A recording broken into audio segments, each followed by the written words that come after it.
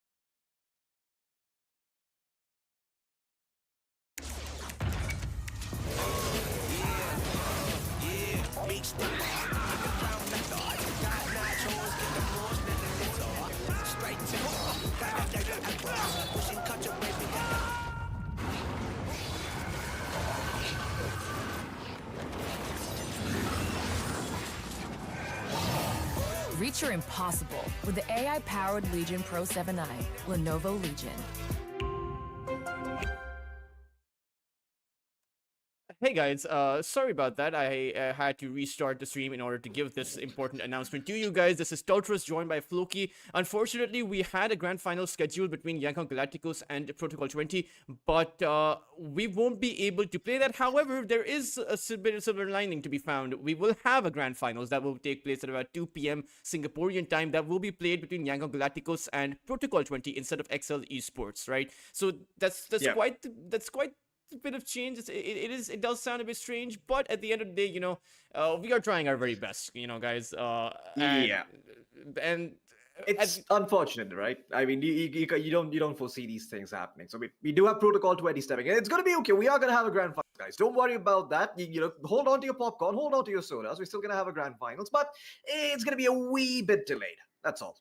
yeah, but so all in all, we will have a grand finals which will have Young Galacticos, and they'll be playing against Protocol 20. We will come back, restart the stream in about an hour and a half, and we look forward to having you all over there in the grand finals. Do tune in, and I will see you all. Me and Floki will actually see you all later.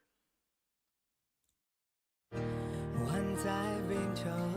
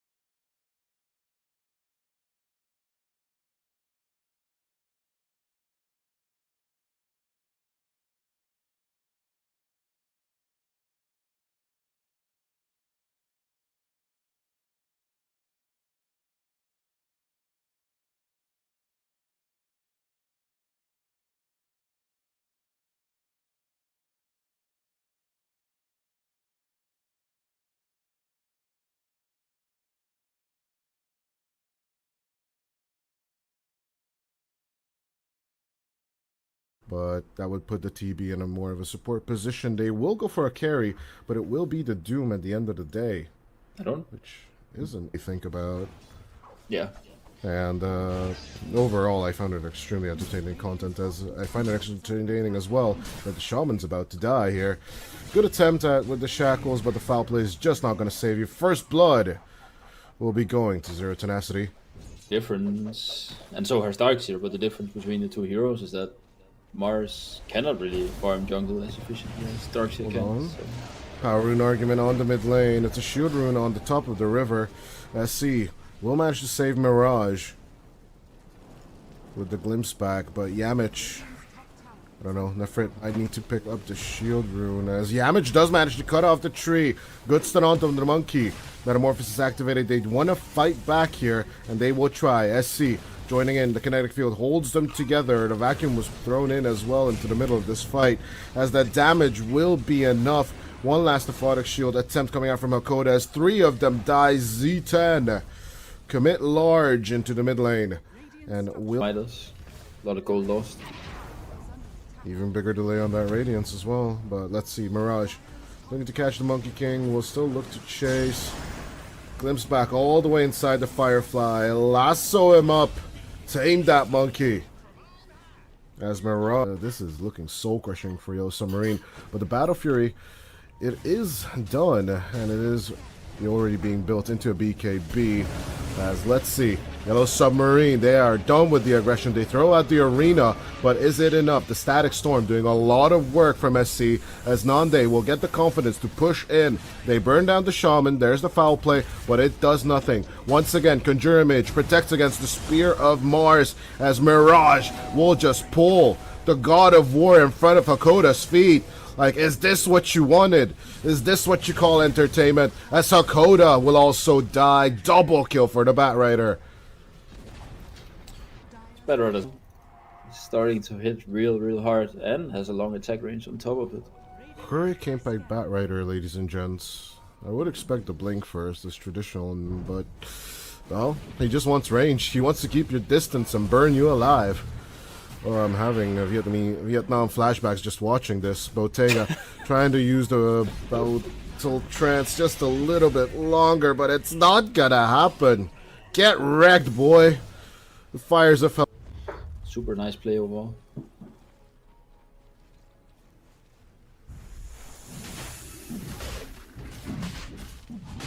Blink Dagger is being picked up by Darkseer now. Do they read this Roche play? And if they do, it might be a disaster for Yellow Submarine. Conjure Image just walking in casually like, hello. I would like to contact you about your Geico insurance here. As Hakoda breaking all the smokes, looking for the approach. Go jumping from Infernal, big arena coming out from Zero Tenacity, but it's just not looking like enough damage. Bottega coming in to help out. Will finally activate the Battle Trance, but it's just not enough. They do lose the Darkseer on Z10, but after the position 3 exchange, they'll just wait out the Battle Trance, massacre Bottega, and once again they're going at Hakoda. What is it with this Abaddon? Every time they just turn on him after the carry, as Mirele just cannot join into this at all. He did lay out the Wukong's command, but it's just the end there, as Mirage still joining in. Still wanting to make it hurt, but Z10 back to the Roche pit. If the game wasn't rough before, it's becoming real rough now. This Doom getting an Aegis is gonna be like, he's already very difficult to kill. Now with the Aegis, they gotta do it twice. Imagine killing Lucifer himself. It always feels weird, even if it's a position 5. Yeah. Strong dispels, but what are they worth when you don't have their life? As Yamich gonna be turned on. Changing of the guard coming out from Mirele. He is trying to escape as fast as possible. Still being inside the Jingle Mastery, but from the other side, we have a nice little approach onto Mirele. And he committed the Sunder onto him, which was a little funny. But overall, Hakoda, I think I just talked about this a minute ago, but back to it. Infernal. A legit attempt at the life of the Doom? Are you sure about that? Says Nande as he turns it around. Vacuum onto Infernal. ripped a new hole in the backside of the God of War as Bottega. They're giving him a chance. You can battle trance once, but only once. Yamich with the Sunder keeps the Doom alive for a little more as Yellow Submarine. Like, you can mess about, but you can only mess about for so long. You should have taken it when you had the shot. You should have gone for the head. But Nefrit, BKB activated on the Darkseer. They're looking to make it a turn. Mirage burning everyone. The BKB is activated on the Batrider. Huge vacuum on the 3 as Infernal dies back here. They are moving over onto the Troll. They will get Yamich out of play as Yellow Submarine. They want to show their little bit of moxie before they leave the land of the living. Glimpse back into the static field as Bottega dies for 65. Hakoda says goodbye again as Amarales should be the last one here. Mirele fully disengaging the fight as the Batrider is just cooking everyone alive. Damage. Such insane damage. Yeah, Just auto-attacking. 6,000. So 6,000 behind for Bottega. Let's see if the Troll pick actually will work out for the YS team. Buying Aghanims into Lincolns, you're basically a 0 damage hero. The only damage item he has is pretty much the battlefield. Gets some from Black Kimbar as well. Oh, Hakoda. Wake up, Hakoda. As he's gonna buy some time with Burrow time as the TP. Nope. Denied. Vacuum, get the hell out of here. This is just BWC. Oh yeah? Or you just closed the stream when they were up 25-6 or something like that. And the 30k, they were like 30k in front and then they ended up losing the game anyway. And then I came back from the coffee, the plane landed. I picked up my luggage and then boom, game number 1 won by Spirit. I'm like, what? It can happen. I just arrived at the airport. What happened? At the same time, going on to SC, not the wisest decision Yellow Submarine ever made, as their tenacity up for a little bit of punishment. Onto Mirele, onto Amarales, and of course, the usual suspect, Hakoda, will also have to die. With 4 of them gone, Ultra Kill on Mirage, and it is victory lap down the mid lane. Buying items to counter Batrider anyway. Well, it doesn't seem like where's your Lotus on your supports? At least I would love to see one on Amarales, you know? At least I have a minimal bit of protection on Bottega. But even with the Lincolns, Bottega is not going to be engaging. A full set of racks on the bottom lane is gonna be gone. But all I can say is that he's just troll. He's a troll himself. He doesn't believe in the Batrider, I think. I don't believe in the Batrider at first, but you convinced me. Yeah, I think Mirage convinced you. Mirage definitely convinced me, but speaking of him, there's the caster curse of play. They instantly get jumped, but they will turn it around. Static Storm coming through as Mirage disengages. Nefrit keeping up the contact. You will be a sacrificial lamb over here as Infernal gets sickled from behind by the TB. Nande and Mirage looking to turn this fight around, but Bottega will get it, the double kill. With the Darkseer and the Batrider gone, it's up to Nande and SC. Can they cook up the 2v4 here? Nande gonna get speared. He turns it around, just rips the Mars and the Monkey, a new one. As he will turn around, finish it off against Hakoda, as you should. Well, I don't... Standing of troll that if you can just sustain, you'll do enough damage eventually with further. I am not a troll player. The stacks definitely work out. Yeah. But I do agree with your general sentiment that we need more damage items on the hero. Because I build that way for sure myself. As Mirage, the lasso. Oh, he's basically a true cowboy at heart. Mirage pulling Infernal into the hands of death as Bottega ripped to shreds. 90 seconds without the troll. Has to buy back. There's just no other choice. Infernal coming in as well. Beautiful arena of blood. Varela throwing in the Wukong's command just to cover them. Bottega onto the Doom as much as he can. Will commit the battle trance as well as Mirella will take care of Yamage, but can they get the Doom? That's their main target. There's the Hex. A good catch. They will finally get Nande. A good kill as At the same time, Mirage still cooking people alive, but it's not going to be enough this time. Infernal might die here, though, but you know what? Off that buyback, I salute Yellow of a turn. Because right now, we are looking at a situation where Yellow Submarine can certainly contest this Roshan. Yeah. It's gonna probably come down to this Roshan.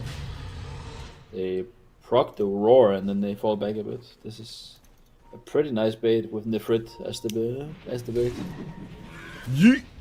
The Fret will just jump out with this good little surge, but here comes the cavalry.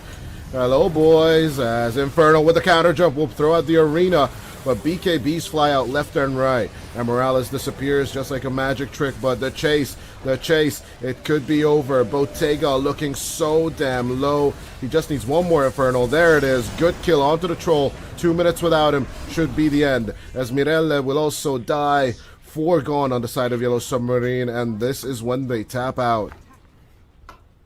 Yeah, it was a decent approach, but no, I think the target choices here at the very last fight were a little bit off, just like in the mid game as well. As they go for the Sven, a hero we've been hyping up throughout this season, but he has a few tricks from Mirage with the Bat Raider.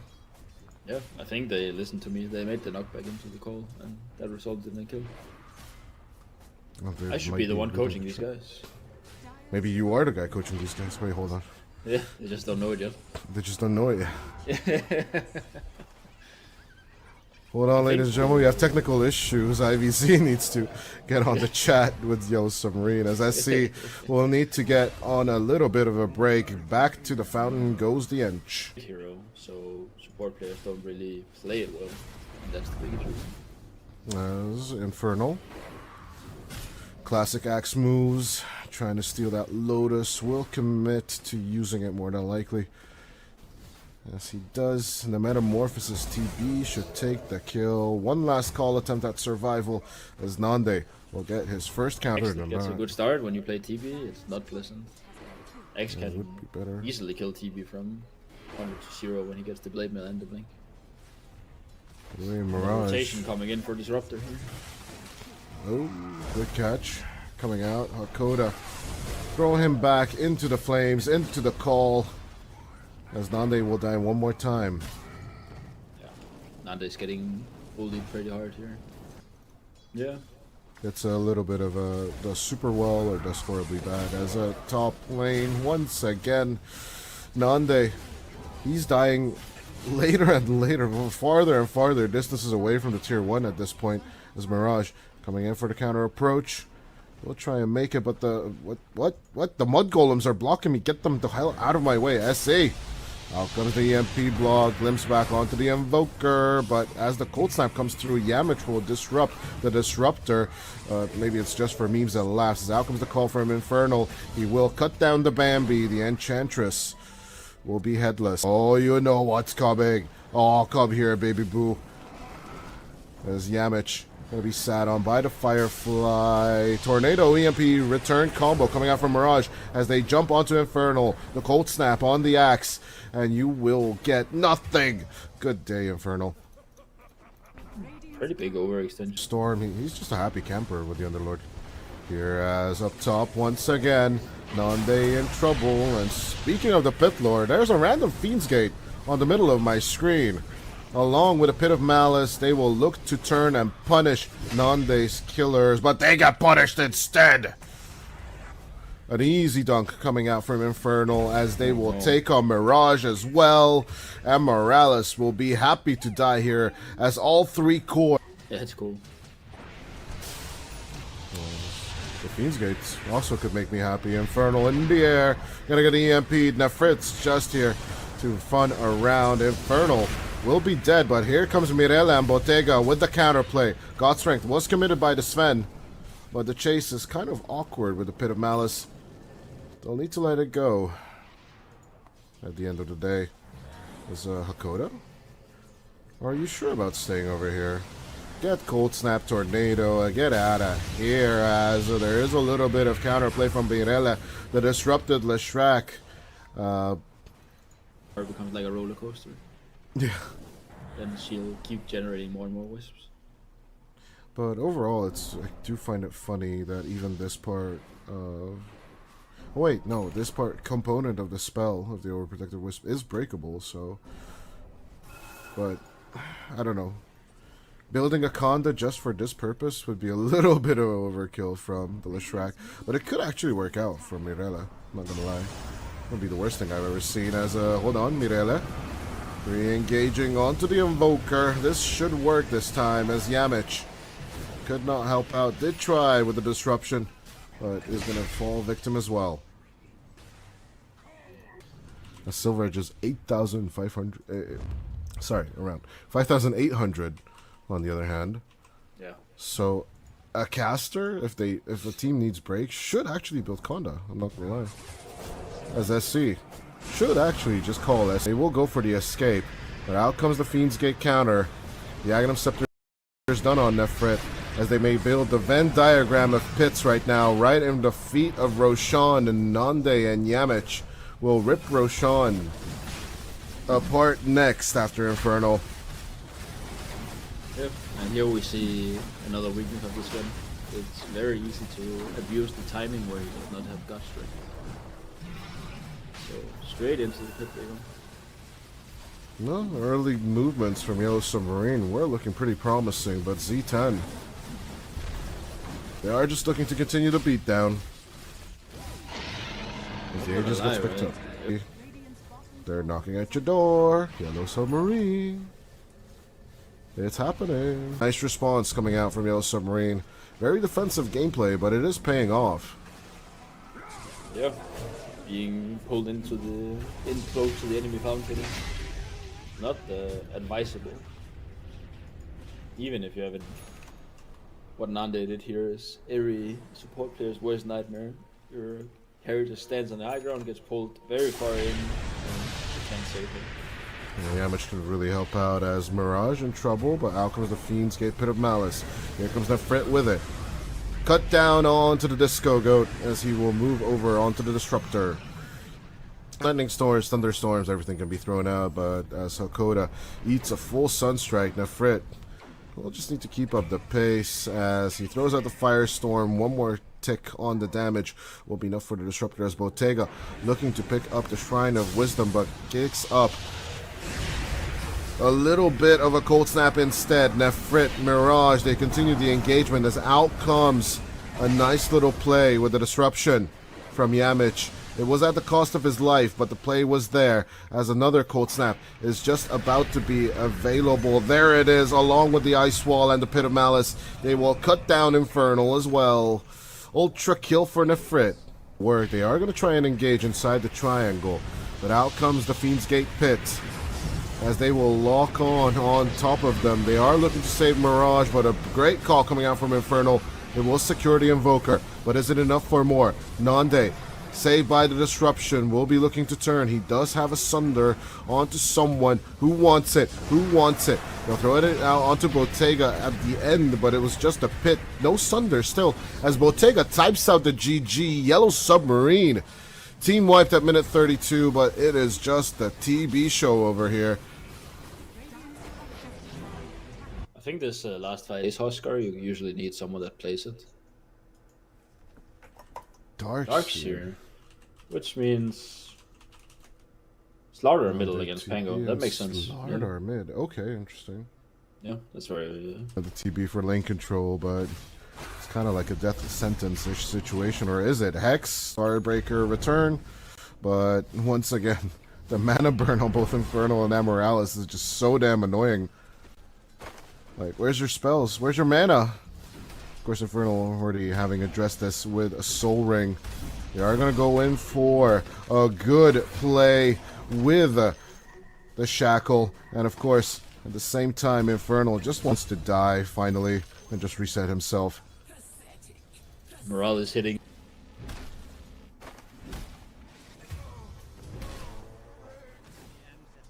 As once again, catch onto SC. If you get a little more... Oh, the body block! It's so close. The Conjurement is still chasing the Shaman, but Nande, he was too concerned on chasing the support and tipping instead of paying attention to his own health bar.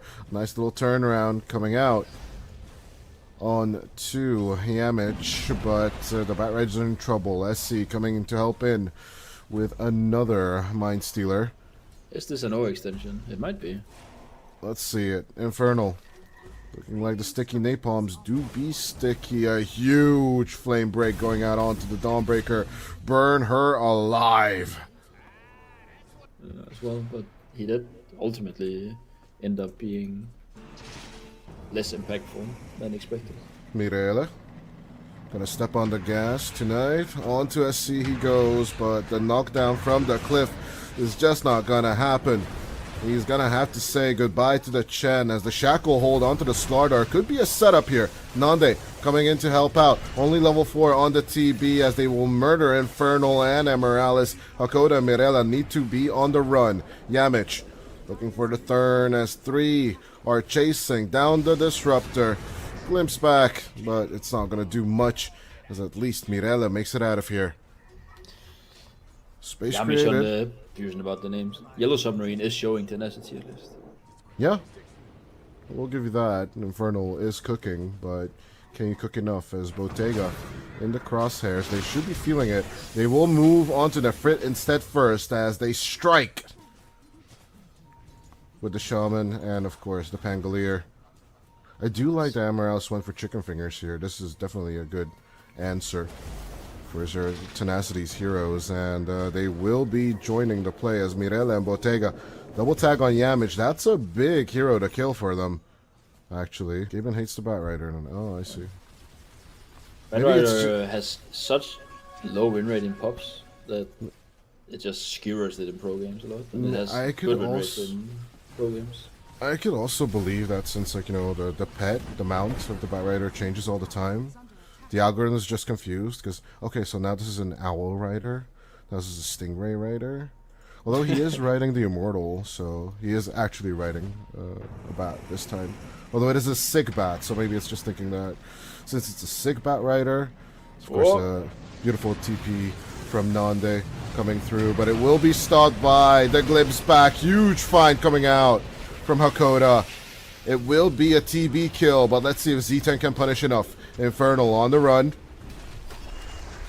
A good escape attempt coming out from the Solar Guardian, but the vacuum at the very last second is going to be enough for 2 kills. Z10 with the retaliations of Dragon Ball.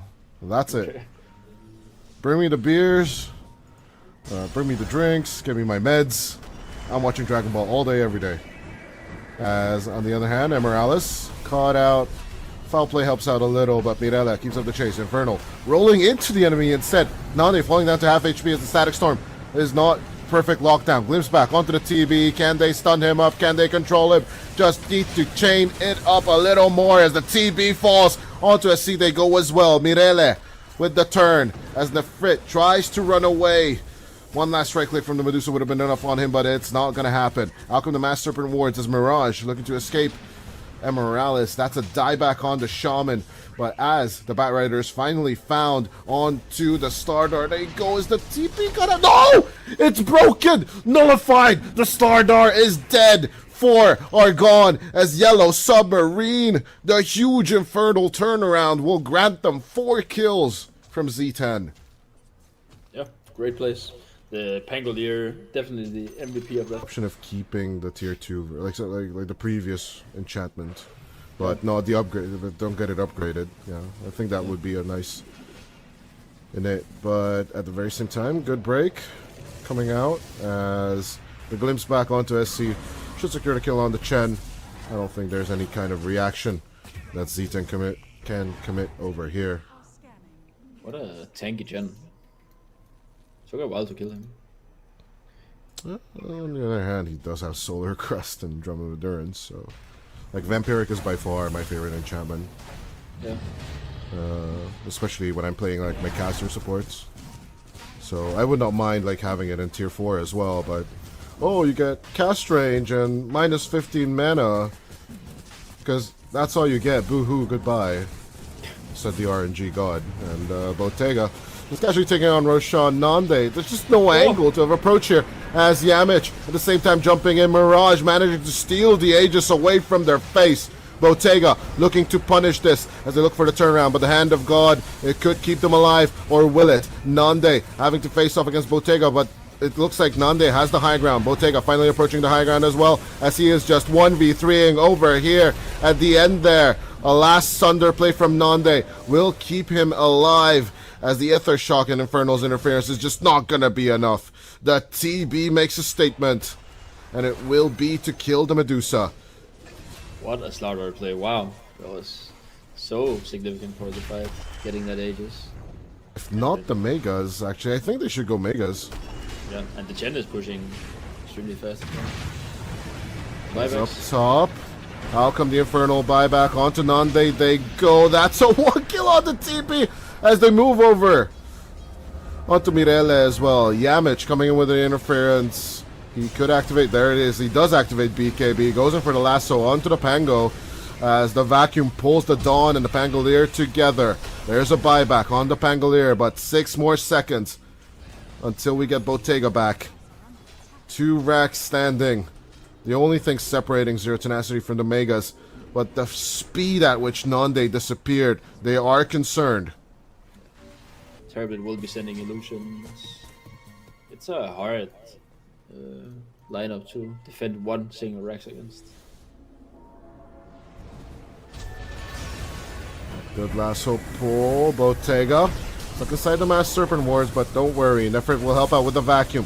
As Bottega, you need to keep up the right clicks. Amaryllis dying in the chaos. At the very same time, Bottega making a statement. The Static Storm helping him a little, but once again, Nefrit is just such a damn nuisance. Trying to get away with the Outworld staff as 0 mana. Bottega still finding Nande. Nande will wave, will sunder, and slap you down. Nullified is the Medusa as Bottega will eventually disappear. GG is called. 100 seconds without. Zero Tenacity have done it. 3-0 against Yellow Submarine.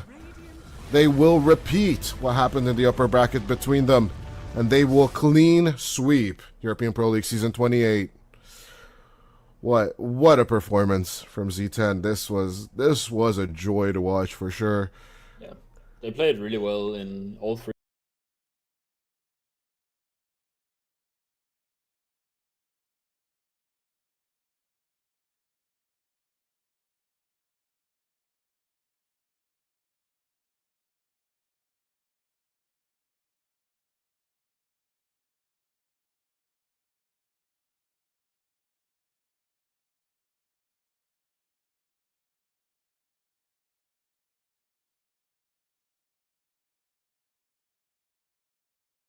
But that would put the TB in a more of a support position. They will go for a carry, but it will be the Doom at the end of the day. Which isn't to think about. Yeah. And overall, I found it extremely entertaining content, as I find it entertaining as well that the Shaman's about to die here. Good attempt with the shackles, but the foul play is just not going to save you. First blood will be going to Zero Tenacity. Difference, and so has Darks here, but the difference between the 2 heroes is that Mars cannot really farm jungle as efficiently as Darkseid can. So. Power rune argument on the mid lane. It's a shield rune on the top of the river. SC will manage to save Mirage with the glimpse back, but Yamich, I don't know, Nefrit, I need to pick up the shield rune as Yamich does manage to cut off the tree. Good stun onto the monkey. Metamorphosis activated. They want to fight back here, and they will try. SC joining in. The kinetic field holds them together. The vacuum was thrown in as well into the middle of this fight, as that damage will be enough. One last aphotic shield attempt coming out from Hakoda as 3 of them die. Z10 commit large into the mid lane, and will Midas. A lot of gold lost. even bigger delay on that Radiance as well. But let's see, Mirage looking to catch the Monkey King, will still look to chase. Glimpse back all the way inside the Firefly. Lasso him up. Tame that monkey. As Mirage, this is looking soul crushing for Yellow Submarine. But the Battle Fury, it is done, and it is already being built into a BKB. As let's see, Yellow Submarine, they are done with the aggression. They throw out the arena, but is it enough? The Static Storm doing a lot of work from SC, as Nande will get the confidence to push in. They burn down the Shaman, there's the foul play, but it does nothing. Once again, Conjure Image protects against the Spear of Mars, as Mirage will just pull the God of War in front of Hakoda's feet. Like, is this what you wanted? Is this what you call entertainment? As Hakoda will also die. Double kill for the Batrider. It's better than starting to hit real hard and has a long attack range on top of it. Hurricane by Batrider, ladies and gents.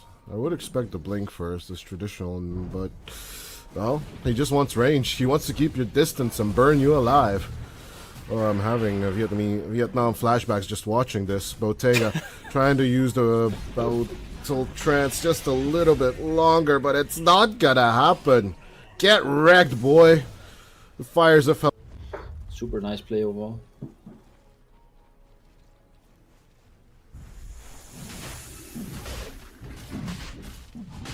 Blink Daggers being picked up by Darkseid now. Do they read this Roche play? And if they do, it might be a disaster for Yellow Submarine. Conjure Image just walking in casually like, hello. I would like to contact you about your Geico insurance here. As Hakoda breaking all the smokes, looking for the approach. Go jumping from Infernal, big arena coming out from Zero Tenacity, but it's just not looking like enough damage. Bottega coming in to help out. Will finally activate the Battle Trance, but it's just not enough. They do lose the Darkseer on Z10, but after the position 3 exchange, they'll just wait out the Battle Trance, massacre Bottega, and once again they're going at Hakoda. What is it with this Abaddon? Every time they just turn on him after the carry, as Mirele just cannot join into this at all. He did lay out the Wukong's command, but it's just the end there, as Mirage still joining in. Still wanting to make it hurt, but Z10 back to the Roche pit. If the game wasn't rough before, it's becoming real rough now. This Doom getting an Aegis is gonna be... Like, he's already very difficult to kill. And now with the Aegis, they gotta do it twice. Imagine killing Lucifer himself. It always feels weird, even if it's a position 5. Yeah. Strong dispels, but what are they worth when you don't have their life? As Yamich gonna be turned on, changing of the guard, coming out from me as fast as possible, still being inside the Jingle Mastery, but from the other side we have a nice little approach onto Mirele, and he committed the Sunder onto him, which was a little funny, but overall, I think Hakoda, I think I just talked about this a minute ago, but back to it. Infernal, a legit attempt at the life of the Doom. Are you sure about that? Says Nande as he turns it around. Vacuum on 2. Infernal ripped a new hole on the backside of the God of War as Bottega. They're giving him a chance. You can Battle Trance once, but only once. Yamich with the Sunder keeps the Doom alive for a little more as Yellow Submarine.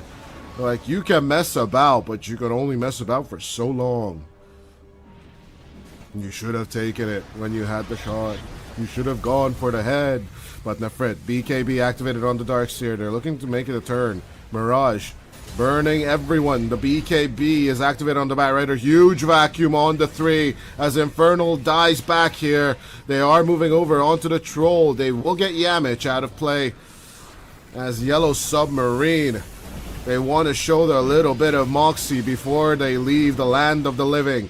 Glimpse back into the static field as Bottega dies for 65. Hakoda says goodbye again as Amarales should be the last one here.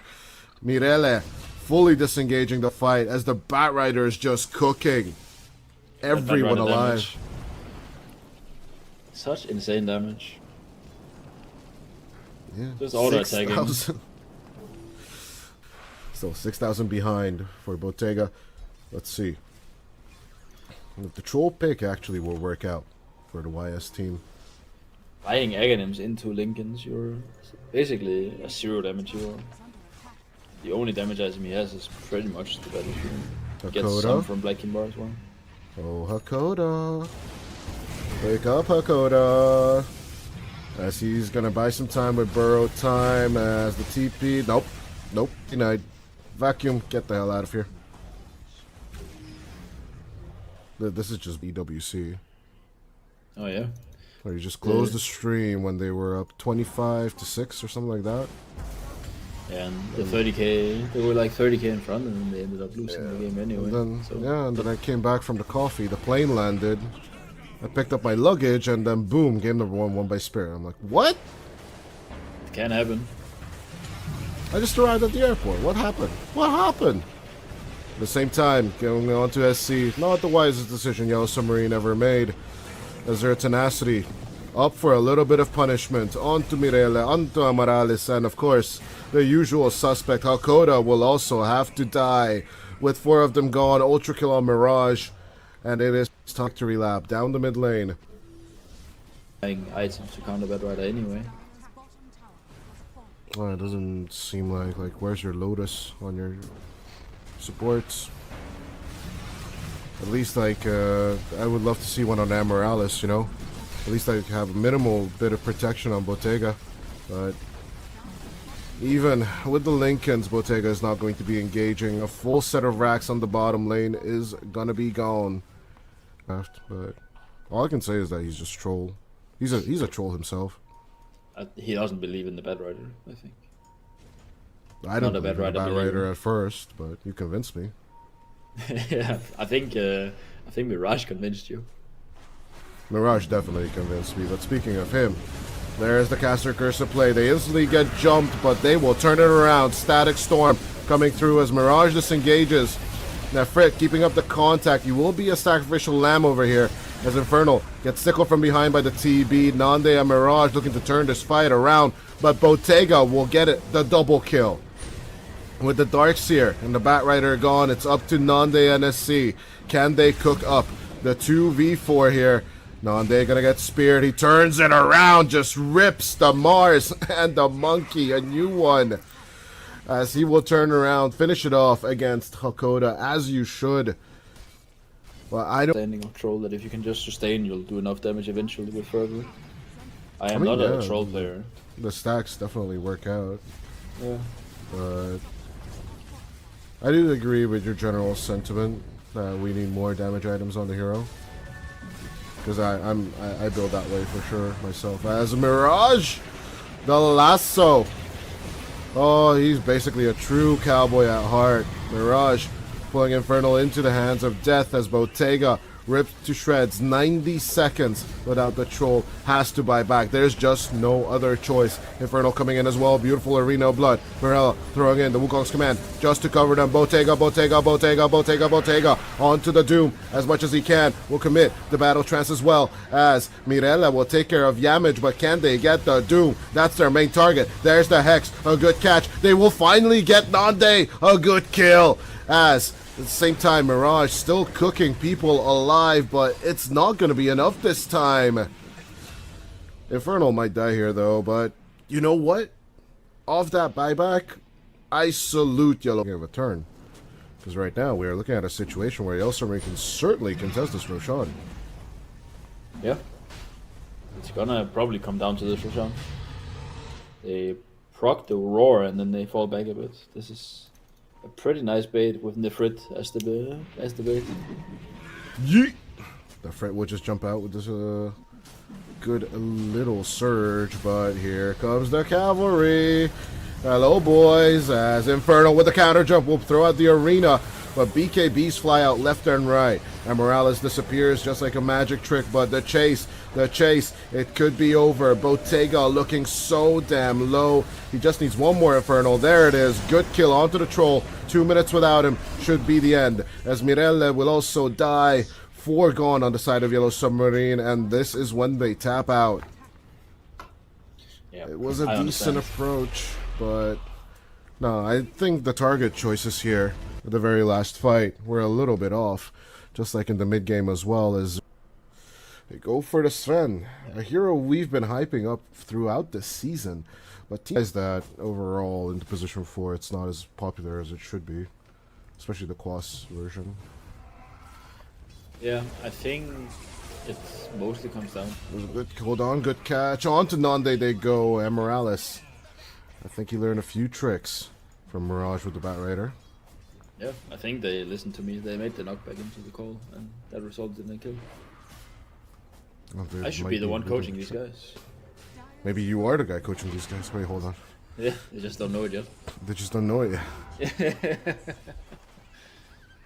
Hold on, ladies and gentlemen, we have technical issues. IVZ needs to get on the chat with Yo Submarine. As I see, we'll need to get on a little bit of a break. Back to the fountain goes the Ench. Hero, so support players don't really play it well. And that's the biggest reason. As Infernal. Classic axe moves. Trying to steal that Lotus. Will commit to using it more than likely. Yes, he does. The Metamorphosis TB should take the kill. One last call attempt at survival as Nande will get his first counter. X gets a good start when you play TB. It's not pleasant. X Yeah, can would be better. easily kill TB from 100 to 0 when he gets the Blade Mail and the Blink. Mirage. Rotation coming in for Disruptor here. Oh, good catch. Coming out. Hakoda throwing him back into the flames, into the call. As Nande will die one more time. Yeah, Nande's getting bullied pretty hard here. Yeah. It's a little bit of a does super well or does horribly bad. As a top lane, once again, Nande, he's dying later and later, farther and farther distances away from the tier 1 at this point. As Mirage coming in for the counter approach. We'll try and make it, but the what? The mud golems are blocking me. Get them the hell out of my way. SC. Out comes the EMP block, glimpse back onto the Invoker, but as the Cold Snap comes through, Yamich will disrupt the Disruptor. Maybe it's just for memes that laughs. Out comes the call from Infernal. He will cut down the Bambi. The Enchantress will be headless. Oh, you know what's coming. Oh, come here, baby boo. There's Yamich. Gonna be sat on by the Firefly. Tornado EMP return combo coming out from Mirage as they jump onto Infernal. The Cold Snap on the axe. And you will get nothing. Good day, Infernal. Pretty big overextension. Storm, he's just a happy camper with the Underlord. Here as up top once again. Nande in trouble. And speaking of the Pit Lord, there's a random Fiend's Gate on the middle of my screen. Along with a Pit of Malice, they will look to turn and punish Nande's killers, but they get punished instead! An easy dunk coming out from Infernal as they will take on Mirage as well. And Morales will be happy to die here as all 3 core. Yeah, it's cool.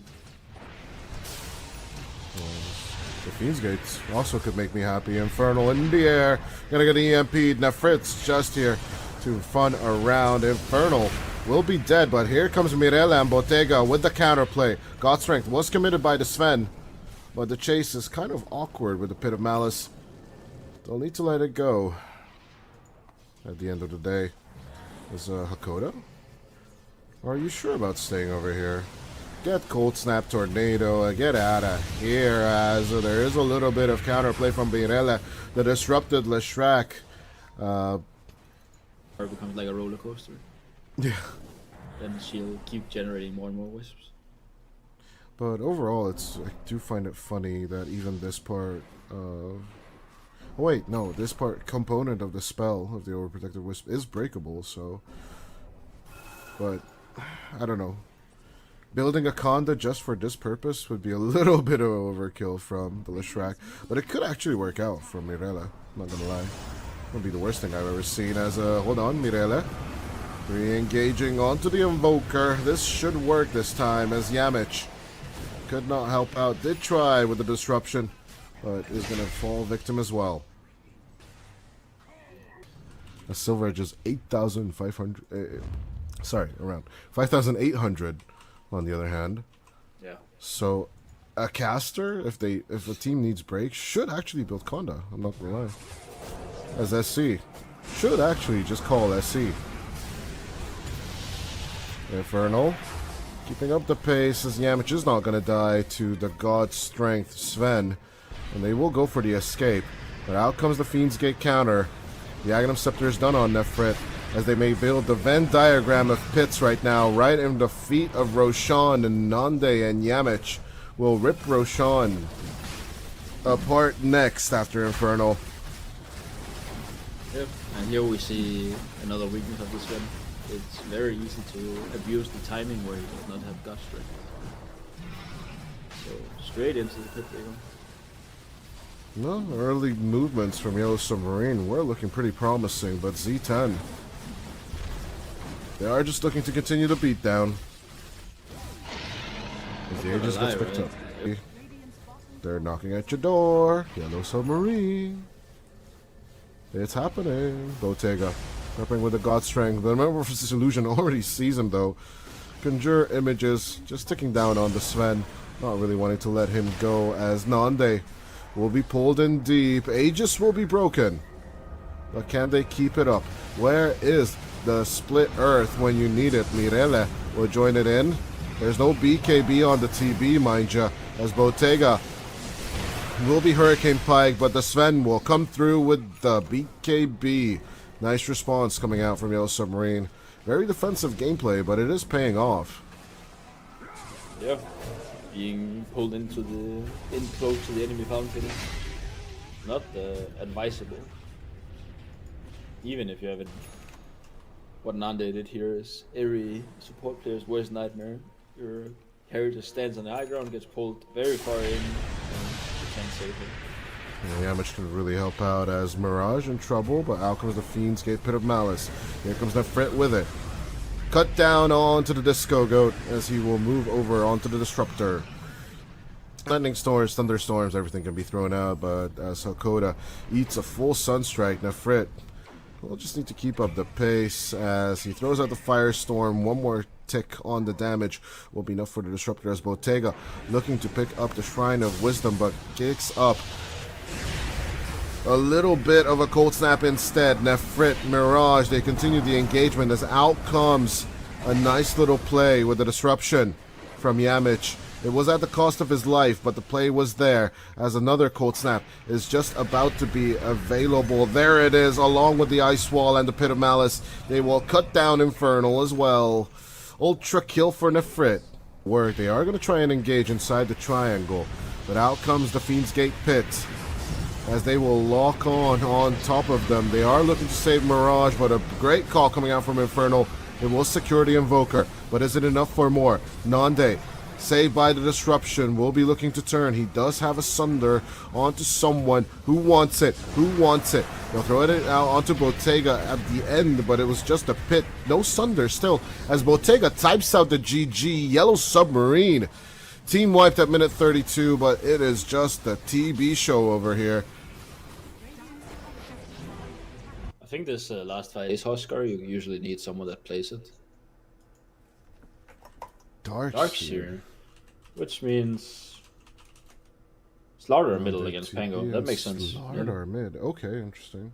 Yeah, that's very... The TB for lane control, but it's kind of like a death sentence-ish situation. Or is it? Hex, Starbreaker, return. But once again, the mana burn on both Infernal and Amoralis is just so damn annoying. Like, where's your spells? Where's your mana? Of course, Infernal already having addressed this with a Soul Ring. They are going to go in for a good play with the Shackle. And of course, at the same time, Infernal just wants to die, finally, and just reset himself. Morale is hitting.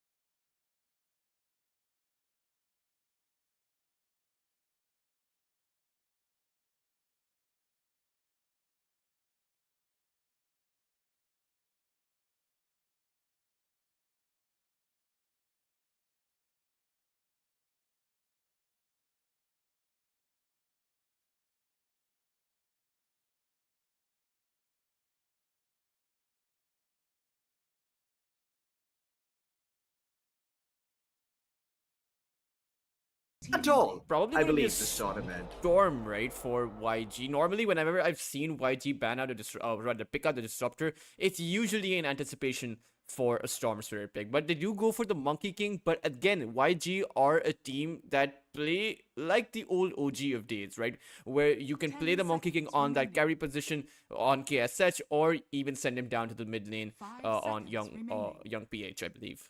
Yeah. Yeah, I mean, I think the Monkey King is definitely a versatile pick here to have. What I like about this is covers multiple grounds, right? Like you mentioned, the Disruptor potentially blocks out a Storm pick coming in from Protocol 20. Well, what's good against Disruptor? That is a Spirit, the Ember. So what does the Monkey King do? Deal with the Ember Spirit. So very logical, very straightforward drafting coming out by Young Gal Galacticos. They're covering their bases. And all honesty, I like the way they're doing this. But with all of that said, I am very surprised that certain heroes have slipped through. I see there's still Nature's Prophet in the pool. Abaddon is a hero that we haven't seen picked up at all, I believe, from the side of Youngao. They've never banned it out as far as I remember. Especially So considering that Protocol 20 do like to play the Abaddon on Mango Rose. I'm not saying that it has any kind of success. I personally don't actually think the hero's all that strong, particularly past that mid game. But I could be wrong. But Protocol 20, they go for the Pugna, and we saw the Pugna last, I believe, the last time we costed, right? The life drain was just Yep. simply too much to yeah. handle. Yeah, they combine the life drain along with the Shadow Grave, so it's like the more HP you're missing, the quicker you get healed up. So very potent duo. I liked it. It was very clever. But one of the things you have to remember is that there are certain heroes that are just broken in the meta. In my opinion, I feel like Nature's Prophet is still one of those heroes. So seeing it being ignored so far has definitely raised some alarm bells in my mind. I mean, I think Protocol 20 should definitely think about picking that up. And going as far back as like 6 or 7 years, Shaman Nature's Prophet used to be a pretty potent hero. You'd have one guy with the disables and the other guy coming in and following up with all the damage in the Nature's Prophet. So in all honesty, I don't see it being too bad of a draft. It also sort of deals with what Young Galacticos are throwing, right? With the team fight coming in from the Monkey King and Disruptor. If you're just able to split them up across the map, with the Nature's Prophet and the Shadow Shaman, then you can just keep skirmishing and prevent Youngao from ever fighting you as 5. But Protocol 20, they're going to go for the Pangolier here instead, signifying that they do want a team fight into Youngao Galacticos, but It's certainly a hero that you mentioned the Ember Spirit, which is good against the Disruptor. So is the Pangolier, right? On the mid lane, the Diffusal Blade build, and then the Rolling Thunder. You can't really glimpse the Pangolier back when he has that Rolling Thunder. So perhaps that's what Protocol 20 are going to be going with. And then you also have that Shaman. It's an overall balanced draft, but it does lack a bit of sustain, right? If YG are able to catch Protocol 20 before those ultimates come out, before the Massive Serpent Ward or the Rolling Thunder, they can actually overwhelm this Pangolier and Shaman. For sure. And not just that. I mean, you mentioned the Rolling Thunder. There's also the roll up coming in from the Pangolier, which is the Pangolier shot. So you might not have Sleight of Fist or maybe even the Ember Remnants to dodge out the Disruptive Glimpses as consistently, but you do have some tools. You do have something of dealing with it. And like you mentioned, well, you can't ever really glimpse someone back during the Rolling Thunder. So the Pangolier is going to have to be very judicious with his usage of the shard and the ultimate in this game if he does end up being the one who's getting glimpsed. Although I believe that we get to see some other heroes that are probably more glimpse worthy, as Young Galacticos pick up the Night Stalker. Now that's a hero I haven't seen in a while, but you know what it does? Really strong against all 3 of Protocol 20, right? If this Night Stalker gets a blinks on top of the Pugna or the Shaman or the Pangolier, that crippling fear is going to mean that Protocol 20 are going to be defenseless. Yeah, and not just that, but now that you combine it with the Dead Shot, which is going to be potentially breaking the life drain coming out from the Pugna, so it's going to be like you can't heal somebody inside the Crippling Fear either, because there's always going to be the Dead Shot.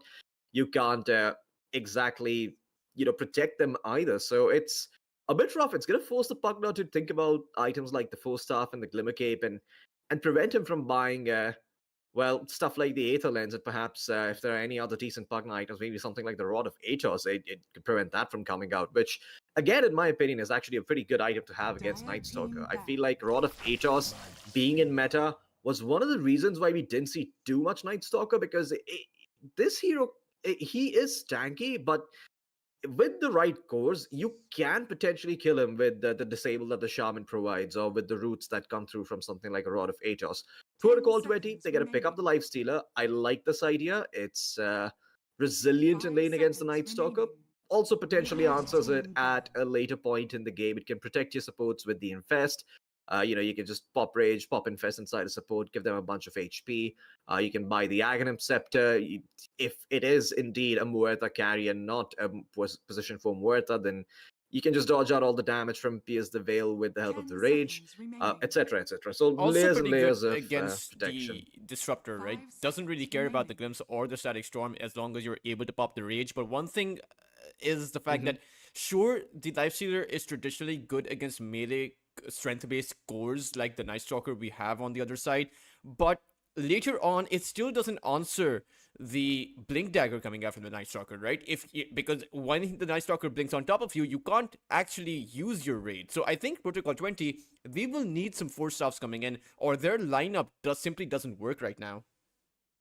Yeah, they certainly need the lanes to go their way, given the way they've picked these heroes up at the moment. You kind of just looking at a Night Stalker who's doesn't really have much to fear just yet. Like the Pangolier doesn't really do all that much to the Night Stalker. I guess once you get Diffusal Blade, maybe life gets a bit more difficult for the Night Stalker, because then you have the Inhibit and the Mana Burn. I mean, both things that the Night Stalker doesn't really like playing against. Mana Burn is probably one of the worst things you could play into as a Night Stalker, because then you just can't press your Fear, you can't press your Void, you can't press your Alt. But you can always buy a wand and remedy that to an extent, or something like a Soul Ring. We'll see if the Night Stalker, who's probably going to be Zorain, is if he's going to adjust in a similar way. But Protocol 20, one pick remaining for them. Last ban. It seems like Young Galacticos are reading this as an offlane Pangolier, because they ban out the OD, but they also ban out the Mars. So they kind of know that options are being kept open. I wonder what Protocol 20 are going to pick up here. I mean, as far as the offlane heroes go, well, actually, they're actually going to just come up with it. It's going to be a Bounty Hunter, and this is interesting. Does suggest that this Pangolier is going to be an offlane, but then who goes mid? Is this a mid Bounty Hunter? It might be an offlane Bounty Hunter for all intents and purposes. I've played a bit of Bounty Hunter in the mid lane. I don't think the matchup against the Monkey King is that good for the Bounty Hunter. He does have a lot of armor, though. I mean, it does seem a bit shaky, though. I mean, you look at all of these 5 heroes, doesn't exactly spell out confidence, right? At least for me. I mean, the Lifestealer, this is a defensive carry against so much of the magical damage and the disables coming out from the other side. YG, if in a situation where they're able to drop down their ultimates, I mean, we saw just how potent the life drain was a few days ago. I don't think you can actually get off that life drain in this kind of a situation. You have the dead shot that can cancel it out, the Monkey King's Boundless Strike, Disruptor's plethora of abilities, and the Night Stalker Silence coming in. Yeah. And YG, they're just going to go for the buck. So it is going to be a carry Monkey King at the end of the day, and Young PHS is going to be playing the buck. Again, a hero that can break that life drain. Okay. Interesting. So DB is the offlane player, correct, for Protocol 20? Yeah. Yeah, so he's gonna be the one playing the Pugna. Okay, so it's an offlane Pugna. I was thinking, could you put the Pugna in the mid lane instead? Pugna mid, in my opinion, is one of those heroes that has fallen out of favor because people are picking so much Pugna that they indirectly ended up nerfing mid Pugna as well. I mean, they just had to, right? So, little surprised. But it does mean that the Bounty Hunter is going to be played position 4, and you're going to have Mangaros playing the Lifestealer as well as Porta2 playing the Pangolier in the mid lane. So this is a lot better. I do like the Pangolier versus the Puck matchup. I think it favors the Pango to an extent. All of your damage is physical. Puck has low armor. Puck does not enjoy being mana burned. Doesn't like playing against the Inhibit before his Blink, etc., etc. But if I had to give one team, the edge in this draft, I think it would be Young Galacticos. Definitely. I mean, I agree with you there. I just think that their draft is overall better. Meanwhile, they have heroes that they're very confident with, right? These are some safe picks coming out for their side. Young PH, phenomenal puck player. Zoran, I've seen him on his Night Stalker in KSH on the Monkey King. Meanwhile, Protocol 20 on the other side, I've actually been trying to take a look because I do believe they have gone for the offlane Pugna. And in fact, it Mm-hmm. was in that game number 1 against YG themselves in the upper bracket semifinals. Oh. And their offlane Pugna, I will say, did do incredibly well, right? Getting so many of those kills. In fact, his Mm-hmm. score, if I take a look at it, he was 5 and 6, but towards the early game, it just seems like that life drain could not be stopped. But in the end, they still ended up losing. Like, Yeah, I mean, it just isn't I that strong.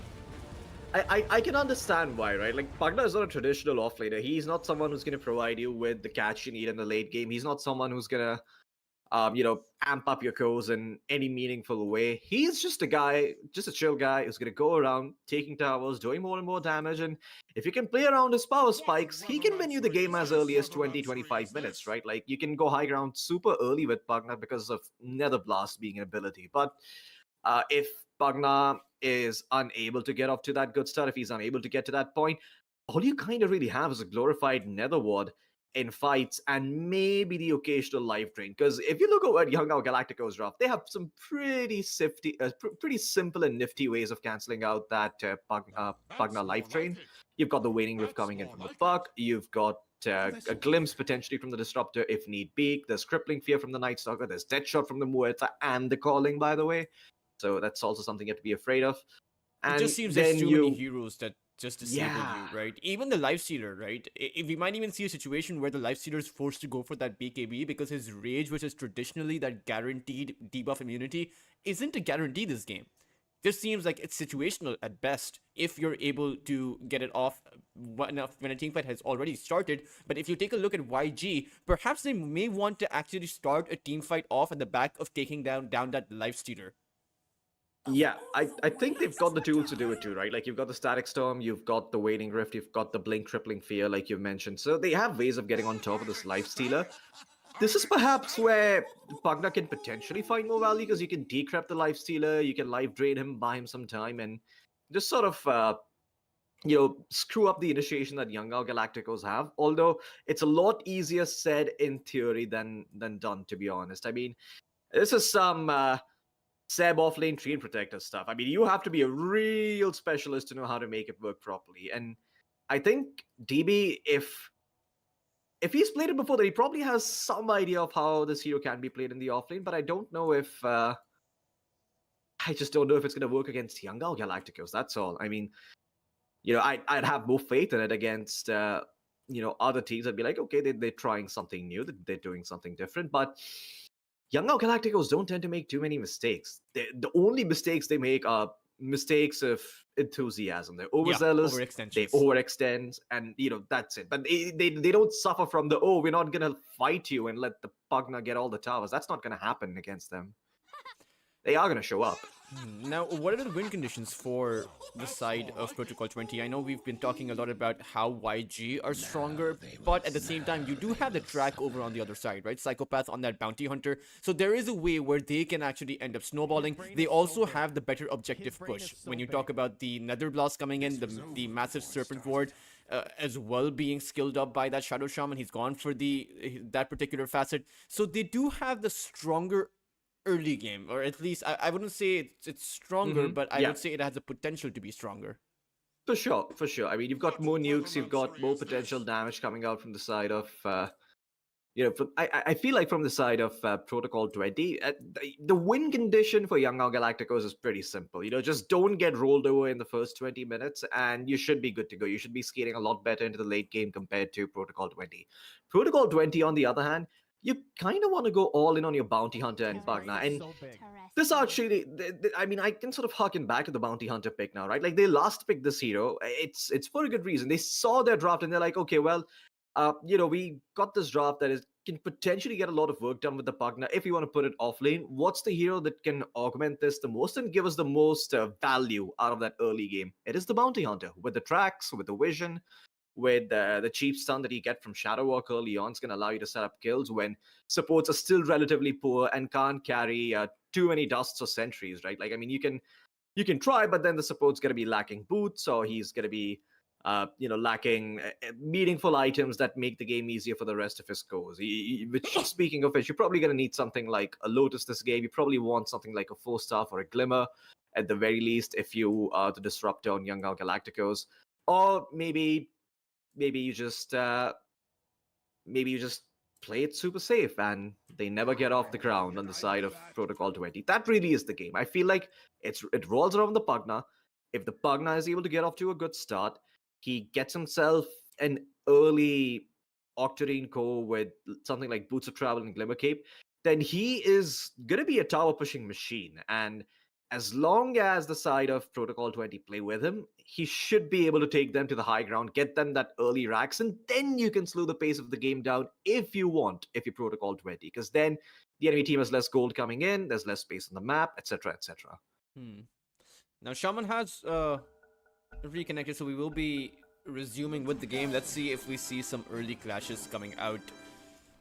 Pugna's going for the Null Talisman very early on, but traditionally, I've been looking at the facets, and it doesn't really seem like anything too wild coming out here. But you do have the Gore Storm, and I have been seeing Lifestealers go for more of this kind of more of this facet. What do you think separates the Gore Storm from the other facet? Why are Lifestealers now going for this?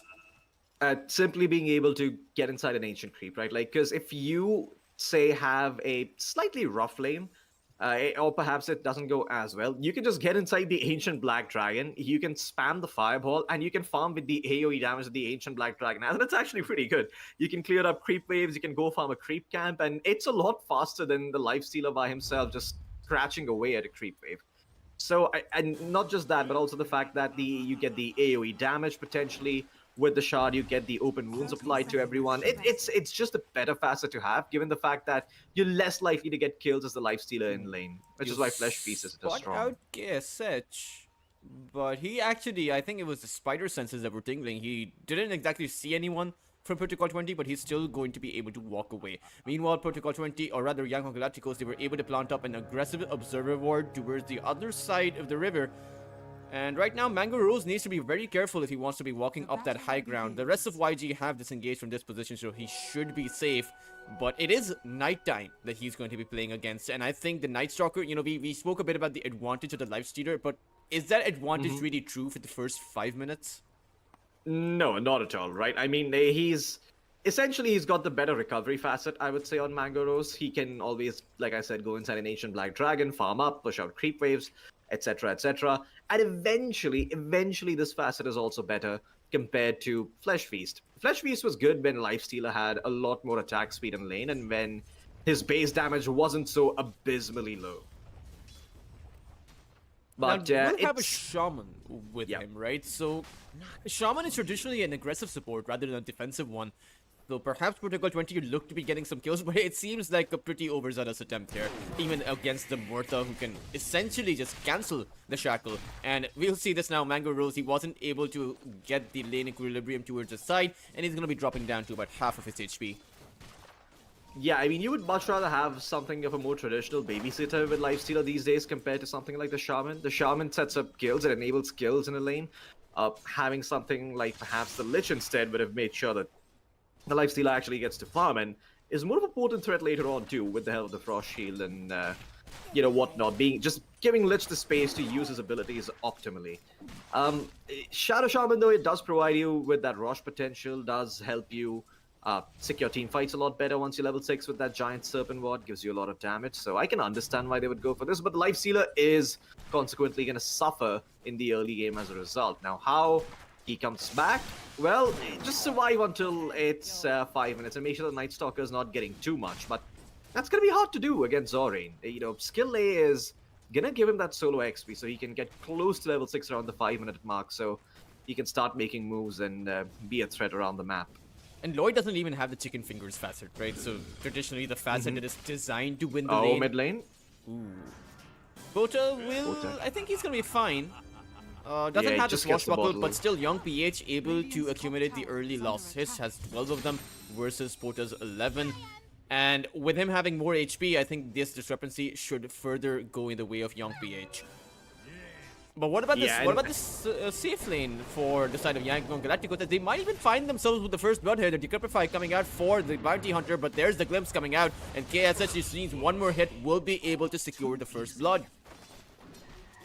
I don't think this lane is as good because Bounty Hunter traditionally has not always been like a super strong laner. Yes, Janada can be really good for trading, but the Bounty Hunter skip that entirely in this lane against the Disruptor and the Monkey King, because just approaching them means death, right? You gotta get glimpsed, you gotta get Thunderstrike, and then KSH is just gonna build up those Jingu stacks and run you down. But DB, I think you just, it's same as the Night Stalker lane, just give the Pugna some levels and he will eventually help you come back in this game. He'll be able to carry the damage output of the early game on the back They of might his Decrep. find the Disruptor though. Lun is gonna end up falling here with just one more hit coming in from the Pugna. But still, this might just end up being a trade. KSH doesn't have his Boundless Strike, but just needs one more hit. Can he find it here? DB, he is in vision, and KSH does have more movement speed. So at the end of it all, DB will be able to find the kill, but the Decrepify coming out from DB in the nick of time. And the big question here is, KSH, will he actually dive the tower here? Because his Boundless Strike is going to be off of cooldown in about 4 seconds. But this is risky, Floki. Yeah, I mean, you could pop the Fairy Fire and you could still try. I don't think Psychopath has the damage to try and contest KSH. If KSH really wants, he can go for it. I mean, he can act. Why is DB doing? Okay. Did he just forget? Okay. Not really too sure what happened there, but Psychopath, he's going to be the next one on that hit list and is going to end up falling here. Glimpse back to his death as Lone finds the kill there. And YG, their safe lane, I have to say, despite the fact that their Disruptor died, is very one-sided. Yeah, not gonna lie. Young Gal Galacticos are coming up in the early game. It's just all Young Gal Galacticos all across the lanes. They're doing well in the mid lane. They're doing well up top, where Zorain did get a kill earlier on the Lifestealer while there was action happening down bottom. And this is really scary. I mean, you're playing against a Night Stalker who's gonna turn up the pace as soon as he gets his level 6. You know, map is not gonna be feeling as safe for Mango Rose. There's a lot of pressure on Pota this game to try and make some space, and the Pangle here, he's doing okay, but he's not doing amazing. He's not doing well enough to carry this game on his back just yet. He still needs more time. He still needs that power treads and the diffusal before he can start being the de facto hero for the side of Protocol 20. Now the big question is, you know, you mentioned that Psychopath, and rightly so, the Bounty Hunter isn't exactly a strong laner, so can't do much over on the bot lane. But then where does he really go? Because even on the mid lane, there's a Puck, who, if you go on the Puck as a Bounty Hunter, he's just going to jaunt away. So this might be, at least until he gets a track, one of the most useless Bounty Hunter games. Or, I mean, he must be bored out of his mind right now. Like, where does he go, or what does he even do? Yeah, that's a great question. I think the Bounty Hunter this game just had... Oh, down bottom, DB's dead. Yeah, and it looks like Psychopath is going to join him in that fountain. And this laning phase, Floki, if you remember the series against Future Esports, I believe it was, with KSH, was when he was playing that Slark, right? This is a similar outcome. Yeah, very reminiscent of that game too. The Bounty Hunter, you asked me what he can do. Just go to the mid lane, man. This game, see, whenever you're a position 4 that can do absolutely nothing in the lanes, that does deadly squat, one thing you can always do is go to the mid lane and annoy the crap out of the enemy mid laner just by taking the water rune. It's that simple. The Power Rune is going to spawn towards the top side, but still, Poach is not even level 6 to make any kind of advantage with this. Yeah, young PH is also just... pushing his luck, right? He knows there's no 6, so he can continue farming with impunity. Up top, finally Mango Rose is going to get some space on the map, so he can start, dueling against Zorain. Zorain can't really step toe-to-toe with the Lifestealer. Mango Rose will just win out that brawl eventually. And he has to be particularly careful, too, because if Zorain gets caught out by the shackles, he can die. That said, though, Skill A is here. Does have the crawling and the dead shot. But you ask me what the Bounty Hunter can do? Well, at this point, you can put one hand against the other and pray to whichever god you believe in. The 7-minute Shrine of Wisdom is going to come about though, so the Bounty Hunter will be able to secure that, but I think the Shaman Lloyd was posturing towards the Radiance Shrine, but I don't think you get that one. Not against this kind of a lineup. I mean, Zoran will be hitting his level 6 mark as soon as this range creep falls, or actually, he may actually just need one more creep. Yeah, he needs about 9 more experience before he gets that level 6. So it's going to be one Shrine of Wisdom each for both of these sides, but who has the more important ultimates here? I would say definitely Young Out Galacticos. You know, once they've got the Static Storm, once they've got the Night, they are super long cooldowns, not gonna lie. So, you're coming online on the Bounty Hunter means that you're gonna be able to punish the downtime a lot more, but it's gonna be such a long time before he gets a 6. I mean, look at what DB is doing. DB has started to jungle on a hero that doesn't traditionally jungle that often. I mean, the Pugna can do it, but it's going to be very inefficient for him, and it's just so that the Bounty Hunter can get some levels. Even the Monkey King has rotated top, and they're going to try and pressure this tier 1 up there. So you can start to see that map space is being taken away from the side of Protocol 20, and there isn't much they can do about it. And every 5 minutes you're going to have this option, because every 5 minutes there's a siege creep wave that spawns. If you're already stronger than the enemy team and the enemy team is not keen on fighting you, make the most out of those siege creeps. Take those towers, take space away from the enemy team. Mid The lane, Rolling Thunder, it was used up on the mid lane, and so was the Glimpse, but Young PA still has that Dream Call to play with.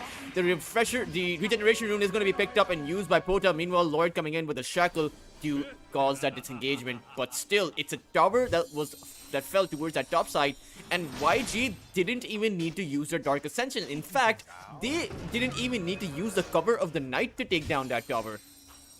Yep, just the siege creep. The good old god.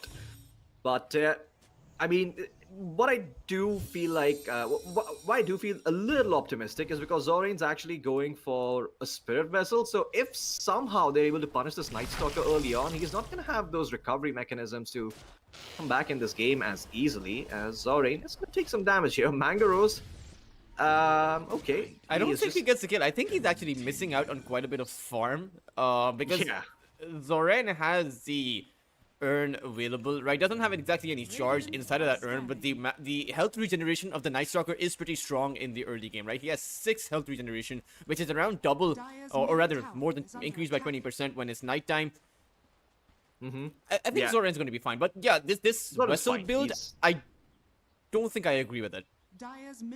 Yeah, the Vessel build, I mean, it does serve a purpose, and the purpose is that Pugna can't just life drain his allies and keep them alive, but the question is, do you really want to be investing 3,000 gold towards that when that could have gone something like towards BKB, that could have gone towards something like an Echo Saber, or maybe even a Midas that would allow you to scale even better into this game. There are so many options. I feel like Zoran has picked the one where it could work, but if it does not, it has the worst drawback compared to all the other options. Pota was going for a teleport right in the vision of YG, and it looks like 3 heroes are going to be sighted down in the calling, and it's also going to be a 3-man Dream Coil, but still, YG, they can't capitalize at the back of this, and it's going to be a wasted ultimate. It's completely okay. I mean, Puck is going to get the rune as a result of this. All the enemy heroes are low. Now you see where they are on the map, and guess what? It is nighttime, so Zoran can get the party started on the Night Stalker. Just about 300, not even 300 actually, 100 gold away from the Spirit Vessel. They've reduced the recipe cost. Huh? I remember it used to be 1100 gold at one point, or something ridiculous like that. Okay. But still, 2.7k gold towards an item that's essentially only going to be activated when he either dies or gets a kill. And I don't think that's going to be happening until Young PH gets his Dream Coil up again, which is going to be at least another 30 seconds. And Young PH is also working towards the Witchblade, which is going to end up taking some time because he hasn't found those kills with the Dream Coil like you mentioned earlier.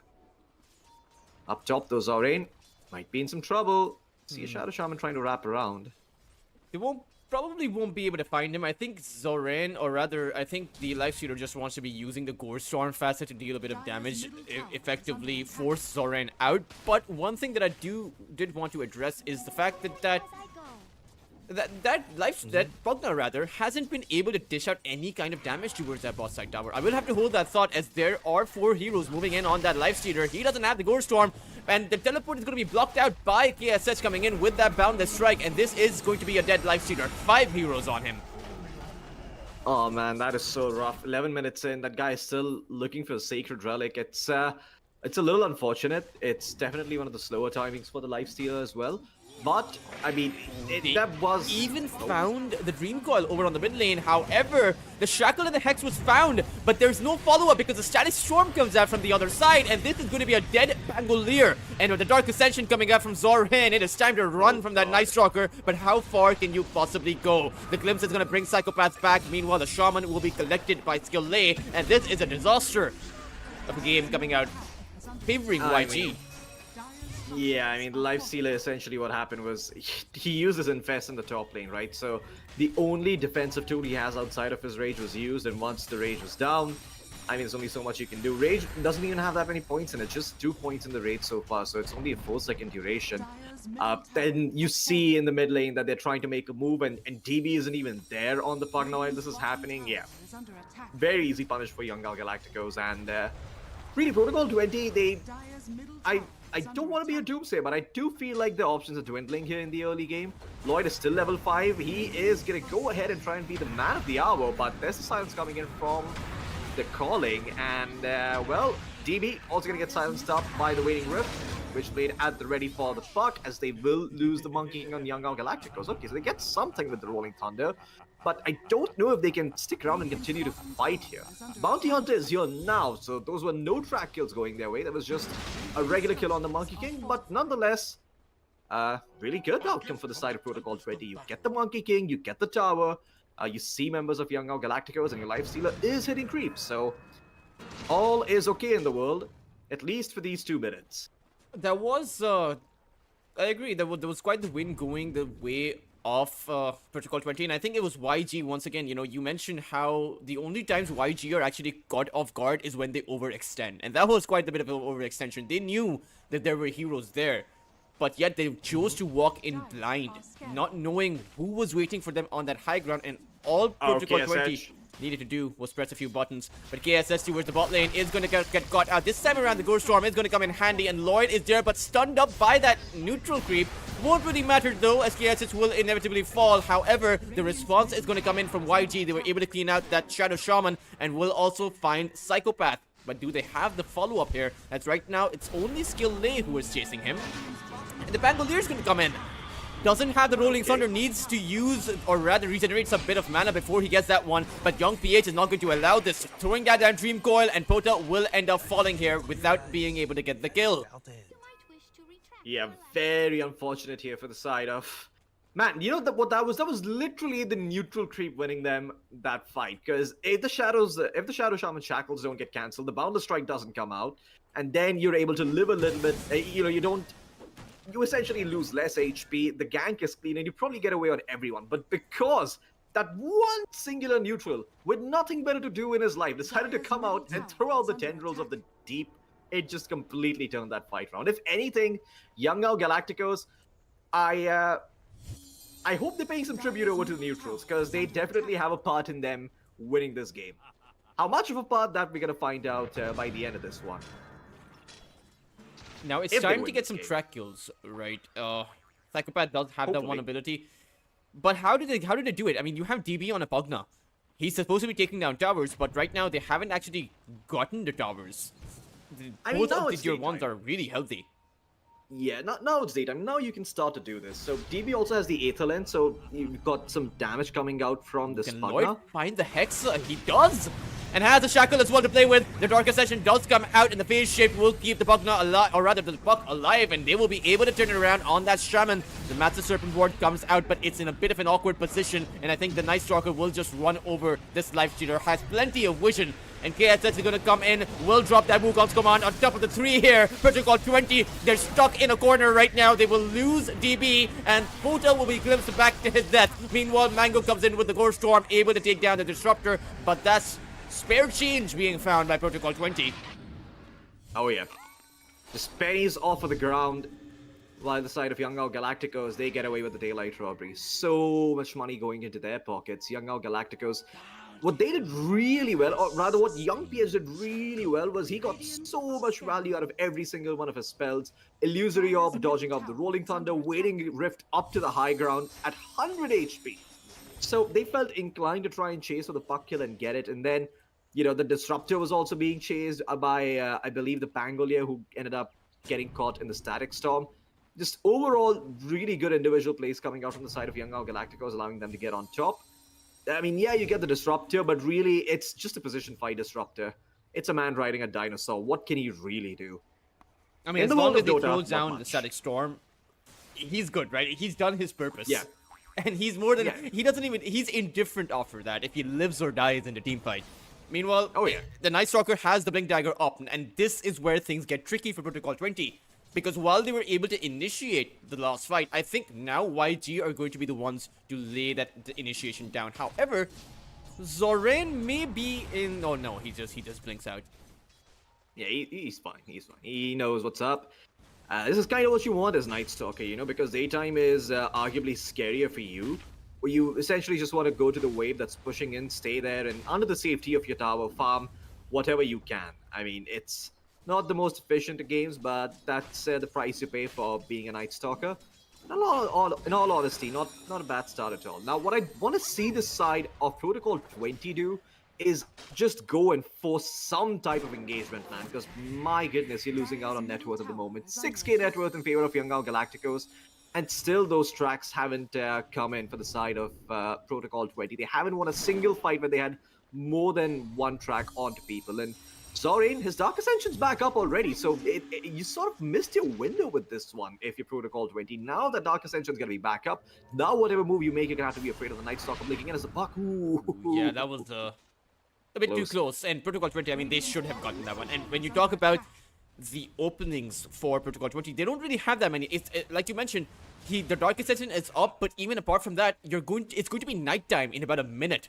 Young PH has his Blink Dagger. Zoran has his Blink Dagger. The Monkey King, KSS is just happy to farm away while the rest of the four build up space for their side. And this net worth lead, it might become a bit too staggering if Protocol 20 can't manage that comeback. Radiant's courier has been For sure. I think young KSH, he's also gone for this Maelstrom. Will probably pick up the shard at some point after his B. Oh, 1 second, top lane. Yeah, the Dark Ascension is there. He's trying to scout someone out. He will see DP. And it's an off-lane Pugna, man. This feels like, it feels strange to see an off-lane Pugna being chased down. But does have Pota beside him. Right now, the follow-up isn't there for YG, but it's going to come in momentarily. But can this Night Stalker actually stay alive? Right now, he is buying a lot of information, but might end up taking out to the Swashbuckle. Pota finds the kill. The Static Storm does come out, though, and the counter initiation will be there from YG. They will be able to find this Pangolier. Meanwhile, the Shaman died earlier, but it's still a 2-for-2. Young PH looking to even out those odds. Throws down that two-man Dream Coil, and with KSH coming in, this is slowly going to turn into a disaster. The Boundless Strike didn't find him, but those last few hits will. And now, this Life Stealer, Mango, simply can't fight back, but will still choose to do so. KSH activating that BKB. Mango Rose will fall here. A triple kill coming out for KSH. And the Shaman came in for that second time and is just going to come in to die again. I mean, I really don't blame KSH. I mean, I don't blame the Lifestealer for that one at all, right? Like, that is looking like such a close fight. You have to try and get something here. Otherwise, he's just going to lose out that fight and everyone's going to die. So, he goes down swinging. Unfortunately, the Radiance misses didn't come through today, and that's partly because the Monkey King got his BKB delivered around as the fight was going on. So that BKB really ensuring that they were able to get up to a good start, but they do get the Night Stalker. They do get a couple of track kills. Pota, he ended up bearing the hatred of two enemy ultimates at him. The Static Storm thrown down along with the Wukong's command. So now that those ultimates are off, you can potentially look to make another move. Mango Rose, he's going to get Infest back up soon, and he does have the Radiance, so the damage is there. Can you get on top of the right heroes, though? But YG, despite them not having a Dark Ascension, they are still going to go in. The Crippling Fear will mean that DB loses his life. Meanwhile, Mango Rose is going to charge forward with that rage. Needs to be careful, though, because Skill Day is coming in and KSH is on top of them. They're going to throw down the Wukong's command, and the Bounty Hunter is going to lose his life. Of course, the Rolling Thunder is going to come out in response, but can they find the damage here? The Massive Serpent Ward is going to get planted down as well, but YG, they're fine. They're just going to take the ward down. Yeah, they can't do anything over there. That Wukong's command is just too strong to fight into at this point. The Monkey King, he's got a Maelstrom, so every time you step in, you get hit by multiple soldiers. That Maelstrom is going to be proccing and dealing damage to everyone inside that Wukong's command. So, very rough for the side of Young Galacticos. He can't exactly... sorry, not for the side of Young Galacticos. Protocol 20 as... okay. glimpse Radiant's attempted. middle tower I thought That's correct. the glimpse was on the edge of my screen. I thought it was a glimpse on the shaman, as it should have been, but it was a glimpse on the live streamer, and I don't think he's gonna Yeah. care too much about that glimpse. Yeah, he's fine. But again, right, like Protocol 20, you can start to see the problems with the draft start to crop up. DB, offlane Pugna, great idea, love it. Can you actually play around it? This game, they absolutely could not. So now you're walking around with a Pugna who is playing into multiple silences, multiple cancels away of his life drain. So how does he even have impact? Well, he can buy Dagon, but his Dagon is just level 1. You need at least a level 3 or level 4 Dagon before it starts being potent enough burst damage that you can say, oh, I'm meaningfully contributing to the team fights as an offlaner. Until then, it's going to be mostly around the Nether Ward. And I mean, Zoran, once you have that Sanj and Yasha, you're going to be a force that can actually take down the Bugna, the Bounty Hunter, the Shadow Shaman, all by yourself. He's not going to be reliant on his team to be able to get those solo kills. Oh, yeah. I mean, the Sanj, I remember the Sanj and Yasha Night Stalker used to be so annoying because that 20% Hunter in the Night status resistance talent used to be 35, and then you got another 25 from S and Y. So you were close to sitting to like 50-55% status resistance post reductions or post however it stacks up. And the Night Stalker would just not care about disables, man. This hero still has a fair amount of status resistance, right? You get 15% from S and Y, 20% from the talent. He's going to be hard to control, and rightfully so, like you mentioned. You're going to have to be very careful with how you approach these team fights on the side of Protocol 20. Dire's top tower is under attack. Right now, the way that So- YG are posturing, they want this tier 2 tower towards the top side. The big question is going to be whether or not Protocol 20 come for the defense. And I don't think they have many options. I don't think they have the damage coming in from Mango Rose quite just yet. And he's going to be going for that Aghanim Scepter, so his damage isn't going to really be all that much more. It will just add in a bit of survivability. But I don't think it changes the state of the game. Is under attack. Towards the mid It side, does not.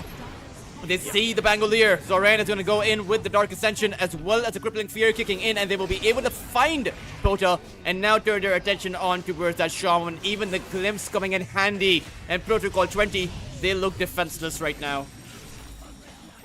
I mean, this is just kicking a dog while it's down, man. It's yeah, it's rough for the side of Protocol 20, and DB, he's trying to be sneaky on the map. Like he has dealt some damage over to the tier 2 tower down bottom. But the question is, you know, at what cost? Because his team is not really able to take fights. They're getting slaughtered across the map. The mid laner is having a horrendous game. He is literally bottom of the net worth charts on the cores.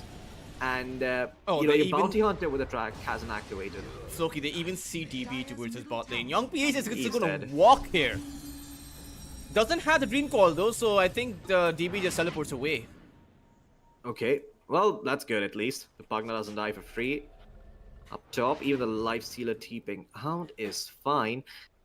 But that's the But, thing, right? yeah. When you see a scenario where the other side is just going for these TPs out at the moment's notice of any kind of danger coming about, right? That's when you know that things are pretty dire. Indeed, no pun intended, right? Things looking dire for Protocol 20. What they want to do now is it's daytime. Just go smoke, man. You have to preempt these things. You can't sit around farming a neutral camp on the Bounty Hunter. I don't know if it's because they don't have a smoke, but if they do, they have to be ready for as soon as daytime hits to smoke and make a move, because that is your window. That is your opportunity to make moves, as Dark Ascension is not available for the Night Stalker. It's still on cooldown for 24 seconds, so you had this one window and now it's slowly slipping away. The Dream Coil's back up again. Yes, I get it. You're afraid of fighting into them, but keep some wards ready, keep a smoke ready. Instead, now you're gonna have Young Gal Galacticos running it to you in daytime. And it's not even like they have a huge net worth lead. It's like a 9k net worth lead, which is something. But it's not impossible to fight into them. You can still fight. You just have to be smart about it. And Protocol 20, they just, for lack of a better word, seem lethargic. Dire are scanning. Well, YG, they're going to capitalize on that laziness. They're just going to walk inside of that Roche pit, and Pota teleported out of that fight earlier. The big question is Protocol 20 going to go for the defense here? Or some kind of a contest. I mean, they will smoke up now, but I think it's going to be a bit too late. By the time they enter the Roche pit, the Aegis will already have been collected. Night Stalker, he goes in for the Dark Ascension, and look at this. They are just scrambling to retreat here. The Night Stalker will blink on top of that Shaman. And the question is, does Pota want to defend this position? I think they just walk back to their high ground, right? As that's a place where YG possibly won't want to go, but the glimpse will be found, and at the end of it, it will just be one kill. I mean, if the Night Stalker had BKB at this point, he could probably just dive and take the fight outside the enemy base, but nonetheless still provides vision with the help of the Dark Ascension, allows for some kills coming in as well. And you can see, he just pressed one button, that's all Zorin had to do, and all of a sudden that smoke, it fell flat on its face. This is why you need to understand the timings of Night Stalker, or just have a really good understanding of cooldowns in general when you're playing against this hero. As a team, that's the counter to this hero. His laning phase is fairly strong. Oh, Tower is under attack. mid lane? Okay, never mind. He's okay. Mangaros, that was just a false alarm. But yeah, you asked me what's the way to deal with a Night Stalker. It is a team-based solution. You have to understand how his cooldowns work. When he doesn't have Dark Ascension, you are incredibly strong. And if you don't respect that timing, if you don't try and take a Loki. fight, you will. Yes, Yeah. Setch is sitting on top of Protocol 20. They saw the smoke come out there. So they know exactly where Protocol 20 are heading in. Young PH is just going to walk, or rather jaunt towards that triangle, catching that Pugna in the smoke there. He is going to be revealed. But right now, Protocol 20, they're going to be on the back foot. KSH inside of that triangle, activates the BKB and just jumps forward, finds the Wukong's command as well, and the Pangolier is just stuck right now. There's Protocol Bison inside 20, it. they won't be able to do much. Mango still tries to fight back against that Night Stalker, but even he's gonna get bashed around. They find Skill Lay though. That's the only kill they've been able to find KSH right now. It doesn't seem like anything can stop him. The Monkey King, the Dream Call to come out, holding the Life Stealer in place, and that is going to be it. Protocol 20, they are going to get team wiped in what was supposed to be their move. Yep. And again, well, this is just why you have to be proactive in a game against Night Stalker. You have to remember, when it becomes daytime, when he doesn't have Dark Ascension, you have to make a move, you have to tip the scales back in your favor. You make that move a couple of times, and all of a sudden, Night Stalker no longer becomes a scary hero, because then you can kind of just see it coming, right? Like, they're only going to fight around the nighttime, otherwise they are essentially going to be fighting 4v5. And if they choose not to do that, then you're just going to get the net worth advantage, because you kill the Lifestealer you kill the Night Stalker a couple of times, you get more map control, you take down towers, and you don't mind going into the late game. So really, Protocol 20, I hope more than anything, they just keep what happened in mind for game number 2. And if they can do that, they won't have trouble dealing with the Night Stalker again. If they pick Night Stalker again, though, and the same thing happens, I would also try and bang my head against a brick wall, see if it breaks. I do think that Protocol 20 should also adjust a bit on their drafting. But of course, that was just game number 1 in what is supposed to be a best of 5. So plenty of mistakes can be made as long as you learn from your mistakes and come back stronger. And speaking of coming back, we will be back with game number 2 right after a short break. So stay tuned and don't go anywhere.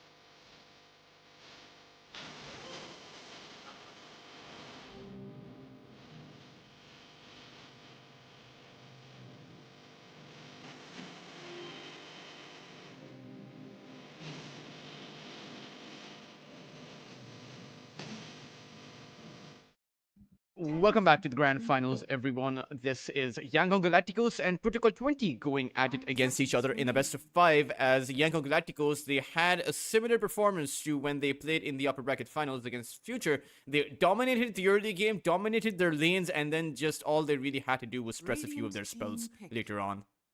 Oh yeah, I mean the early game just went so well simply by virtue of what they picked. This game as well, they are not gonna, they're not gonna be slouches in the laning department. They do pick up the Dawnbreaker, decent laner, but Protocol20 do get the silencer, so they have an answer potentially for at least the Solar Guardian.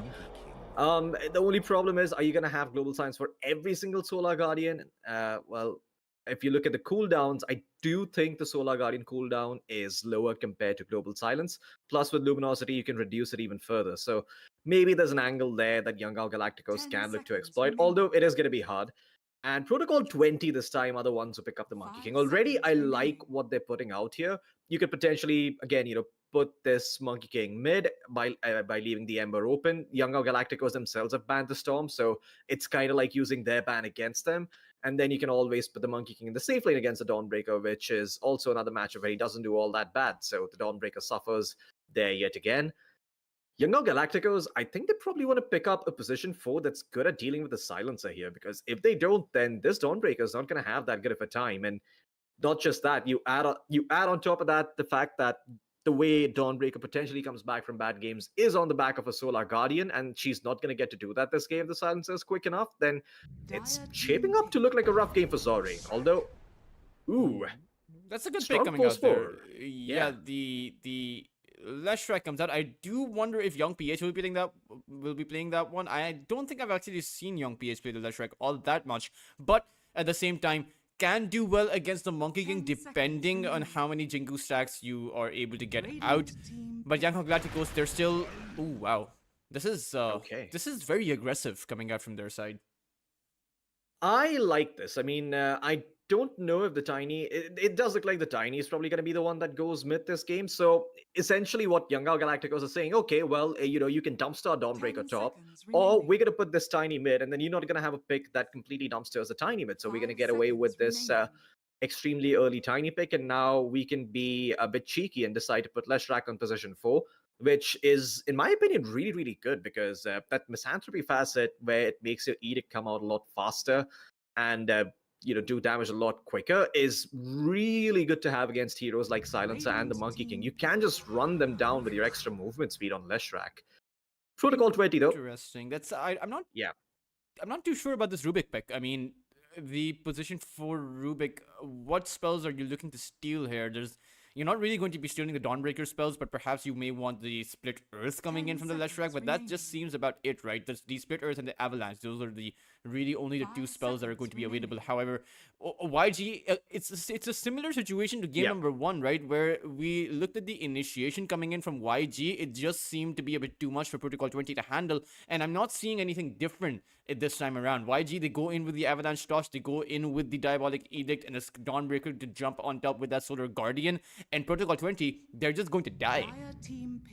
Yeah. Look, if you're going to pick Rubik these days, I feel like you have to last pick it. You kind of need to see what the offlane matchup is going to look like to an extent. You want to see the core that's going to be coming out in the safe lane from the enemy team. You want to have a responsible enough answer to that safe lane core in your offlane core, because this Rubik hero, he contributes to the lane, yes, but it's not a strongest facet, and he can very easily get run down by a stronger, post 5, something like Undying, even though he's banned in this game. Any sort of position 5 that is a laning specialist does really well against Rubik, because Rubik is all about getting to that level 6 and getting to that mid game. Until then, the way he contributes is occasionally Fate Bolting a range creep, occasionally Fate Bolting the enemy carry, pulling, stacking, and showing up for runes. That's his contribution. He's not a support who's going to sit there in lane and add to the kill potential of the offlaner. And Youngo, now they've even picked up the TA. They're just going to simply stack on to what has been working out for them, right? So they're going to have an additional hero that just blinks in that Mel Strike once it comes out. I mean, take a look at the Protocol20. They're going to be having a Monkey King carry and a Pangolier on the mid position, but again, very difficult to survive. There's no front line here. Yeah, there is very little front line. I completely agree. You do have the Pangolier rolling around to sort of like 5 seconds exploit that to remaining. an extent. But I don't know, man. It's weird for both sides, right? Because both sides seem to be lacking some type of frontline. The Tiny you can say is frontline in a way because he is Radiant fairly team tanky. ban. But for the side of Protocol 20, there's nada. I don't see anything. But I feel like that's okay. It's not that bad. The question is, what do you want against the TA now? Because there's very few heroes that deal with TA in lane, and Youngo Galactico's already picked one, which is the 10 Dawnbreaker. seconds Dawnbreaker remaining. is one of the few heroes who can actually stand up to TA in lane and 5 be seconds fairly remaining. annoying. The Abaddon is potentially another one because with the Aphotic Shield, you can actually dispel the Melt Strike Dire debuff. team ban. Your Curse of Awareness is damage over time and slows down the TA, which is again something Dire the TA team does not pick. like to play into. So there is an option for Radiant Protocol team 20 to pick. go Abaddon here. And Younger Galacticos themselves are going to pick up the Darkseer, which again, they don't have the most amount of disables on the side of Protocol 20, so it's looking like a very potent Darkseer game. And I mean, once this Darkseer comes out with the Crimson Guard, right, does counter out the Wukong's command quite a bit. And then you can 20 also go seconds for remaining. the Pipe of Insight, but still, it really seems like Protocol 20, their entire 5 defense seconds relies on remaining. this global silence from coming out, and in a situation where the silencer gets actually picked off because YG have enough resources in their at their disposal to be able to go towards the backline. This carry pick, or rather, this last pick from Protocol 20 has to be good, but I'm wondering if they just put this Pangolier on the off lane and then you put the Monkey King on the mid lane and you pick yourself up a strong carry. Mm-hmm. Yeah, you could do that. You could potentially pick up a strong. It's I don't know, man. I mean, it still feels like you're in such a weird position, right? If you're Protocol 20 now, because you want to put the Pango mid against the Tiny. The Leshrac is probably going to be position 4. Um, but is it actually going to be position 4? I don't know. I mean, they've got their options open, right? Like you can still put mid Tiny, you can still put Leshrac in the off lane. The Darkseer with the Tiny is probably a very potent combo, You but may now select your Okay, hero. I like that. Brewmaster Yeah, is I interesting. I like that. yeah, I do like DB's Brewmaster, and does solve a In the few of the issues coming out here there from Protocol 20, right? Does Yeah. have a bit of frontline. You can essentially just throw up KSH up into the air, or maybe even a Darkseer, right? And then just take the team fight at the back of that. But in a situation where YG are able to actually disable that primal split from coming out, then I don't think Protocol 20, once again, they fall in the same kind of tricky spot where they're not going to be able to survive. I have to say though, for Protocol 20, the one thing you have to be very careful of in this game, Tultras, is when TB pops his ultimate, the Brewlings are not that tanky. They're not as tanky as they used to be, and especially against the TA, she is an expert at popping those Brewlings with all that physical damage coming through. Even young PH with the Edict has a lot of damage that can go through the Earth Panda's magic immunity. So have to be careful if you're TB. You probably want to get that shard early on, if anything. Otherwise, you could be in some trouble. With that said, though, I do feel like overall draft wise, I kind of like what Protocol 20 have put together here. In my opinion, it's slightly better than what Young Galacticos have. But there's always the X factor of young PH popping off on the Leshrac, right? Like if he is able to have a good game, he can just shut the game down completely for Protocol 20. The Monkey King is gonna have a tough time living. The Rubik is gonna be fodder. The Silencer is gonna be cannon fodder. The Pangolier is also gonna be cannon fodder. It's just rough, man. You can't fight into the Lesh. It's gonna be very hard if he gets a good start. So that's probably gonna be what you're looking at if you're Younger Galacticos. You're gonna be looking to make sure that the Leshrac gets a good start, and then maybe you can easily take over the game. Otherwise, Protocol 20, if they're able to play it out slow, it should be their game. Now, one thing that is going to be different for Pota this game is the fact that there is no Dream Coil, so he should be able to get off his Rolling Thunder. That was a big issue for Protocol 20 in the last game, where it just didn't seem like he had the space to be doing what the Pango wants. This time around, he may be able to do that.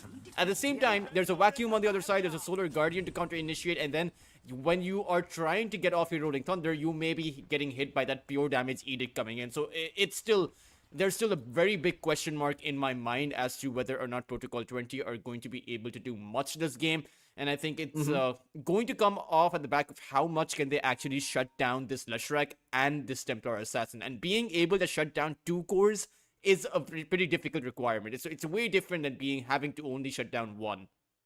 His brain is so big. I mean, I think it should be possible, but you are right in the sense that you're gonna have to commit a lot of resources to shut down both the TA and the Leshrac. Someone is gonna have a good game, and someone is gonna be trying to poke holes into your lineup. So, prudence is the word. You want to be careful with how you step foot on the map. Making sure that while your team is making one move, you're not losing heroes on the other side to the TA or Leshrac, whoever it is who's not getting ganked. And with that said, if Protocol 20 just survive the early laning phase and they're able to, have an even start, then they've got the superior team fight, and I see no reason as to why they can't win out this one. Protocol 20, Not they're to- going to walk up into the jungle, and YG, they're just going to walk away.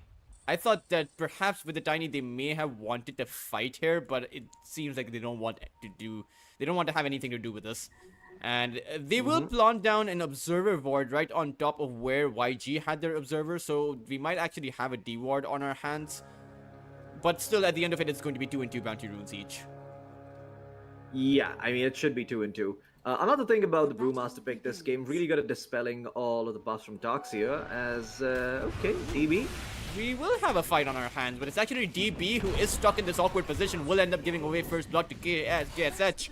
However, the Dawnbreaker is going to get traded out, and I wonder if Psychopath is going to lose his life as well. Skillay will have his Avalanche in about a few seconds, but KSH still has the movement speed advantage, and will be able to get a double kill at the start of this game. Okay, that is not how you want things to start off, man. Not when you've got the better draft. But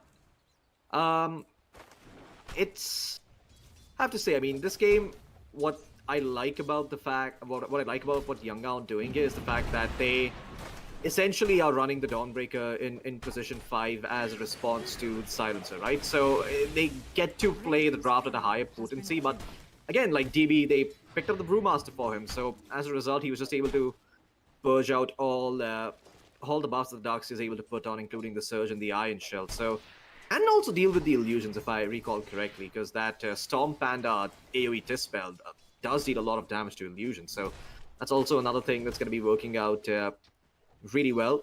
A bit of a classic answer, isn't it? Brewmaster versus the Darkseer. So got that working in your favor. But with that said, given the start that KSH has had in this lane, I feel like DB is going to be fighting an uphill battle for the most part. And even when you consider the fact that you have a position 5 Dawnbreaker, right? Normally Dawnbreaker not that strong. However, in the lane with the Templar Assassin, just seems like he has so much more damage because Psychopath outside of his Fade Bolt doesn't really offer all that much on the Rubik. Sure, you can lift the Dawnbreaker up, but in the end, I think the firepower is going to be coming out from YG instead of the other side. For sure. I feel like they're gonna have the higher damage output between their heroes, but I feel like the liberty of taking fights lies with the side of wait a second, there's Psychopath getting chased, but no blood grenade from Lunar, so he should be fine. But yeah, until the Youngao Galactico scores get their Blink Daggers at the ready, all 3 of them, the one who's going to be taking fights on their terms is going to be the side of Protocol 20. It's not going to be Youngao. They need those Blinks before they can start pumping out the damage that they have with the TA and the Lesh. Mid side though, it is fairly even for both of these mid laners. I do think that things will change when Young PH has that level 5, the 3 points in the Diabolic Edict. However, he is playing quite aggressive here. I wonder if we'll see a support rotating into the mid lane to be able to get the kill. But there's really no rotator on the side of Protocol 20, right?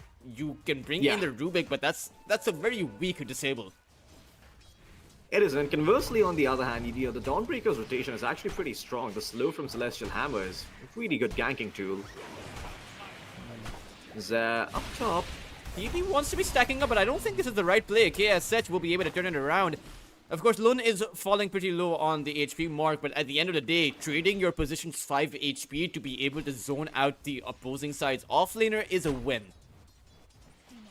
100%. I mean, win for the side of Youngao Galacticos. DB is going to be... Well, he's going to need some more regen. He's been fed to a singular tango by Psychopath.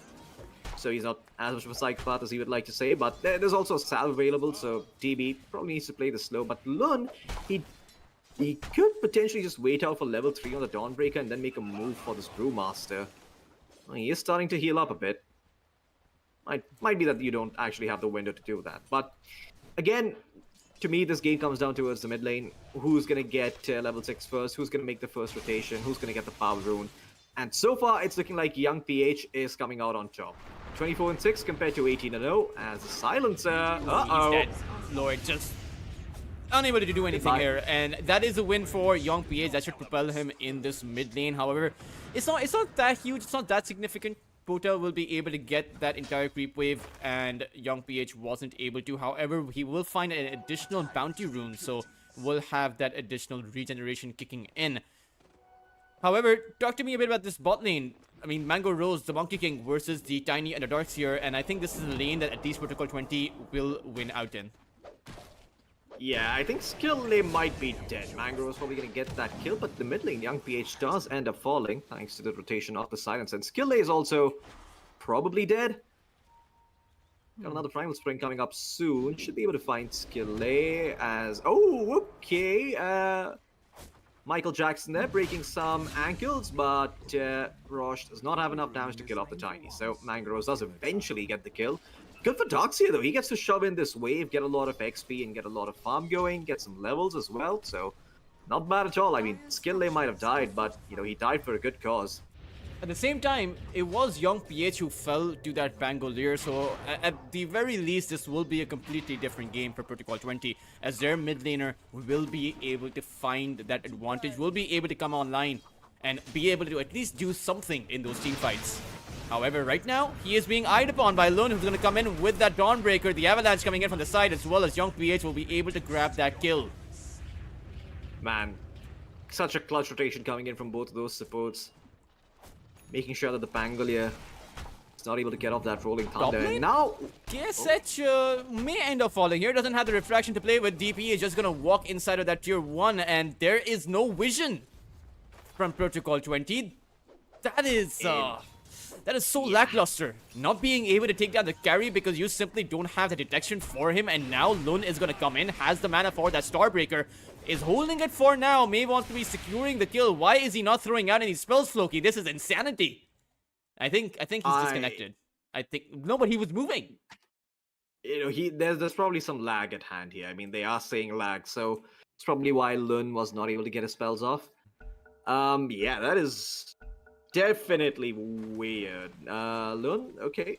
I guess they just wanted to let the Brewmaster live. Perhaps they think good sportsmanship, right? Because they didn't have the detection to take down KSH, so then Lun decides, hey, I'll let your Brewmaster go this one time. Yeah, you know, good sportsmanship there, for sure, for sure. Check their bank accounts, though, just in case. Check their bank accounts. Anyway, coming back to the game, I do feel like that was a kill that they missed on the Brewmaster. And DB, it's... okay. They were able to find the Darks here. See, this is surprising to me now, because why would you build Vanguard in a lane against a Monkey King? Sure, the Crimson Guard is great this game, but isn't getting an Arcane Boots first arguably better? Because then you can actually head over to the jungle, get some farm going, and you don't have to deal with the Monkey King anymore. I mean, investing so much money into an item that essentially is a laning tool against a hero that just destroys people who build that item is definitely weird. I see the value for the Crimson this game, trust me I do, but I don't know if it was the right idea to go for it against the Monkey King right away. Maybe, I mean, maybe he just wanted a damage block. I mean, who knows, right? I would agree that the Arcane Boots sustainability is definitely really good, particularly because you have a spell that you want to be dishing out as much as possible, and he doesn't even have the Soul Ring, right? He has no form of mana regeneration apart from the Bacillus. Yeah, it's weird for sure, but we'll see. Maybe he's got some fancy idea around it. Mid lane. They find Lun. The Rolling Thunder will be there, and Lun wasn't able to make it out of the pit, and then that means that he will end up falling. A quick and easy kill found on the position 5. I like how he was hoping that he could get bounced out of the pit, but the Roshan cliffs are so thick every single time. He's like, nope, you go back in. Nope, you go back in. You stay in there, buddy. But again, skill lay on the mid lane. I don't think he gets the kill here. I think he's just going to end up dying, if anything else. We're able to find the toss Pota. on towards Pota though, so the Leshrac will be able to make quick work of him. But 3v2, I don't think that's what Protocol 20 were expecting. They got outclassed there by Tiny. Yeah, I mean, skill A, good awareness as well, right? He knows that there's no Rolling Thunder. Leshrac has more than enough damage, and He wants to be doing that again, Loki. Rubik I is mean- gonna be the one to fall this time around, and fool me once, that's you know, shame on you. Fool me twice, that's shame on me. Shame But on this me. time around, they find the young PH, they find the Leshrac, and maybe even with the back of Mango coming in, they will be able to find the Dawnbreaker too. Mango Rose, or rather Pota, was able to find the Shield Crash. Okay. I mean, good thing is that, you know, they get the Leshrac, so at least somebody gets that money. It's, unfortunately, it's Lloyd on the silencer, so, hooray. You are now, Dire's middle tower is 600 under gold attack. or something like that richer. Are scanning. Good for Upside him, but... KSH, there's a Primal Split. There's a Brewmaster as well as a Psychopath on that Templar Assassin, and surely this time around they He's do have fine, the I vision think. to take him down. The teleport is coming in, and the Primal Split is actually running out. Pota is going to come in with the Rolling Thunder, and perhaps that will be the difference to take down KSH. But again, you have the Refraction coming in, but it's not going to last you all that long. He is going for the Jukes with the Shield Crash. In the end, will be enough. Bit surprised that he didn't pop the Lotus and you know, get the refraction off before the Global Suns came in. That could have maybe turned the fight around, but I guess he wasn't getting any help from any of his teammates. So just bites the bullet, accepts the death, and you know, moves on with his life. Or death. But Lun in the Radiant Triangle, like he could have been in some trouble, but bit of a whiff on some of those spells there, so Lun able to walk away. There's going to be And diffusal up damage rune, for Pota up soon, Floki. Oh Mm-hmm. no. Will they get the Pangolier Delay. down again? He does find a swashbuckle outside, but Young PH is going all the way into that tier 1. I think he's gonna get punished for this. He will end up falling. And I don't think YG will be able to find anything here. They only found a silencer, but they are going to pay very heavily for their overzealous extension. Yeah, young PH, they're definitely getting a bit overzealous. Have to say, I don't know if what young PH is thinking here is that good. Arcane Boots on Lesh are pretty standard, but the best Lesh players that I've seen, at least in the Super High Mama brackets, what they do is that they keep the boots on them. They buy a null talisman or two with the Windlace, and they go straight for the Blink Dagger and then go Boots of Travel. And in my opinion, that's probably the better way to play this Leshrac, because that extra movement speed that you get from the Boots of Travel are really is really important in keeping up with enemies and making sure that the Edict is dealing damage and it's sticking on top of enemies and not just able to kite you out. So I'm a little surprised. Arcane Boots also kind of means that now you're just sort of locked into this choice, so you're gonna have to sell and get less value out of that if you want to eventually pick up the Boots of Travel. And another thing that the Boots of Travel does is that it enables Leshrac to farm in case there isn't action happening on the map, right? And that's kind of what you want to do as Leshrac. With Arcane Boots, you're sort of locked into going around and ganking, and it might seem like it gives you a lot of mana, but with the changes they made to Arcane Boots not being made from Energy Booster, you actually don't have enough mana to go around and scale. So I am starting to be a bit concerned for young Galacticos. I don't know if they're going to be scaling as well into the late game compared to the side of Protocol 20. We did mention that they scale better though. Hold on to that thought as KSH. Radiant's bottom Going to get gone on and doesn't actually have any support. They do have the Solar Guardian. I wonder if it'll come out in time. Does manage to get the refraction out, and there comes the Solar Guardian, but instantly getting cancelled out by that global silence. As Pota now will be using the Rolling Thunder to just walk away. That was Protocol 20 who were trying to make a move, but now Young PH found Psychopath on that backline, and even the silencer Lloyd is going to end up falling. So Protocol 20, they weren't able to take down that Templar Assassin. They thought they had a plan at being able to cancel that Solar Guardian, but turns out you can actually just go in for the teleports on your tier 2. Yeah, Global Silence doesn't work against teleports, unfortunately, and another question I want to ask the side of Protocol 20 is why on earth are they diving tier 2s? Dire's middle Oh, okay, down bottom Mangaros.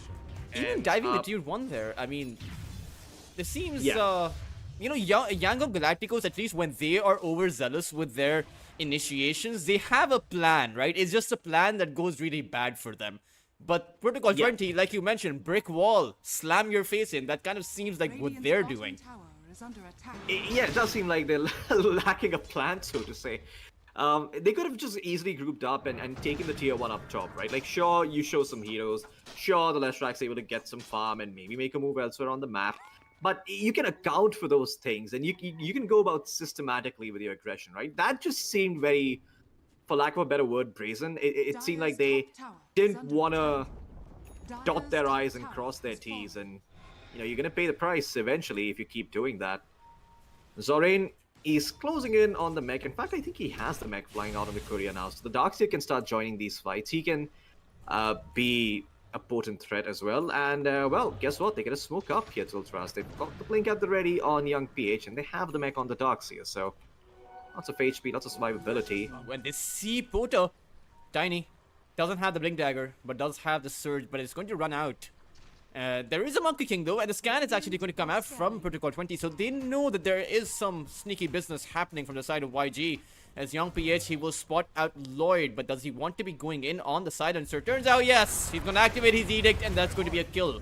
Very quickly found, but again, Mango Rose is on top of the tree. They are spotting him out. Pota goes in with that Rolling Thunder. Mango Rose coming in with a Boundless Strike, and will drop down that Wukong's command. There is no silencer, which means the Solar Guardian this time around, it's going to drop on top of Protocol 20. However, the Primal Split, the Monkey King, turns out it was enough to take down the Leshrac as well as the Dawnbreaker, and Yangon Galacticos, they have not brought in enough numbers, and they will be losing out 4 of their heroes because of it. Yeah, very, very rough there for the side of Young Galacticos. They definitely overplayed their hand a little bit. They got the silencer, you can just get out. Their pathing was very weird. Like, they, instead of going back from the route that they came from, that they knew was safe, they decided to go around the small camp area. And sure, you spot the Monkey King with the Edict, but I mean, again, like, we mentioned that the ease of taking fights lies with the side of Protocol 20. They've got the Pango, they've got the Global Silence, they've got the Wukong's command as, down bottom, Mango Rose. He's pretty defensive. He doesn't have the Boundless Strike, so I don't think he can actually get out of this position. 1 Lightning Strike, 1 Split Earth, and that's going to be enough. Pota was coming in to try and help, but he's just going to be using the haste rune to escape here. Zoran to Surge. I don't think you can. I don't think the movement speed is going to be enough. At the end of it, it's going to be a tower and a kill. Yeah. Pango's fine. He doesn't care. And, good move for the side of Young Galacticos, getting themselves back on the board. It seems like even with the superior drop, Young Galacticos, they aren't exactly out of the game just yet. They are very much in the fight. And I have to say, starting to look like the side of Young Galacticos are eventually going to be taking over this game if this continues, because every time Global Science is down, they are making moves. Now, KSH is still stuck on that path to the Desolator. Still needs 1 more component, or rather 2 more components to be able to make it. Once you have the Desolator, that's going to be an increased amount of damage coming out, right? And right now, all you've had to deal with is the magical damage. Pretty soon, you're going to have an insurmountable amount of physical damage. However, you will delay it quite a bit. Young PH will end up falling. That is too much damage for the Leshrac to deal with. Yeah, I mean, something about BSJ, something about Dead Lane. Not too sure. I think people know what that was all about, but it's... Again, signs of life from the side of Protocol 20. They know they've got the better drop. They're trying to play it correctly, but Young Galactico is still finding gaps and openings. Skill-Lay with a very interesting item build, because he feels like he's got the Surge. He's gone for the Solar Crest, and that's interesting. I mean, it does allow the TA to stand and fight against heroes like the Monkey King. And I believe you don't get HP back when you're hitting someone with a barrier either with the Jingu Mastery, so that's also something you have to consider for the Monkey. Also kind of good with the Leshrac. Yeah, right. extra speed. I wonder if they will punish Protocol 20 right now. They are seemingly under vision. However, Pota has Shield Rune. Will just walk inside of that triangle. Doesn't have an instant way to initiate, but still will head on forward as YG will disengage. Young PH, I wonder if he'll wait for his BKB to be built before he takes those team fights, because he is quite vulnerable right now. Just 1200 HP on the Leshrac. I think, yeah, you probably want to wait until Leshrac is a bit tankier, but let's not forget, you still have the auras from the Darkseer, right? Like, the mech is done. What's he coming out on the courier? He's got the full Guardian Greaves as well now, so he is deceptively tanky. I mean, but he's not tanky enough to survive a Wukong's command, that's for sure. And given the Radiance done on the Brewmaster as well, he probably is gonna need some more items before he can start fighting toe-to-toe. That said, though, I mean, this is the problem we were talking about, right? Like, whenever Global Silence is up, whenever Wukong's command is up, Youngao Galacticos have to be very, very quick with the moves they make. They have to apply hit-and-run tactics. You can't stay there for an extended duration, because the Global's going to come out, the Wukong's going to be there, and you could get caught out by the Rolling Thunder. So, they're probably just waiting a little bit longer before they can make that move, so that whenever they do, they have more surety. Caught out Mango. The Avalanche didn't hit, but they will find a toss. The Global Silence is going to come out in response, though, as this means that Tiny will be the first one to lose his life. As YG, I don't think they commit to a fight right now. Sure, you have the Desolator as well as a Blink Dagger on KSH, but you need that opening. And right now for YG, that's the big question, right? Who really creates the opening here? Without the BKB on the Leshrac, he can't be the one to go in. And the Tiny doesn't have a Blink. Yeah, I mean, one more thing I want to mention here is the fact that even though the Tiny died there, you ended up committing Wukong's command as well as the Rolling Thunder. So that's two big ultimates that are down for the count. Even the Global Silence has been used. So Youngao Galacticos can essentially just, you know, smoke up once the Tiny is back up, which he is now, and look to make a move. This time you will have the Dawnbreaker ultimate as well. And you're right. Not a lot of ultimates to be found by the other side. Protocol20 do have the Primal Split, but that's just about it. As YG, they will be able to take down a tier 1 tower as well as find themselves an Observer Ward. The only question is this going to be another overextension, as they are looking to perhaps threaten that tier 2 position, but I think they just go back, but it's going to be another smoke. Perhaps they're trying to fake back here, but they're actually moving up top, where there is a Brewmaster, but can you actually take him down before the Primal Split comes out? Let's actually find out. The surge forward on the Tiny. The Avalanche is going to be there, and so will the toss right now. KSH able to deal out damage, but still DB can find that Primal Split. Will throw it out now, as the rest of Protocol20, they are going to be coming in. The Solar Guardian is going to drop down again on top of that Brewmaster, but they haven't been able to do anything. And in fact, it's the Rubik to come in with that Solar Guardian of himself stolen by him. They will be able to keep KSH safe, but that's going to mean a sacrifice coming out. Young PH is going to lose his life, and perhaps even more of these heroes will be found. YG still want to move on ahead, though the Rolling Thunder has worn off. KSH able to dish out the hits, and now DB needs to be careful. There is no Primal Split available. Zorain is going to go forward, has a surge, is going to be using it on the Tiny. A skill lay trying to close in the gap, but I don't think that's somewhere he wants to be going. Yeah, that is... yeah, a bit of an interesting decision by Skill Lay. Definitely didn't have any Alex. Oh, that was... I mean, yeah. Ambitious. You know, you like seeing this in your pubs, but perhaps maybe not so much in a team environment. Who knows, man? I've never played in a team. Although, if my Tiny made that plan, I'd be like, he's got the spirit. You know, his head's screwed on right at the very least. He's not sitting in trees and leeching my XP. I will take that. But now, Torment open for the side of Youngao Galacticos. They are going to get it. And, you know, this is what we talked about, that once those ultimates aren't up, and the Blink Daggers are available for the side of Youngao, they can just essentially do whatever they want. You've got the double Blinks now on the TA as well as the Leshrac. Not just that, they nearly got the Brewmaster as well before he got his Primal Split up. I believe he was on like 90 HP when he got that ultimate off. So, really clutch stuff coming out here from the side of Youngao Galacticos, and good on them, because that's exactly how they need to play this game if they want to win it. I will once again reiterate, I do feel like Protocol20 have the superior draft, but their ultimate usage this game has been lackluster. It's not looked that good, to be honest. Now, you do have a Hurricane Pike up for KSH, right? So he had additional amounts of utility. How do Protocol20 close the gap here? Because last fight we saw Youngao Galacticos being able to disengage and re-engage.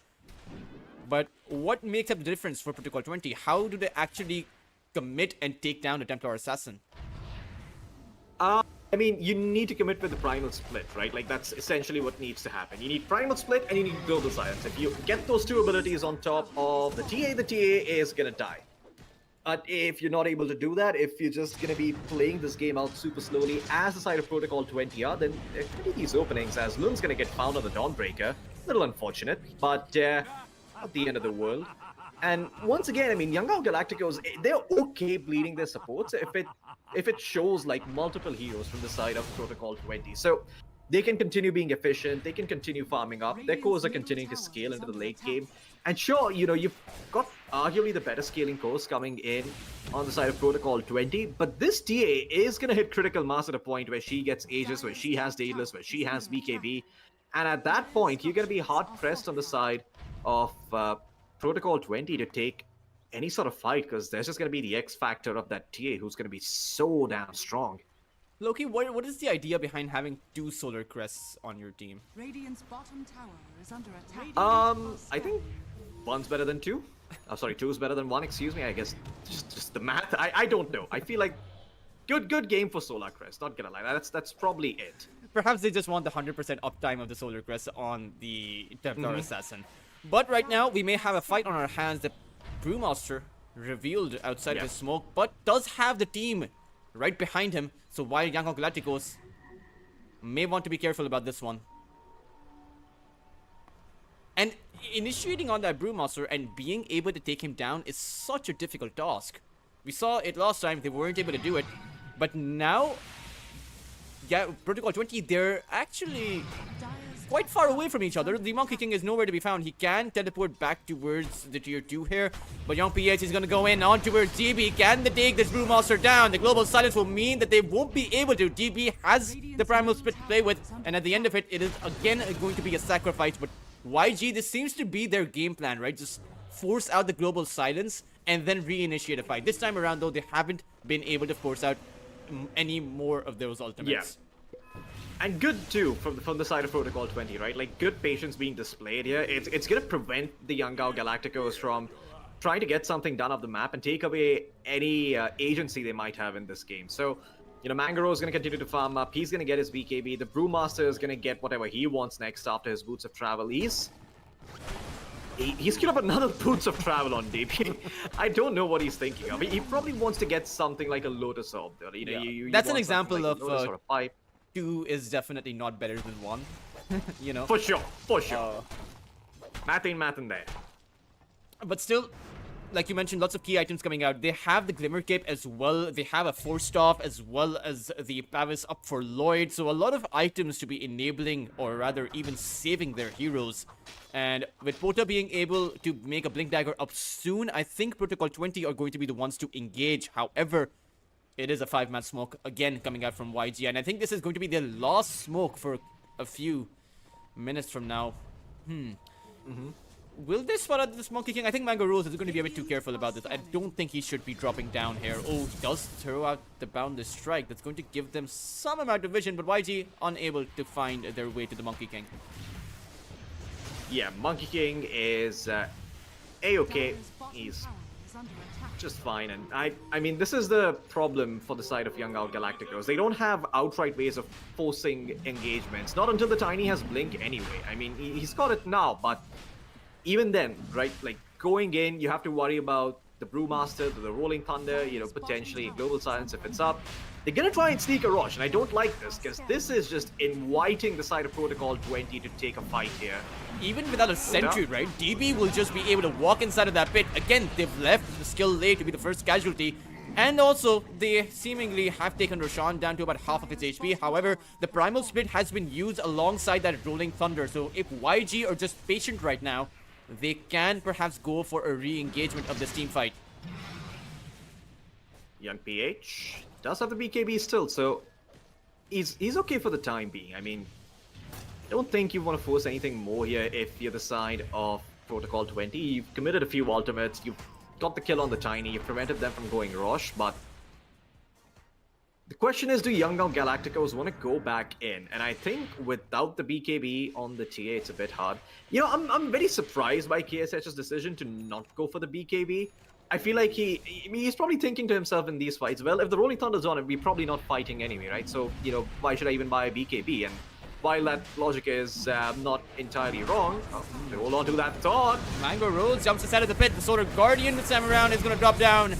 And the Monkey King is in a bit of trouble. However, inside of his Wukong's command, he is able to dish out that damage. Young Galacticos, Young PH has the BKB, and now with that Wukong's command having ran out, perhaps they can do something, but Young PH has already fallen, and KSH is unable to dish out that damage. That means the Roshan is going to go the way of Protocol 20.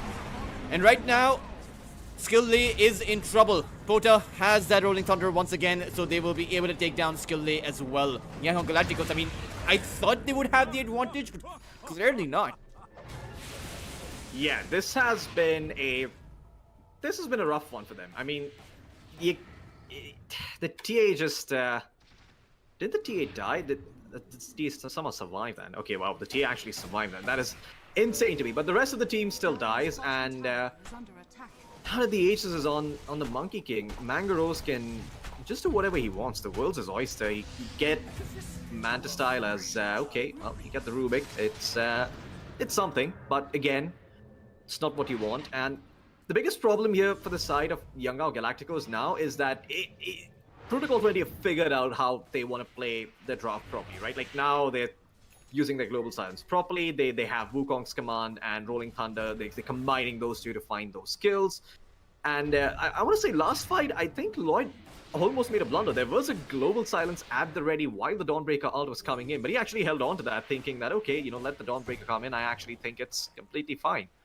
So they had the Wukong's command, right? So yeah, the Dawnbreaker Solar Guardian is not that strong when you're dropping inside of the Wukong's command. You may actually want to let the Dawnbreaker come in there. But that's actually a fair point. Interesting aspect of that team fight was the fact that KSS spent the majority of his time trying to take down the Brewmaster, which is the tankiest hero for the side of Protocol 20. You may want to turn your attention towards some of the other heroes which don't possess that much HP. Yeah, it's... Oh, hold on to that thought. Lurn is in some trouble. He is dead. Pota is going to be finding that kill. But... coming back to the game real quick. Okay, you know, KSH, he's figured it out, Tiltrust. At long last, he has queued up the BKB. Hallelujah! Hail Jesus, Mother Mary, whoever your gods are. We're finally going to see a BKB from TA. I mean, the day of reckoning is nigh. Is it going now to be you could say, too late, though? It could be, potentially, right? Because you're playing into an Aegis. Once the Aegis is out, Mangaros is actually not that tanky on the Monkey King, so if you're able to get the initiation onto him with the Tiny, you can probably find him with the chain stuns. But with that said, you know, remember, Brewmaster with the Primal Split, Pangolier with the Rolling Thunder, all of those things are still X factors that you have to remember when you're going on top of Mangaros. There is an opportunity. There is a chance for Youngao Galacticos, although it's not a very massive chance. It requires very precise execution if they want to try and win it out. Oh man, I mean, Mangaros there are is... two Shivas queued up, Loki. And From again, who? it's one of the it's the Zoran and Young PH, right? And Dire's structure. again the maths is not mathing there. I mean, they both kind of need this item, but I do agree. Like, one should be getting Shivas, the other can get arguably something else. Maybe Zoran can think about something like the Assault Cuirass. He did disassemble the Vanguard to buy the Lotus Orb, so maybe... I don't know. I mean, Lightning Doxia is actually not that bad, in my opinion, and they do like Disable, so I would like to see some catch come out from him instead, but he queues up the Orchid instead. Okay, let's see. He decides to go for here. There is still a pool of an Aegis, and that means they are going to go for a fight. KSH has the BKB, but unable to actually find a target. DB is not the right one to be dishing your hits on, and that is a wasted BKB. Yeah, now with that BKB charge down, you can probably think about going high ground here if you are Protocol 20, but only a minute remaining on the Aegis, so honestly, not all that bad, but you do want to force something here if you're Protocol 20. There's no BKB on TA, you're incredibly strong at this point, and yeah, you can take the tier 2 tower pretty easily. DB constantly pump faking his ultimate. But Manta style done for the Monkey King now, so I mean, I guess you can dispel the meld? And I guess it's good against the Edict, because you've got... I don't know, I mean, I don't know what the idea is behind this Manta style for Mangaros, but he has it now. I feel like Skadi right away would have arguably been better. It would make his Wukong's command more potent. You're up against, two ranged cores who are going to be slowed quite heavily by that Skadi. Not just that, I mean, you can only surge one guy as the Darkseer, and even then you have to contend with the Wind Panda just purging away the surge and whatnot, right? So, again, another layer of problems that you have to address. But he's got a Manta. He will eventually get that Skadi, so it's, again, not the end of the world. But How do you Young think Galacticos. Galacticos? What do you think Yangon Galacticos need to add some more oomph to their damage output? I mean, sure, Young PH will have the Shivas, but what does KSS need? I think the Daedalus would have been much better with the BKB yeah. rather than this MKB that he has. I mean, I can see why he's going for it, right? Like, he wants to be able to kill the Brewmaster, but I feel like that line of thinking is already... Oh, Bravo that thought. split. YG have been able to disengage, though, from this position. They might still end up losing Lun, but I think they're going to be happy with this, being able to force out 2 of these ultimates. But still, Yeah. it's Protocol20 who are still on the move, and YG may decide to fight here. However, Mango Rose is on top of that tree, and this can quickly become dangerous. Young PH is going to blink forward, finds Spota here, but still the Pangolier is able to hold strong, does end up losing his life though, but it's come at a cost. Right now, Protocol20 can chase KSH's blink. BKB is going to run out, but a nice vacuum! And the Solar Guardian drop down on top. Yango Galacticos, they have baited Protocol20 in. They will be able to find the win here. Will be able to take down the 4 heroes. And what a wacky, what a display of patience from YG, Floki. Yeah, really beautiful stuff coming out by Zorain there. That was a sick vacuum, man, combining there with the Dawnbreaker ult. And this is what we were talking about. I mean, they have potential to take these fights. And, if they dot their I's and cross their T's, they can win it. And that's exactly what happened in the previous one. But I have to ask, why... What on earth was the game plan coming in from the side of Protocol20 once all their ultimates were down? They had no global, they had no rolling thunder, they were essentially just running behind the TA thinking they had him, but Darkseer is still alive. And then Skillay is able to buy back. That fight lasted so long, Skillay was literally able to buy back, TP in, and come back in for the second initiation with the Avalanche and Toss. That essentially is what set up for the vacuum along with Solar Guardian. Protocol20, they do have the buyback on the Monkey King, and it does beg the question, YG, they had to use 2 buybacks to be able to defend. Is this worth it? I mean, it does seem like it's worth it because they were able to get the racks down towards the top side. Yeah, they were. So it's, they get something out of that. Structural damage is always good because now you can afford to play a little bit slower compared to the enemy team. You have better access to Roshan, you have better access to Tormentors and stuff like that, just by virtue of having a lane of creeps pushing in every single time. But with that said, I still feel like it's... I mean, I think Protocol20 is still okay with this. It's you can just throw the Brewmaster there up top, and he's going to keep shoving that wave out. He's got Boots of Travel, so he can connect to his team. Can even buy the Boots of Travels too, if he's concerned about not being able to show up for fights, just TP on top of a hero, and then it's going to be good. Swift Blink completed for KSH. You did mention about, you did ask what items could he have gone for this game to improve his damage out, but I think the standard TI items would have been fine. I understand the MKB pickup. I think a Daedalus would not be too bad, but he's running out of item slots now, so probably should think a lot more about, what is he going to use to replace Strevs that should also double up as a defensive item. I have occasionally seen TAs go for Satanics. I don't think it's too bad of an item this game against the Global Silence and whatnot, but he's queuing up the Butterfly for now, which also isn't all that bad. Although, honestly, anything like the Manta style or the Satanic or the Butterfly would be very good. I think the biggest power spike for YG is going to be this Hex to come out from Young PH, right? Just being able to Hex someone up, and then also he's going to be hitting his level 25 soon, only needs 1.5 levels, and then the plus 20 Diabolic Edict explosions, they could potentially overwhelm Protocol20. But however, it is again one of those smoke plays coming out from YG as Mango Rose is on top of the tree, so he should be safe. There's also an Observer Ward, so YG need to think about this one very carefully. The Shiva's Guard they see the ward now. Is going to go out. Boda, he's going to go in. KSH is completely isolated from the rest of his team. Will be able to activate the BKB, but can he find the exit out of this position? The BKBs have been used, and right now YG are in a desperate attempt to retreat. They will be able to create the distance there as well as take down the ward, but they've used their BKBs here. Do they still stay in this position? I mean, you pop Wukong's command as well as Rolling Thunder. You still have Global Silence and the Brewmaster ult to fight this, so you probably do want to force this if you're Protocol 20, but you have to be careful once again. Cannot get caught by that vacuum in the Avalanche Toss combo. It could just outright lose you the fight. Young That's it. PH, Young he's PH. gonna go forward, finds the heck with the force off, it's gonna come out. Meanwhile, another 4-man vacuum! Solar Guardian, and it hasn't come out quite just yet, but with your Protocol 20, they are going to collapse. It's at the back of these man. 4-man vacuums. What do you do? That was such a beautiful split earth coming in from Young PH. It actually connected onto everyone in that fight. I mean, my goodness, what plays coming out here from the side of Young Galactico. Zorin, he has been on point with those vacuums, and you know what? He heard us. He heard us, Ultras, because he's got a Gleipnir at the ready on that Darkseer.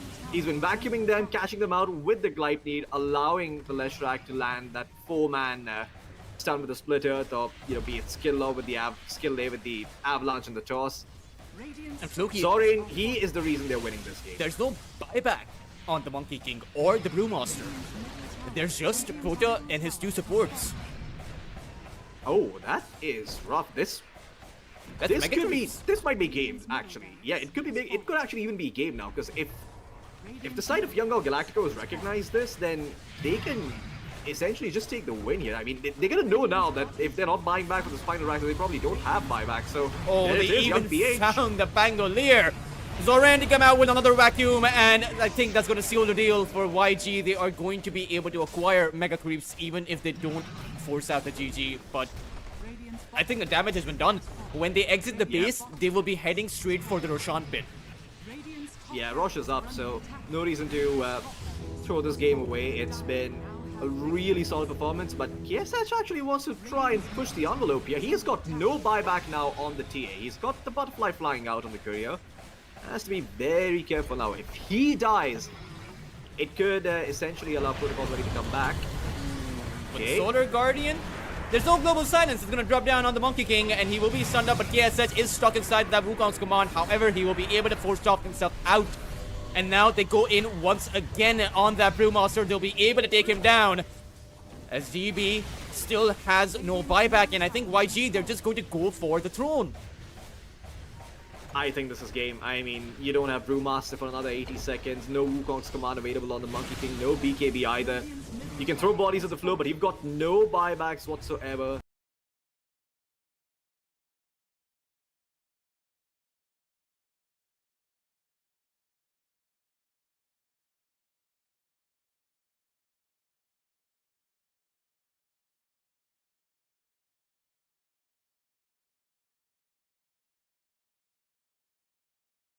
None available on anyone, and there it is, the finishing blow.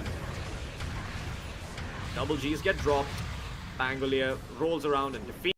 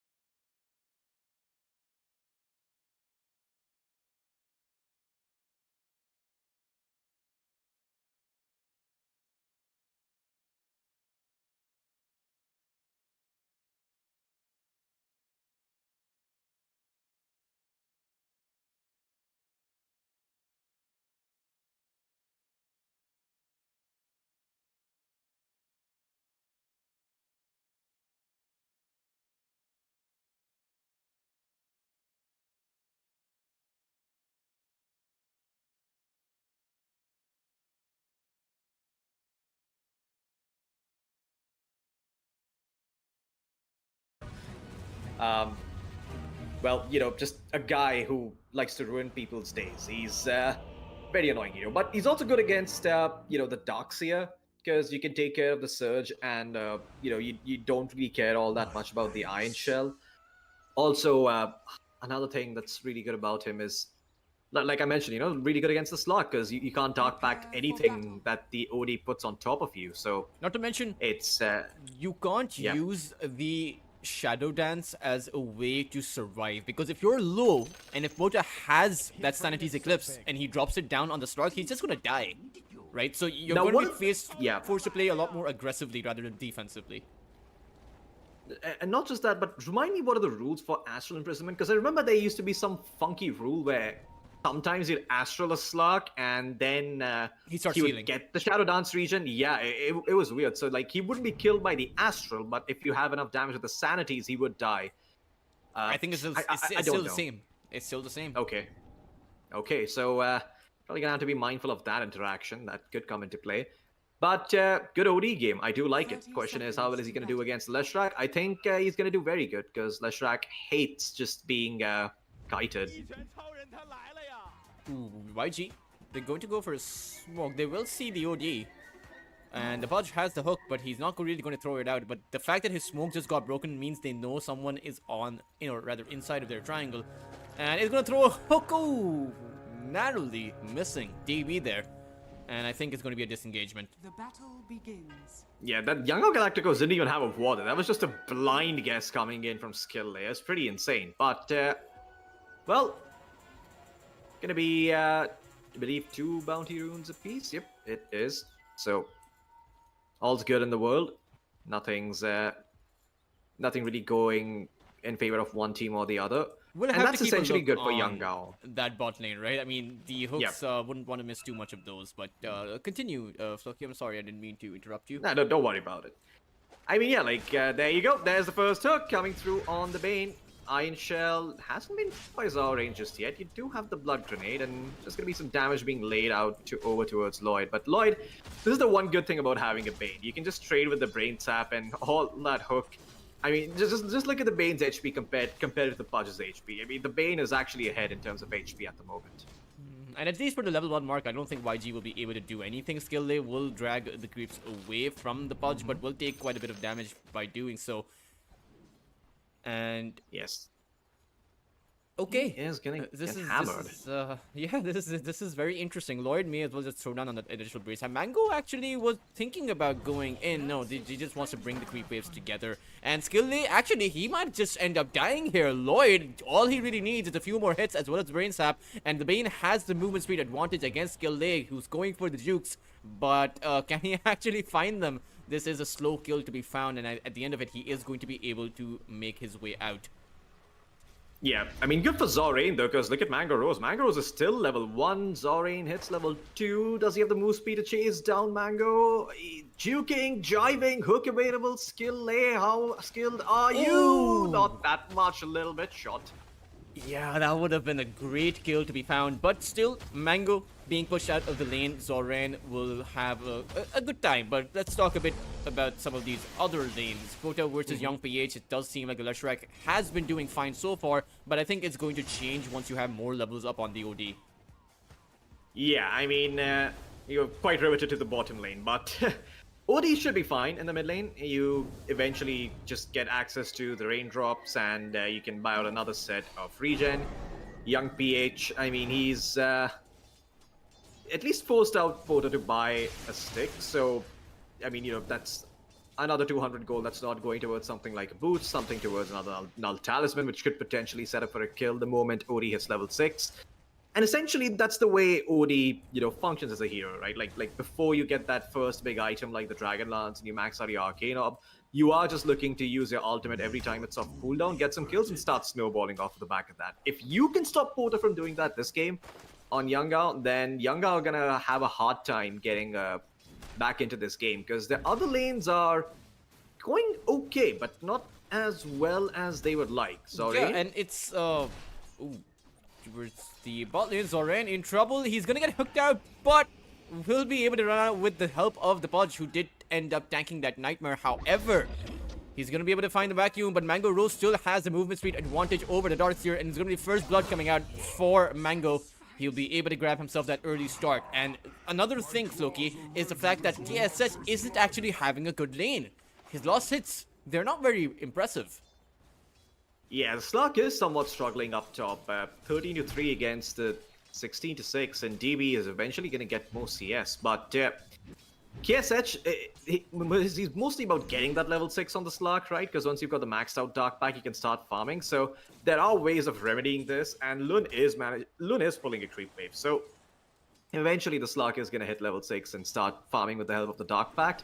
All you're really looking to do on Young Galacticos at the moment is to have a stable lane. If you can do that, if you can just have a stable laning phase, not give the Ursa too much, then you're gonna have a very good fighting chance against the side of Protocol 20 come that early 10 to 15 minute mark.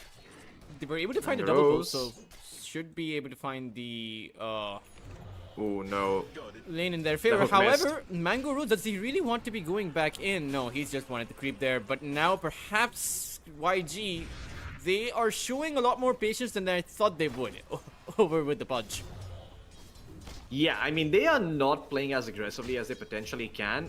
Skillay even messed up a hook on the Ursa, so he was able to live there as a result. But, I mean, it's still completely fine for Younga. Now they can make another attempt onto Zorians. Like, the Tusk is starting to TP, and this could be rough. And I don't think Skillay will be able to survive at the back of this. He will just end up throwing out a hook, but then eventually ends up dying. However, YG grabbed themselves the bigger kill. They actually found DB at the back of that Tusk teleport away. Yeah, I mean, that's the power of the Disruptor Slug lane, right? Like, you can, it's okay if it's completely pushing, but Slug just gets to hit the Dawnbreaker with the Essence Shift multiple times, disengage, and the Disruptor pulls it back, and will come back with some extra HP and kill the Dawnbreaker. So DB really needs his Tusk to stay in lane.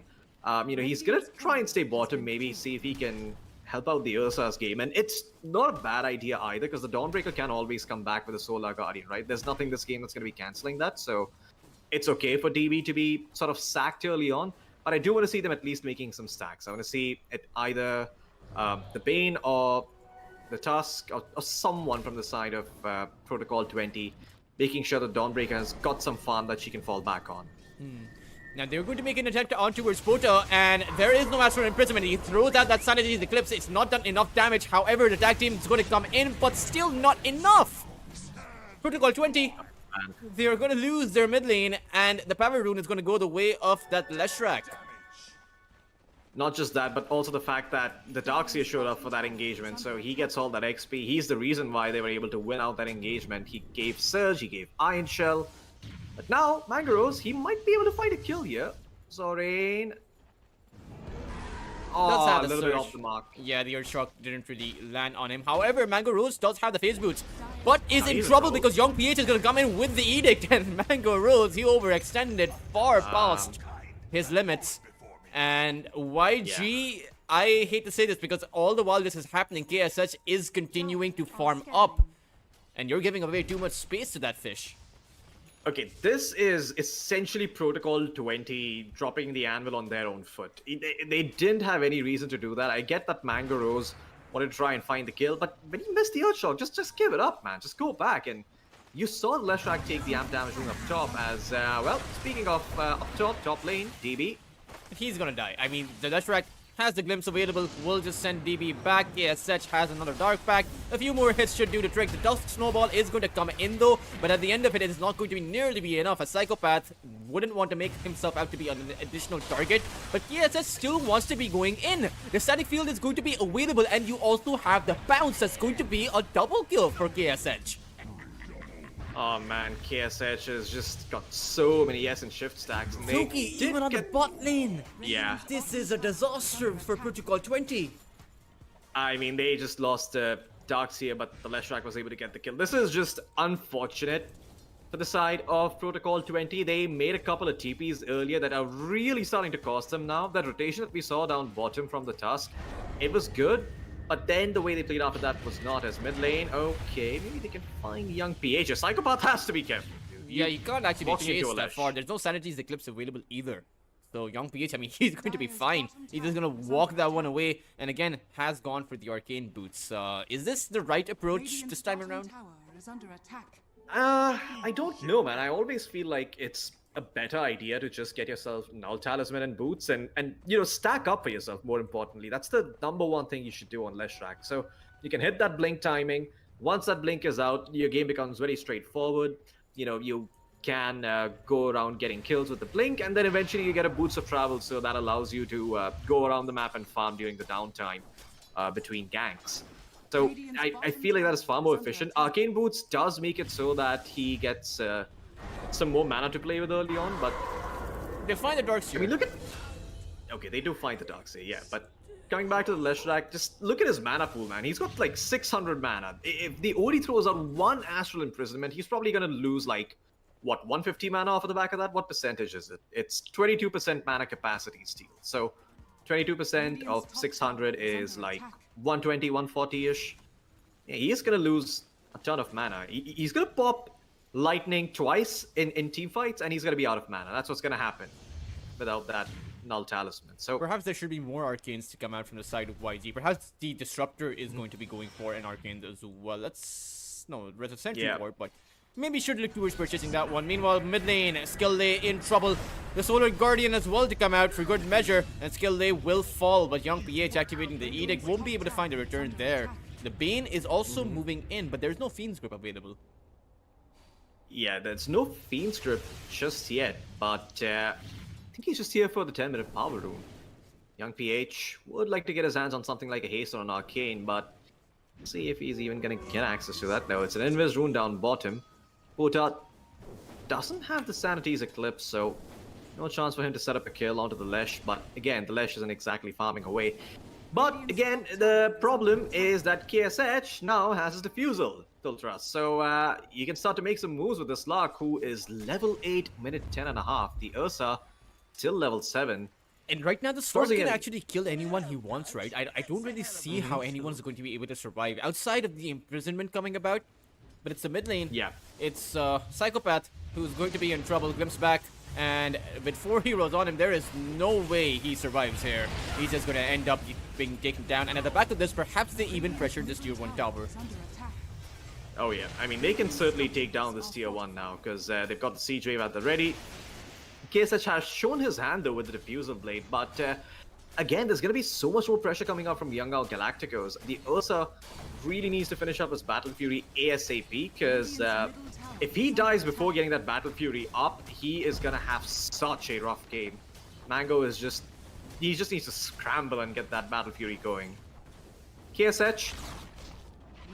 okay, he's not going to get the last hit on the tower, but can start working towards that Aghanim Scepter now if he wants. Not a bad game for an Orchid Malevolence either, although there is an Astral on the OD.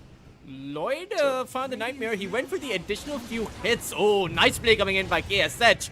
He allowed the Disruptor to get off that Glimpse. However, the Solar Guardian again once coming out, and I think that's going to be a full-on disengagement. And for Protocol20, again, we saw this last time as well, didn't we, Floki? YG just force out ultimates and then disengage.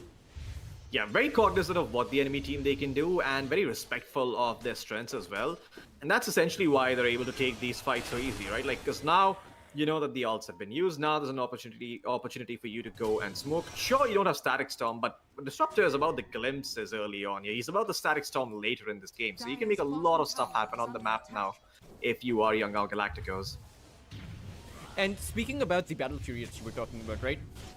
The Ursa Warrior is very close. I mean, at the end of it, a 13-minute Battle Fury, or actually, he has it now. He just needs the Courier to bring it over. This is a pretty early timing for that Battle Fury. Do you think that Mango Rose could potentially be the difference maker here? Yeah, Mango Rose. Oh, down bottom, Slark caught by the feet, but there's no Dark Pact available here. Tultras, he's dead! Okay, that is a huge kill going the way of Protocol20. Really needed that. And it went the way of Ursa, right? 400 gold being picked up by him. That's going to mean that he's going to get an early Blink Dagger on top of that early Battle Fury. However, YG, they're going to come in. Prota in danger right now on that OD. Does have the imprisonment to buy himself some amount of time, but I don't think this was the right imprisonment to use, as he's just going to end up falling out when he comes out of it. Mango Rose to come in, but going to get hit by the Halberd on the other side. YG, they lost their Slark, but they were able to get out quite a few wins. Are they gonna find even more? Bane's dead. Well, that's the power of the Leshrac with the Edict and... Fluky. Oh, the glimpse on the Ursa. There is, this is a disaster. This is Bear Cub found and cut out, and they will find him in the bear trap. The snowball is going to come out as so will the Solar Guardian, but I think they are just bringing in heroes to die here. So Rain will end up falling, but Young PH with this Blink Dagger, he's able to dish out so much damage. It is the Leshrac on an Ultra Kill, and we might even see a Rampage coming out by YG 13 minutes in. Surely they're going to give it to him. He doesn't have the mana for the Rampage. Oh, he didn't get it. It's KSH who ends up finding it. Unfortunate. But, I mean, again, you know, it's a sunk cost fallacy in action. They just kept bringing in the heroes time and time again. They forgot that the Slark exists in the game. He's able to come back, get a couple of stacks of those Essence Shift, and yeah, the Ursa, all that network that he built up as a result of that Slark kill is now gone down the drain. So, little unfortunate for the side of Protocol20, and the biggest loser in all of this tilt for us is the OD. I mean, Pota, I don't know what he can buy here to make this hero work, but I don't think it was the 4-star. I get why he wanted against the Disruptor and whatnot, but I can't help but feel like that Dragon Lance would have done a lot more work in this game. He is going for it now, but essentially the problem OD was having that he just had to Astral once and drop his ult every single time. If he could find some space to throw out a couple of Arcane Orbs, these fights can go very, very differently for the side of Protocol20. I think they need a Blink Dagger, right? I think the Ursa's Blink Dagger is going to be the one item. Now, that does depend on how much Protocol20 give up, right? They can't be faced with team wipes at the 13-minute mark and expect it to work out. Certainly not. I mean, it's definitely going to favor Youngao Galacticos the more they take these sorts of fights. KSH on the Slark, it's now nighttime, so he's going to go on a hunting mission as well. He's got the Aghanim Septant already. The Disruptor's around as well, recognizing that there's an opportunity for KSH to just pop off completely here. But I like the discipline coming in from Protocol20. They're grouping up together, they're taking down the top tier 1, they're taking whatever objectives they can get. And that's kind of what you're just forced to do at this point. You spoke about the Yule Scepter. It is out for Young PH. Has got it up now on the Leshrac. So, got one way of dealing with the Enrage. But, yeah, I mean, I guess it's okay that his mana pool is... it's still not the highest if he presses Use. That's what I'm trying to say. Because 175 mana cost on 900 total mana. Nice attempt there. At the end, you know. It's one of the more difficult hooks to land. Yeah, did you see like Pota knew, right? Because he delayed before killing off that creep. But YG, they're on the bot lane. And maybe they even find the tower here, but they actually spot out the Dawnbreaker. They want to take down DB, who has an Orchid built up. And DB, if he goes for the outpost, he just dies here, right? Because Young PH, he will have the Split Earth, the hook to actually cancel out that teleport, and DB is a dead man. Man, good hook coming in from skill lane, just making sure they able to find that Dawnbreaker without committing too much mana. Up top, Mangaros is... he does have the Blink Dagger now, but the problem is you don't have that initiation on the side of Protocol20 just yet. The Tusk is still looking for the Blink Dagger, so once he has the Blink, then you can maybe look to take some of these fights, but until then, it is going to be Youngao Galacticos who are going to dictate what happens on the map. All that said, though, the Ursa is top net worth in this game. But KSH, he's gonna spot out that Ursa. The Enrage is going to come in, allowing Mango Rose to actually blink out. But YG were looking. They are actually itching for a fight right now. They won't be able to find it, though. Yep. KSH, I think he has an idea that there's potentially an Observer Ward here as well. He is pinging it out, and, you know, see it. So, another sad reality of playing it at the Slark. Having all your wards and vision just being taken away. As Blink is up now on the Tusk. He just bought it out, so you can potentially look to make some move. Pota has the Sanity's Eclipse again, but... Ooh, that is... He's only kept it on level 1. Found the Interesting main. choice. It really seems like Protocol 20 are trying to play as careful as possible, but the problem with that is you're still going to give away a few of these kills. Even KSH towards the mid lane found the Tusk. Psychopath does have the snowball, will cancel out that disruption though. However, he's gonna walk into his death, or rather snowball into his death. Mm-hmm. I mean, the rot was there to cancel out the blink, so no chance he gets out. Radiant's middle tower And is under attack. essentially, this is what's gonna happen with the side of Protocol 20 until this nighttime is over. They need to wait for this nighttime to subside, and then they can smoke with the Ursa, with the Tusk, with the Blink, and make things happen on the map. But until then, they just have to dodge out these fights. And KSH, he's got the Axe now, so dodging out these fights is gonna get a bit more difficult. Mango will be able to teleport away. That was a long teleport. Yeah, it certainly got a bit too close for comfort. Even the Pudge has 8 flesh sheep charges, Floki. He has 9 assists. He has 3 kills and 9 assists. He has like 60 to 70% kill participation. Yeah, it's really good this game. And he's also got the Yule Scepter now, so you've got multiple Yule Scepter to deal with the Enrage. The Ursa now also has to worry about that and potentially about a BKB. You need to take a very clean fight here on the side of Protocol 20 if you want to take this one out. Leshrac is showing himself mid, but the Punch is there with the hook to save if need be. Ooh, but the dot goes in. They'll find skill Lil. Young PH, however, is going to turn things around with a Disruptor coming in that's dropping the Static Storm on top of that Ursa. There is no enrage, so Mango Rose is going to lose his life. Zorin to surge on forward. Meanwhile, the Slark found that Psychopath on the other side. OD does throw down his Sanity's Eclipse, but it's just not going to be enough. The Slark found the bounce before he got imprisoned. And KSH has the world to play with here. Lloyd will be the one to fall next. And you still have more bounces. You have more disruption. The glimpse is coming about. It really seems like Protocol 20, there's no way they can fight right now.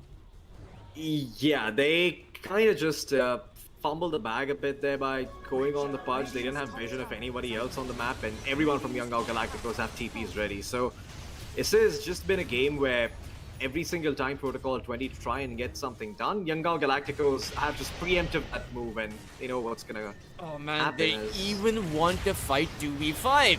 Zorin is going to be strong. Young PH to go in, but this time around, Mango Rose is able to get on top of that Leshrac, take him down. You still do have KSH to contend with right now, though. He is inside of a Shadow Dance, but now it has ran out. Can they find the Slark? The rest of them, they are crumbling right now. Even the Halberd to come out on that Ursa means that Mango will be defenseless. As YG, they only lost the one there, and perhaps that was Protocol 20 getting a bit too desperate.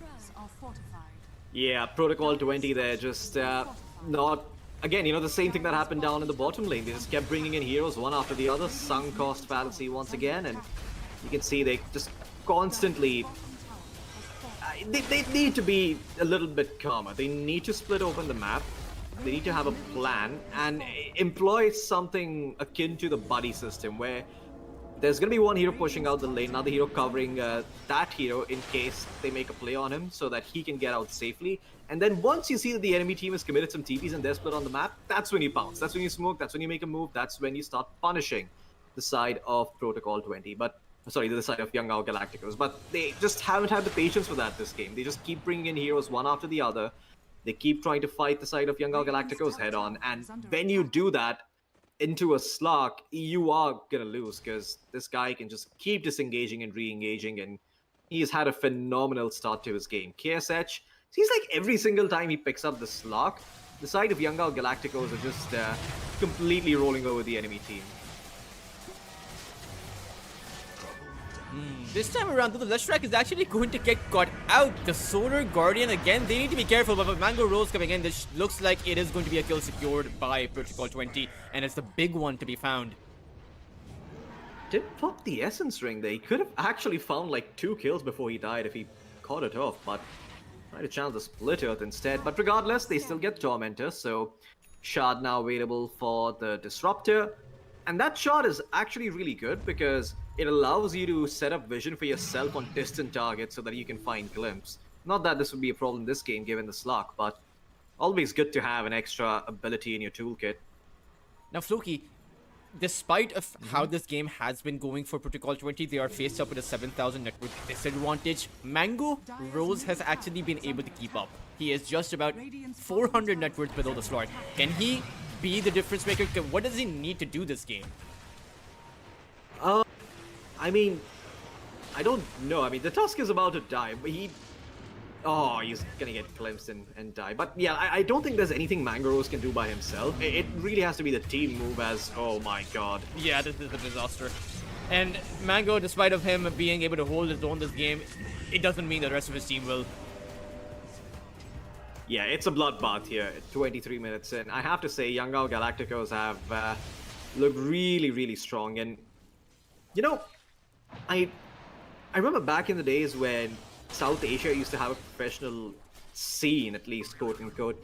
Yangao Galacticos were one of the frequent scrim partners of both, I believe, Indian teams as well as Pakistani teams. So, seeing them, you know, essentially go from being scrimming partners to being a pretty dominant force in the Tier 2 scene is inspiring, but has taken a while for them to get here. But also speaks to their experience, right? Like, these guys, there's a reason why they're able to make these games look so easy, and that's because they've been playing for donkey's years and they've been playing together. This region, it has had multiple people come in and go out and build up talents like Skill-A, build up talents like Zorain and KSH and Young PH, and start to see the fruits of their labor here in the grand finals. Oh no, another 4-man vacuum, and it's a Static Storm to come out on top. KSH with the Slurk. Mango will have the BKB, but can he actually find the kill here on Young PH? He will, and the Fiend's Grip will mean the Pudge also falls. KSH will be forced to bounce out. However, there are buybacks coming in from YG. It's the Pudge so far. Lun is also going to lose his life towards the side as Zoran tries to contend against the Bane. But again, here's the re-engagement coming in from YG. They'll be able to take DB down. And I think Mango Rose can't come back into this fight. The Shadow Dance is going to be up in about 10 seconds. And there's no Fiend's Grip. There's no Solar Guardian. And KSH is hunting. He's got another Shadow Dance up soon. You are right about that. And has to be a bit careful, though. Doesn't get the Dark Pact off. He could potentially die. Chain Stuns from the Tusk, but looks like they're not going to try and fight. Instead, they're just going to go for Roshan. Man, watching Roshan even take part of the action in there, you know, in the middle and yeets him across the river.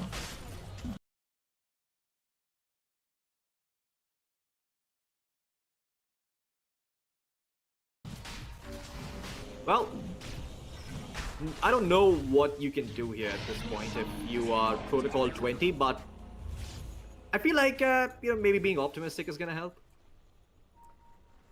That was, even though the fight started off in a horrible way, that really seemed like Protocol20's most ambitious fight so far in this game number 3. They got a whole full duration Fiend's Grip off. Young PH was taken down. Mango Rose was able to take him, and the Slark was forced to retreat, but still unable to capitalize completely, right? And it's so hard against the Slark. This is what the Slark does best. I mean, it really seems like Yangao Galacticos, they are a cut above against the side of Protocol20, and even from the laning phase itself, you could see that the moment the Tusk made a rotation down bottom, they were able to get a kill on the Dawnbreaker, set KSH up for success. They rotated mid and killed the OD a couple of times, so the OD also no longer had a game. And now the Slark just has all the tools he needs. He's got a gem, a Linken's, an Aghanim Scepter. I believe he's also got a shot flying out on the courier. And this is that the Aghanim shot? Yeah, it is. The Leshrac also has a shield rune, and as well as the Aegis. There is the Fiend's Grip available as well as the Solar Guardian. You have the Sanity's Eclipse as well, but no BKBs on your side. So this is going to be a very difficult contest. Well, Astron Slark's a good way to start things off. No Lincoln Sphere on him. And the Aegis is on Leshrac, so you potentially have a chance here, but it's... Oh man, there's still a Lincoln Sphere to contend with. There's still the Leshrac who could just rip your team a new one if you take a fight and it goes too long. It's hard, man. It's so hard. You have to wait for Yangao Galacticos to dive into you. You can't fight them at the gates of your tier 3. You need to wait for them to come a little bit deeper. Maybe even try to find the backlines with Mango Rose, right? Perhaps instead of going on for a head-on collision, it would be better to go towards the backline, because you do have the Fiend's Grip. You have the ability to burst someone down.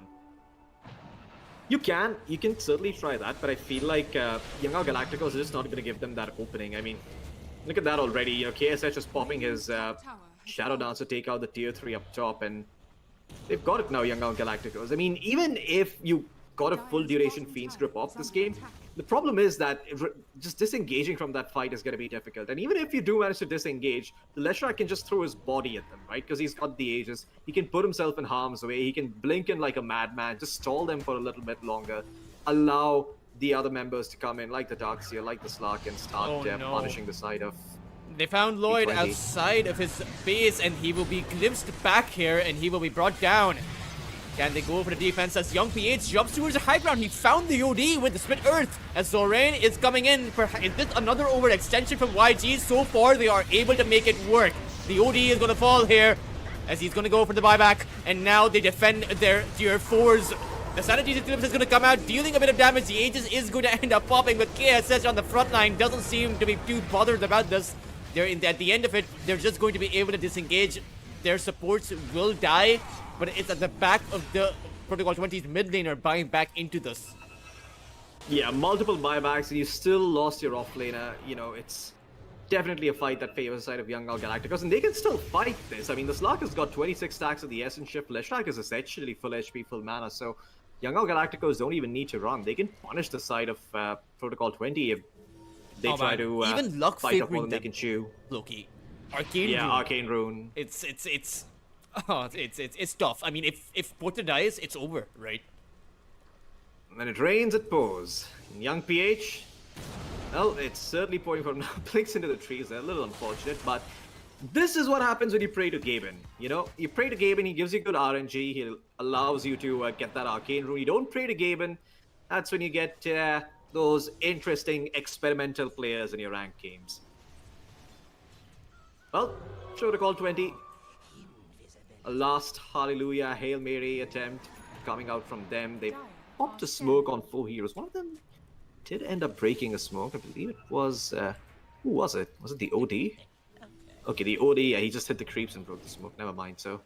The Skank, still very much alive, and the Disruptor is dead. Okay, that's something. 50 seconds with the Disruptor, they can try and fight this. Yes, he seemingly has no fear. His Lincoln Speed is going to be broken, so that means he's going to come out with the Shadow Dance. And that's essentially going to force out Mango Rose to activate his BKB. But over on the other side, it's the Tusk who was got out. Psychopath is going to lose his life. And that is so unfortunate. The Tusk does not have buyback anymore, and I mean, up top, Young PH, he's just doing whatever his heart decides. I think he sees the Dawnbreaker as well. She's farming under an Observer Ward. He could end up getting a solo kill here. No defensive tool for DB, but okay. Young PH decides against it, and good call too, because his teammates were not around. So if he goes there and feeds, potentially a chance for Protocol 20 to come back in this game. What is Lloyd do? Okay, Lloyd has the Fiend's Grip, so perhaps they want to make a play with the Fiend's Grip as well as the Solar Guardian.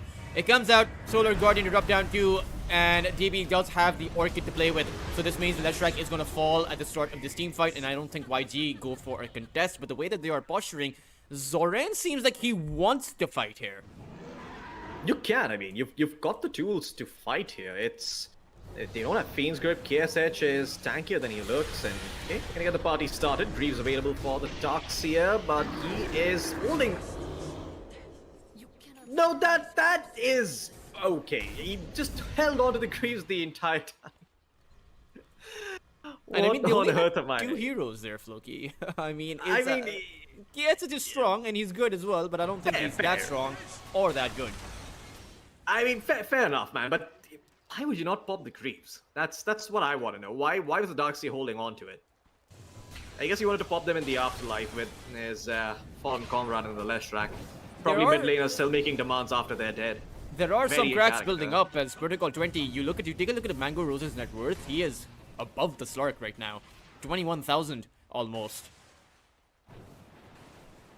Well, yeah, there are starting to be some openings here and there off of the back of the Ursa, but by and large, I still feel like it's just Young Galacticos slipping up and not playing together that's going to cost them. The OD is not in this game, man. That's the biggest problem. Look at the OD. He's sitting at 13k net worth. He's level 18 now, but the Leshrac's level 19, the Slark's level 19. They're all about to get their level 20 talents, and the OD is not going to farm nearly as fast as them. So if there's anyone who needs who needs to survive these fights and get some XP so that he can start being a threat again, it's Pota, and he's not getting that space on the map. There's just nowhere for him to go. YG, they are going to group up together now, so they'll be able to take down on tier 2 tower. I don't think that Protocol20 go for a 5v5 flash outside of their base. Radiant's bottom tower is Yeah, under I don't think you can fight outside of your base either. I think you just chill for the time being, wait for them to walk up to your high ground, and maybe see if you can bait them into a dive. That's when you can come back into this game. But even then, it's going to be a bit difficult. Radiant's Roshan's going to be bottom up tower has in a few minutes, arguably. And once it's up, then, you know, Young Galacticos can just go back for Rosh and fallen. essentially then go high ground. Under attack. This time around, you probably want to give over the Aegis to KSH, who's going to be sieging on the Slark, so you can actually have some tower damage going, but we'll see what they decide to do. For now, Protocol 20. Gaben The Ursa gave is another farming. arcane rune to YG, but this time around, Lloyd stole it away from them, but can't believe this much is working out for YG so far. I mean, they have complete map control, but still, what's impressive is that Mango Rose is continuing to farm up, right? He's still able to find Yeah. the space here. I mean, Mango Rose has the Octarine Core finished up now on the Ursa, right? So he's got super low cooldowns on his overpower, on his blink. He can basically do a lot more of what the Ursa does. That's essentially what Octarine Core allows you to do. It just more of what you do more often. And I mean, it's a good item as up top, Bane in some trouble. Will receive an imprisonment, so should be fine. I think he wants to be I think he wants to be going for these plays, right? These are high risk plays, but at the end of it, they also come with that high reward. Yeah, interesting interaction there. He had the sleepwalk facet on, and he was nightmaring himself towards the direction in the base, so he kept walking in the astral. As they're gonna find him now, so none of that mattered in the end. They still get the Bane and also the Wisdom Shrine. And he doesn't have buyback for about 2 minutes, or rather, a minute and 20. And I think that's going to be the signal for YG to move on over, right? Go towards the high ground. They have an open tier 3 racks. Skill Oh, lay look at Skill Lay. inside of that smoke. Throw that, the hook does not land, but I don't think it matters. And right now, Protocol 20, they are faced with a very tough decision. Give this racks up or go for the 5v5 contest, which, if it goes wrong, you're going to be giving up Mega Creeps and the series. Radiant structures Yeah, are the Radiant did have a sentry ward, so the skill lay was spotted as a result. But they're still going to be finding super creeps. They know that Bane has got Radiant's top barracks no is buyback, fallen. super long death, so it's the first melee racks going down, and Rosh is up for the taking. So now life is a lot more straightforward for the side of Young Galacticos, and a whole lot more complicated here if you're a Protocol 20 fan. Pota, he's closing in on the level 20. He's got the PKB now, so arguably can do a lot more things now compared to before in the team fight, but we'll see. The Slark can still just devour him, and the Edict also goes through BKB, so Radiant's top barracks has fallen. you're gonna have those things to worry about. It's the banner up due. Scanning. Protocol 20, they're actually exiting their base. They want to catch someone. I don't think they want to go for a contest. The way that they are moving makes it seem like they want to be finding a stray here. I mean, if they find the right target, if they find the left track, they could potentially, you know, take a longer fight. But yeah, you can see even Young PH has an idea that they could have been smoked up, because there's a Dire Observer ward inside the Radiant Triangle, and they kind of have an idea that if no one's showing that, if no one's farming that, then they're probably smoked up. They do have an observer ward, which is going to be dewarded, so there's no way they take a fight against their vision. Young PH even jumping in like a psychopath, thought that maybe he could catch someone there on the creep wave, but nobody was there. Well, banner at the ready if they want to commit it. KSH just gonna test the waters now on the Slark. Mango Rose, does he really want to be fighting in this position? Does have the imprisonment to play with, but they're gonna drop that Static Storm on top of the Ursa. Unfortunately, they really can't hold the Ursa for long.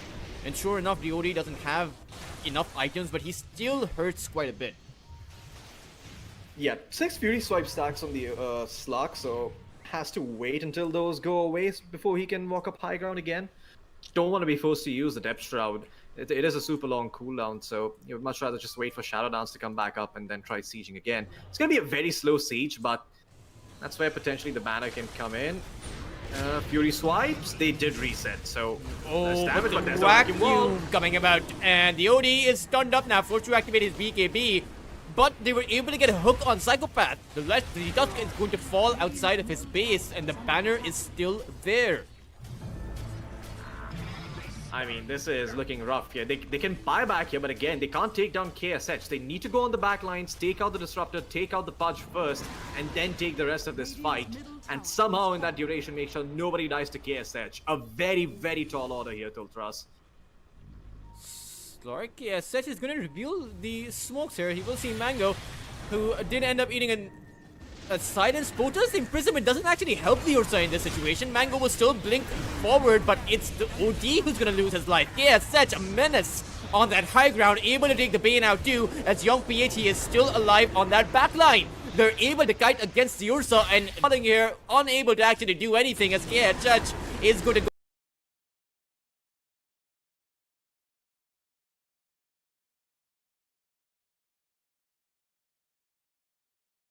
being found by the Bane, allowing Mango to take down Zoran.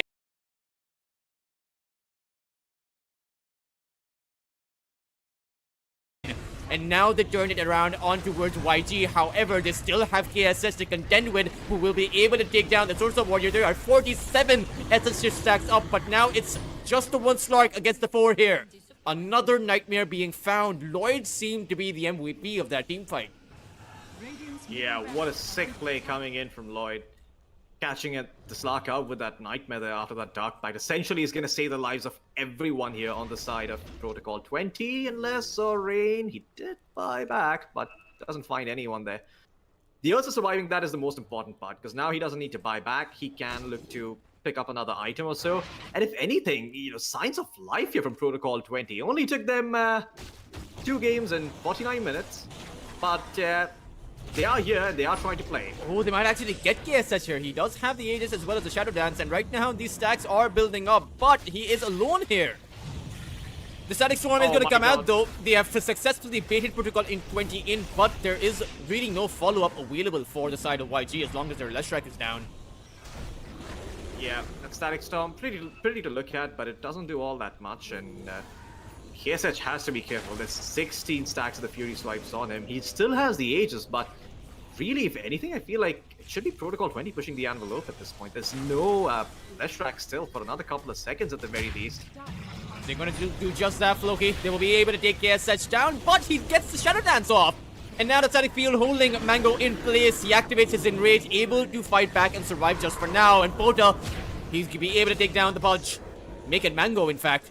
And you're right, Protocol 20, they are seemingly the stronger team in these team fights as far as the counter initiations go. Yeah, and once again, this is just them punishing those staggered respawns, right? Like the Lesh wasn't there, the Pudge wasn't there for a while, so they just sort of force the engagement, and the Pudge comes back, but the Lesh still isn't there. It's good awareness coming in from the side of Protocol 20, but again, KSH somehow he survives that fight with 24 stacks of the Fury Swipes on top of him. So the Slark still doing rather well. Has got they'll be able to few cast seconds remaining on Zorain the out towards the bot lane. DB is there, has that the is huge. Nullifier as well as the Orchid. Will throw out the Nullifier, the Tusk is going to come in with a Snowball, and with 4 heroes on top of Zorain, this Dark Sphere isn't going to be making it out. That is a huge kill going the way of Protocol 20. That might actually open things up for them. They're still 1 racks down, but they have a chance now. I mean, the Ursa is sitting at 30k net worth compared to the Slark, who is approximately a full item behind the Ursa, as Mango Rose. Unfortunate, they didn't have any detection there for the Ursa. Yes, it does No have heroes a either. gem now, but this Slark seemingly doesn't do that much damage in the team fights. Right? Most of Slark's itemization doesn't actually go towards building up damage. Yeah, it does feel like if he wants to take these team fights in one go, he needs something like the Bloodthorn or Young Gal Galacticos. They just need to wait for their respawns and then fight together. Although, it does seem like Protocol 20 are potentially thinking about going for the Jugular here. They have a chance to win out this game. They know that there's no buyback on the Darks here. They should be trying to force something. Tier 2 tower now is going to fall, and for the first time, Protocol20 are able to get the lead in their favor. Floki, there was a 10,000 net worth disadvantage that they faced at one point, but now it really seems like they've opened up the entire map for themselves. They have. The only problem is that there's still one lane of super creeps that they have to deal with. The Dawnbreaker can probably do a good job of that, but that's where Young Galacticos can be smart about it. Maybe find openings on the top lane, or if they feel like they've got backup on the top lane, they probably go somewhere else. The OD is farming the enemy triangle. Pota is in a very dangerous position, but he also doesn't seem like has anyone from... the scepter, Floki. That's huge for the OD. Yeah, he does. I mean, he's not going to be dying so easy in these fights anymore. He's got it flying out in the courier now. But again, you have to remember, the Leshrac, he does hit 2 targets with the Edict as the Ursa. Oh, Slark! Excuse me, KSH! It's in trouble, and he will in fact end up falling, and this entire team fight, it won't go so well for YG. The Pudge will throw out that dismember, but Young PH is going to be overwhelmed, and so will the rest of the squad here. The Pudge able to hold, or rather able to survive for now. Zoran is going to be the target for them, and it's going to be a full team wipe coming about from the side of Protocol20. Holy shit, okay. I mean, that is huge. Complete blunder coming in from KSH. They're getting caught out without the Dark Pact, and did have the Shadow Dance, but unfortunately, doesn't seem like he could have opted. Well, that might actually be game here. Yeah, this might actually be game here. Mango Rose, he has Swift Blink, and he's got a fair amount of damage coming in from the Ursa and his innate. Dire's middle tower. Protocol20, they don't know that the other side doesn't have buybacks, but they will realize this shortly enough. But the problem is, with them going for these 2 lanes of barracks, they are actually going to give the response to YG, because there's no way they can secure mega creeps right now. Yeah, that is true. They can set up for the next Rosh though. I mean, Rosh is going to be spawning fairly soon, so I mean, if anything, Mango Rose and Co are looking like they are on track to win this game, potentially. And Damage Room is, well, on the bottom lane, so once Roshan's up, which is not that far off, only about a minute or so remaining, they will be able to close out the map against YG. Although YG are getting their respawns, and they have a smoke on the puck, so they can look to make a move. It's not completely out of their ballpark just yet, but it did swing the other way quite a bit just now. YG left this gem here, Floki, in the dire triangle. It seems like Protocol20 left it as well. The Bane will be making his way towards it. Okay. Oh wow, he pinged it out right now. He was like, ooh, look, a gem. Oh But boy. YG, they're going to go for the 5-man smoke. They realize that Roshan must be respawning, and they will spot at that Tusk, but still, it seems for the first time they will have some fear instilled inside of them. The first time in this series, in fact. Yeah, I mean, they just need to find anything here. If Young Galacticos can find a single hero that can just open up the game for them, but good awareness by the Tusk, he just TPs out. He knows that he could have potentially been in some trouble there. And I have to say, Pota has got absolutely no fear on this OD. He's like, I've got this Aghanim Scepter. I am now officially a god. You all are beneath me. He is farming so confidently in the enemy triangle. Had Young Galacticos an idea that he's here, they could have very easily found him. I mean, the Dawnbreaker does have Ag, so you have to worry about that, but I don't think backup would have arrived as quickly as the OD would have needed it. Not gonna lie, there is, you are right when you say that the damage is slow, but the Leshrac still can do a ton of damage, and the OD has to be careful to not Has the Hex as get well, hit right? by an... It was the big difference Yeah. maker for the last game around, apart from, of course, the vacuums and Split Earth. But really feels like they can't lock someone down quickly enough over on YG, despite having the tools to do so.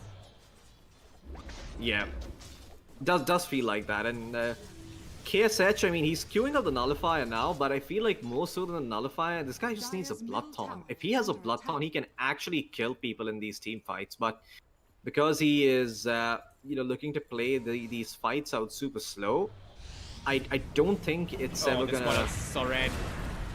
Oh boy. And you see how quickly he falls, right? The Darkseer, who has Yeah. around 2,500 HP, he went 100 to 0.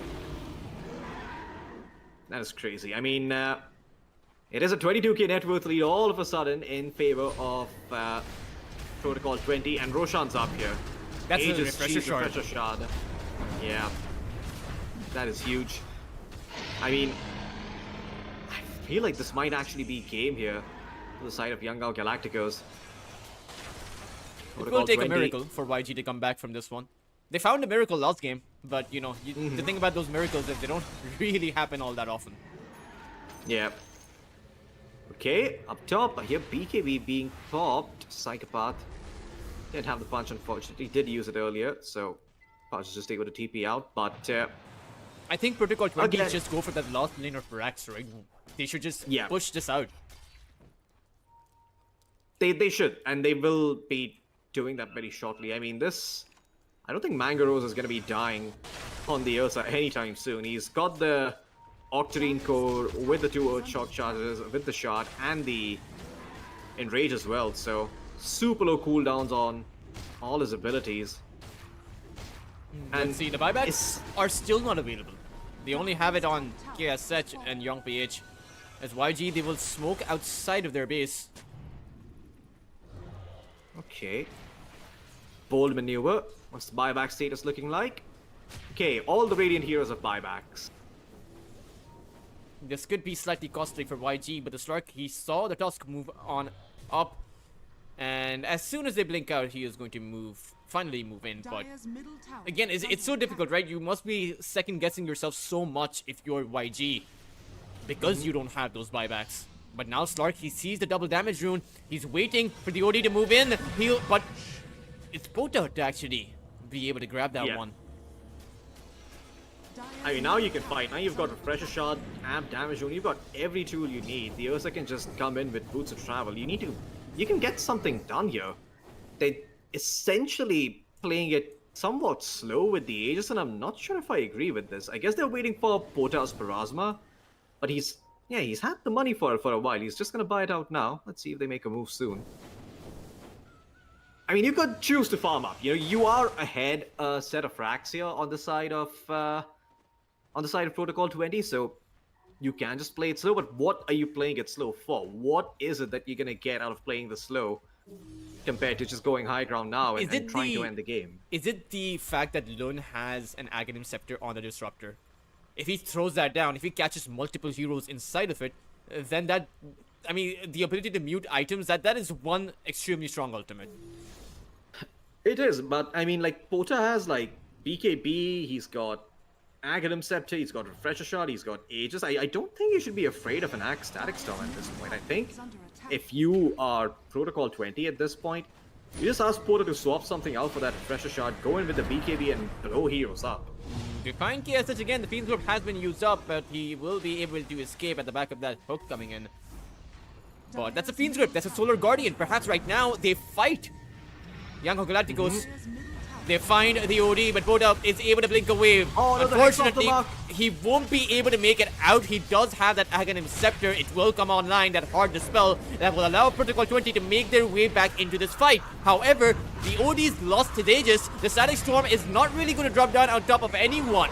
But the OD, he's going to blink forward instead. A Nullifier on Young PH and another Sanity's Eclipse to drop down on YG. They are going to lose 3 of their heroes. The buybacks to come out from those who have it. But unfortunately, they are unable to defend. KSH is going to fall here. He does have the buyback. But what do you do here? Ancient. Look at the Dire Ancient, it's sitting at 300 HP. There's 4 Siege Creeps in there attacking. KSH is going to buy back the throne. Isn't going to survive the Siege Creeps. They're focused on the buildings around the throne instead. But KSH, he is dying here. Tultras, and it is GG. Young Galacticos will tap out as well. Protocol20, they're not going to say die just yet. We're going to go to a game 4. That was an insane comeback being found at Protocol20. It was even better than the one we saw from YG in game number 2. And it really came at the back of calming down. And there's not many games where you see a 13-minute team wipe come out, and yet you're still able to find the comeback. But will they be able to find a comeback in this next game? Because they are still one game away from losing the grand finals, right? At the end of the day, the pressure, it's been shrugged off just a little bit, but you're still going to have the same amount of pressure faced up. So, Floki, do you think they continue with this style of play? Because they may have very well just lost this game in the early game. I mean, the momentum is in your favor, right? Like, you ended that game on a high note, keep that going into the next game and, you know, play the way you were playing towards the end there. Younger Galacticos, they probably just want to reset a little bit mentally from that game. It was their game. They did throw it, in my opinion. Just come to some conclusions about what you could have done differently and bury it so you can focus on the next game 100% and believe in your teammates. Because after that type of game, you probably start clicking around and looking like, oh, what did this guy buy and what did that guy do at this point in the game? And you don't want to get into that mental state. I think you need to conserve your mental going into game number 4. Well, guys, let's see if Protocol 20 will continue with the momentum and take this game number 4, or if YG will finish what they had started in this early game of game number 3. To find out, do tune in. We will be back for game number 4 right after a short break.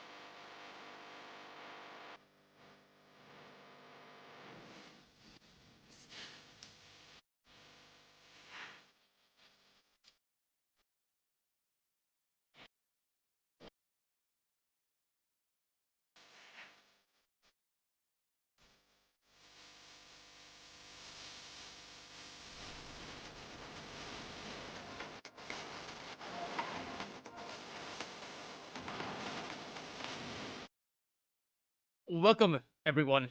Welcome back to Protocol20 versus Young Galacticos in the grand finals as YG. They were up 10,000 net worth, but somehow Protocol20 were able to find the 10 comeback, seconds Floki. remaining.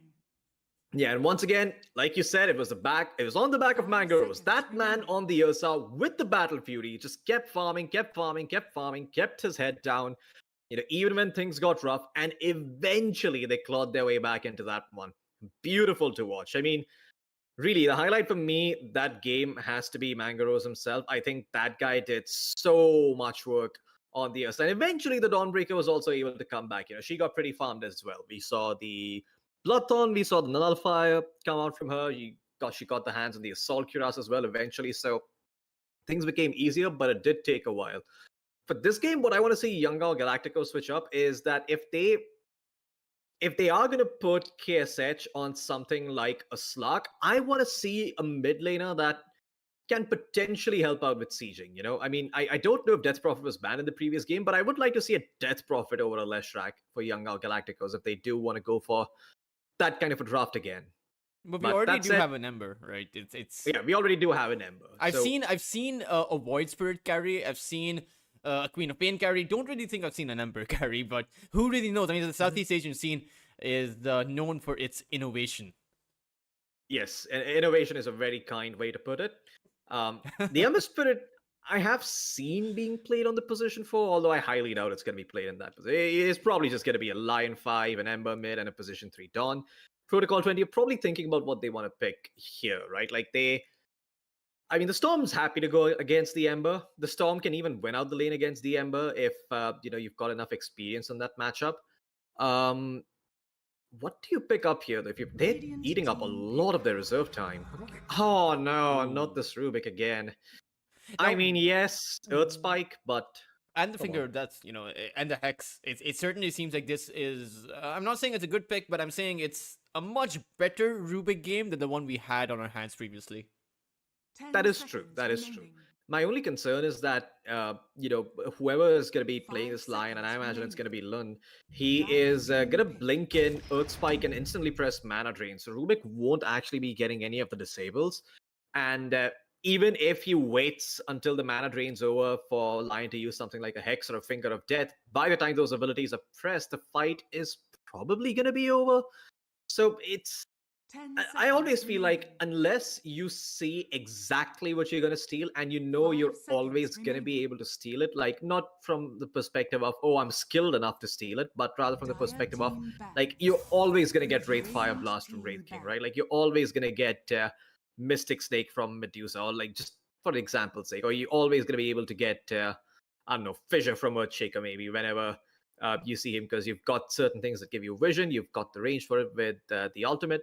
I feel like that is when a Rubik is really justified. 10 seconds remaining. This case, it's I don't know. I mean, maybe if Psychopath is always ready, then he can seal the Earth Spike and it can be really good. But again, you see the problem there, right? Like I'm using a lot of cans. I'm not saying it is good. So there are better options to be picked on the position for. Now, do you think this is going to be a carry Doom or an offlane Doom? Because they picked up Doom and instantly saw a Medusa come out from the other side, and Medusa is notoriously good against a Doom because it doesn't really care about lifesteal or regeneration all that much. 10 seconds So for remaining. YG, they certainly do have, and KSH, to be fair, is a phenomenal Medusa 5 player seconds as remaining. well. Dire team I think you've back. still got some pretty valid Doom targets in the Dawnbreaker and the Ember, right? So if you want to run the safe lane Doom, I'm okay with it for Protocol 20. You can still probably do it. The question is, what's going to be your answer for the Medusa? And that's where you need to come up with some sort of creative offlane pick. I mean, the Darkseer, again, can potentially be picked up, but remaining. Young Galacticos have a ban and a pick. So I highly 5 doubt the What about Darkseer is a, going what to about a slip Phantom through. Lancer as the carry and you send this Doom on the offlane? You could do that. I think the PL's also a solid choice here. Doesn't seem like Young Galacticos are going to have good responses for the PL. Okay, so it is going to be the support Dawnbreaker, and I imagine the position, it's going to be a post 4 Lion and a post 5 Dawnbreaker, because that way you get like a melee range duo in both side lanes. So now that you know that, I think 10 seconds what Protocol remaining. 20 can do is I actually think they can pivot to the PL here. It wouldn't be too 5 bad. seconds remaining. What are the options apart from the It's- BL? I mean, you can go for something like the Ursa, perhaps. Oh no, they actually Choose go your for a hero. Morphling, and this is against an instant cost time Hex. We've seen this go really badly. Yeah, I feel like Morphling was not the pick here. I mean, I was thinking, like, I was like, yeah, Morphling, but then there's Lion. I thought maybe Sniper could be there, but there's the issue of the Mars and the Ember. So it was tough, but let's see. I mean, it's definitely a pick that signifies confidence. What you can do is get a shard early on, I guess, so that way the Earth Spike does not bother you all that much. But even if you get that shard, it's no guarantee that you're not just going to get bursted down quickly enough. Eventually, this Dusa is going to pick up a Skadi, right? Like, we're going to see the Ember get a Shiva. So, with those two items, you've got enough healing reduction that even if he's not dying in the Lion's Earth Spike, you're still going to be dying eventually to the healing reduction that's going to be out from Young PH and KSH on their respective items, the Shivas and the Skadi. So, yeah, I mean, I have my concerns for Protocol 20, and I would say I favor Young Galacticos draft more. What about you? I mean, it's a Pro Protect 1 draft coming out for Protocol 20, right? So at the end of the day, it really depends on how much space the Storm Spirit is able to create, whether or not this offlane Doom works out, and how much farm the Morphling is able to get, right? Those are a lot of win conditions that you have. Meanwhile, on the other side, it's a lot easier to make this Lion work out, right? It's a lot easier to find the gank with the Lion at the back of the finger than it is to find the Doom, right? So I do prefer, I do agree with you, YGs do seem to have the better draft, Prepare but for battle. I will say it's not, I don't think it's by much, right? I would say it is 60-40 at best. Yes, I mean, I also think that it's not the best one, but you know what I like about the draft from Young Galacticos? They actually have a mana battery in the Lion who can give the Medusa mana back in the middle of a team fight. So KSH theoretically has, as I guess you could say, not lifesteal, but he's got like extra HP coming in from the Lion. I know it sounds strange, but if you even get the shard right from the Lion and you press mana drain on Medusa while she's got enemies around, the Lion will drain mana from the enemies and give it to the Medusa. It actually works that way. So 30 potentially a very seconds to good game for the shard as well for skill lay. Can give around, I believe, 300 mana to the Medusa in one go. It is something significant, particularly towards the early game, less so towards the late game, but at the end of it, I do wonder how some of these initiations will work. At the end of it, right, when you talk about interactions, DBs, when he plants the Doom, you will no longer have that Solar Guardian as a reliable counter initiation mechanism, because sure, it will stun the other side, but it won't give any healing. That is true, yeah. So the Ember and the Mars are particularly vulnerable to the Doom this game, essentially. As not too sure what the tips are coming out for onto young PH. But yeah, I mean, like you mentioned, it's not going to be as straightforward for them because every single time you, whether be it on the Ember or anyone, like you get doomed, you always have the option of just like trying to walk away. So it's gonna have to be like Storm goes in first or the Tusk goes in first, and then you plant the Doom. Otherwise, if the Doom just goes in, I've seen oftentimes Dooms just be kited out with stuff like the Glimmer and the Force stuff. Let's see. Happens Though. more often than you think. Yeah. Who do you favor in this safe lane for YG? I mean, the Medusa plus the Dawnbreaker versus the Rubik and the Doom, and it does feel like getting KSH down is going to be very difficult unless you bring in the Tusk through the outpost. No, I agree with you. I feel like this lane is a lot better for young Galacticos. You've got you've got a hero in Tusa who can essentially just be happy if the lane is stable, but the Dawnbreaker who can start making stuff happen if the lane starts going wonky. I mean, you can see Lunar is just always chasing Psychopaths, right? There's the threat of the Celestial Hammer and a couple of right clicks coming in. So Psychopath has to be careful. And KSH, he might have a rough couple of waves early on, but as time goes on, this wave, or rather this lane, should start to favor him. We will have a skill-based matchup for the mid lane though, Young PH and the Storm Spirit. But I believe you said before that this is a lane that does work out better for the Ember. It can work out for either. It's like it's a very skill-based matchup, like you mentioned. I feel like Storm has the edge on even skill, but the thing about the Ember is, if you go max Sleight of Fist, it becomes fairly easy to deal with the Storm. Max Flame Guard is problematic because 2 Static Remnants will take off the Flame Guard. So that's something you're fighting an uphill battle against in lane if you're Ember. And given the fact that young PH has gone for Chain Gang and is maxing out that Flame Guard, he probably is going to have the rougher time here. Particularly as we have seen Storm Spirit shy away from skilling up the Vortex early on, we now do see a kind of a 404 build coming out. So let's see what young PH right now, he is skilling up his his Flame Guard up to the max. But at the end of it, this is a lane where it's going to come down to the 6-minute power rune and the 8-minute power rune to see who is able to grab that one and who is able to actually get the first rotation off into the game.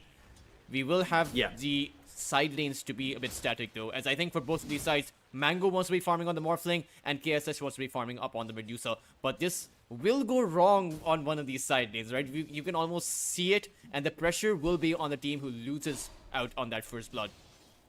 Yeah, speaking on that, I mean, you look at the Morphling CS, it's actually not looking that good. 7-1 compared to 15-5 on the Mars. So the Morphling, clearly the one who's struggling here, and also going to have the wave under his tower. I feel like Morphling is probably one of the heroes who likes that the least. Oh, Bird Spike, never mind. Just to show the Sentry Ward survives, but it does not, as up top, DB found the first blood on Lun. Wasn't really expecting that. One of the Dawnbreaker does have the exit out, but still, despite of the fact that the Morphling doesn't have enough last hits, it's going to mean that Protocol20 are on that great start, and I think that's going to mean that that DB on the Doom will have that early Midas coming in. Radiant's middle tower. Yeah, and one other thing you have to remember, mid lane, that should not be happening. Loon rotates in though. I guess it was a 2v1, so it works out for them.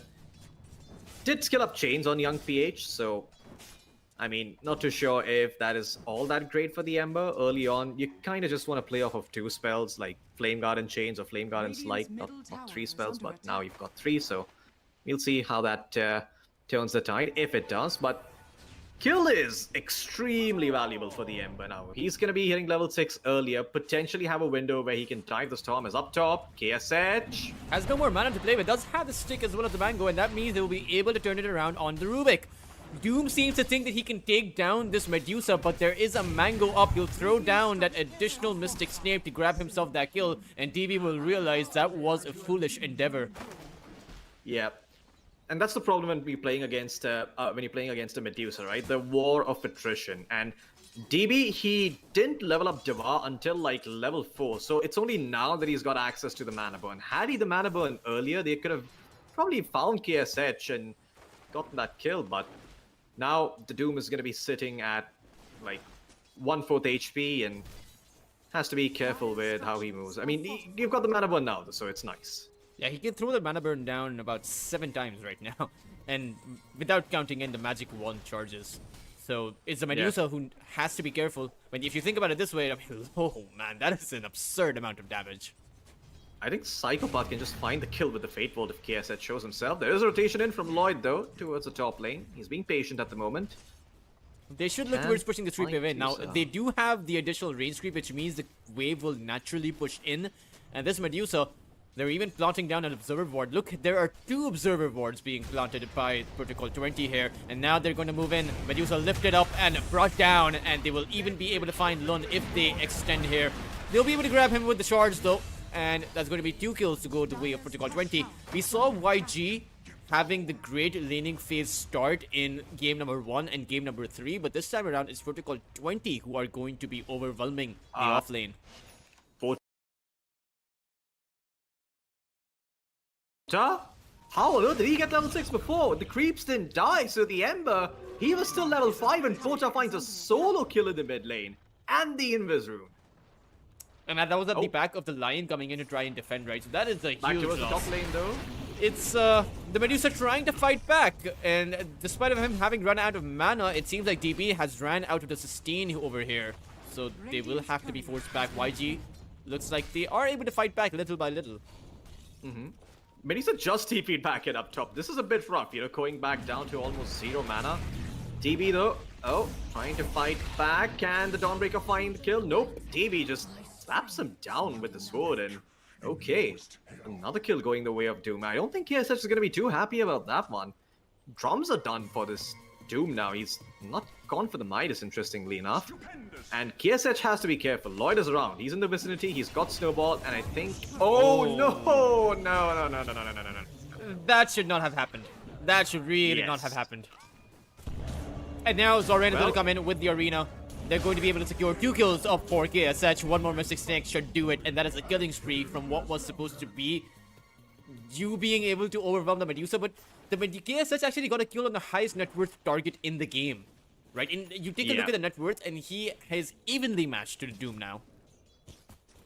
I mean, not just that, but now, you know, the Storm, who was having a bad time potentially, is also having a good time because the Ember, he also died once. So it's like they're trading one lane for the other, but up top they will get the Deuce at last. So okay, without the Doom being committed, so DB still has that one to play with. Potentially can move towards the mid lane and use it on the Ember Spirit if he wants to. The 8-minute power rune is going to spawn towards the top side. They have a haste rune to potentially chase after Proto, but the Earth Spike did not end up landing. Man, that is a missed kill. Skill A. I think he TP'd in quickly enough, but could have just walked a bit forward before dropping that Earth Spike. Dropped it a bit too early. Up top, KSH. I just hope he doesn't get dove again, man. This Medusa is, yeah, he's not a happy camper. He's got a decent amount of gold. I mean, 4,000 net worth at 8 minutes is really not that bad. But he could have died 2 less times. That's the whole point of playing Medusa. You don't want to be dying. You don't want to be giving the enemy team the space they need to get the items to deal with you. That's how this hero functions. So the fact that the Doom has been able to find these 2 kills means that he's going to be able to have greater impact along these other lanes. And like you mentioned, maybe even rotate mid and Doom up the Ember. Now, the thing is, Medusa is still significantly ahead of Mango, though. But that's to be expected. The Morphling can't really farm that quickly. And it seems like Mango will be able to recover on that net worth to make a move on Zoran. The spear from the Morphling to skewer Zoran and take him down. Huge. Absolutely huge kill. Being able to find that Mars there. The Morphling really needed that because the lane was... didn't start off all that well. You can see even now, if you drop the CS shots, it is the Mars who's sitting on top. But that kill, it's gonna nearly close the gap for the Morphling. And now that Mango Rose has got the Vlads, he can start farming up.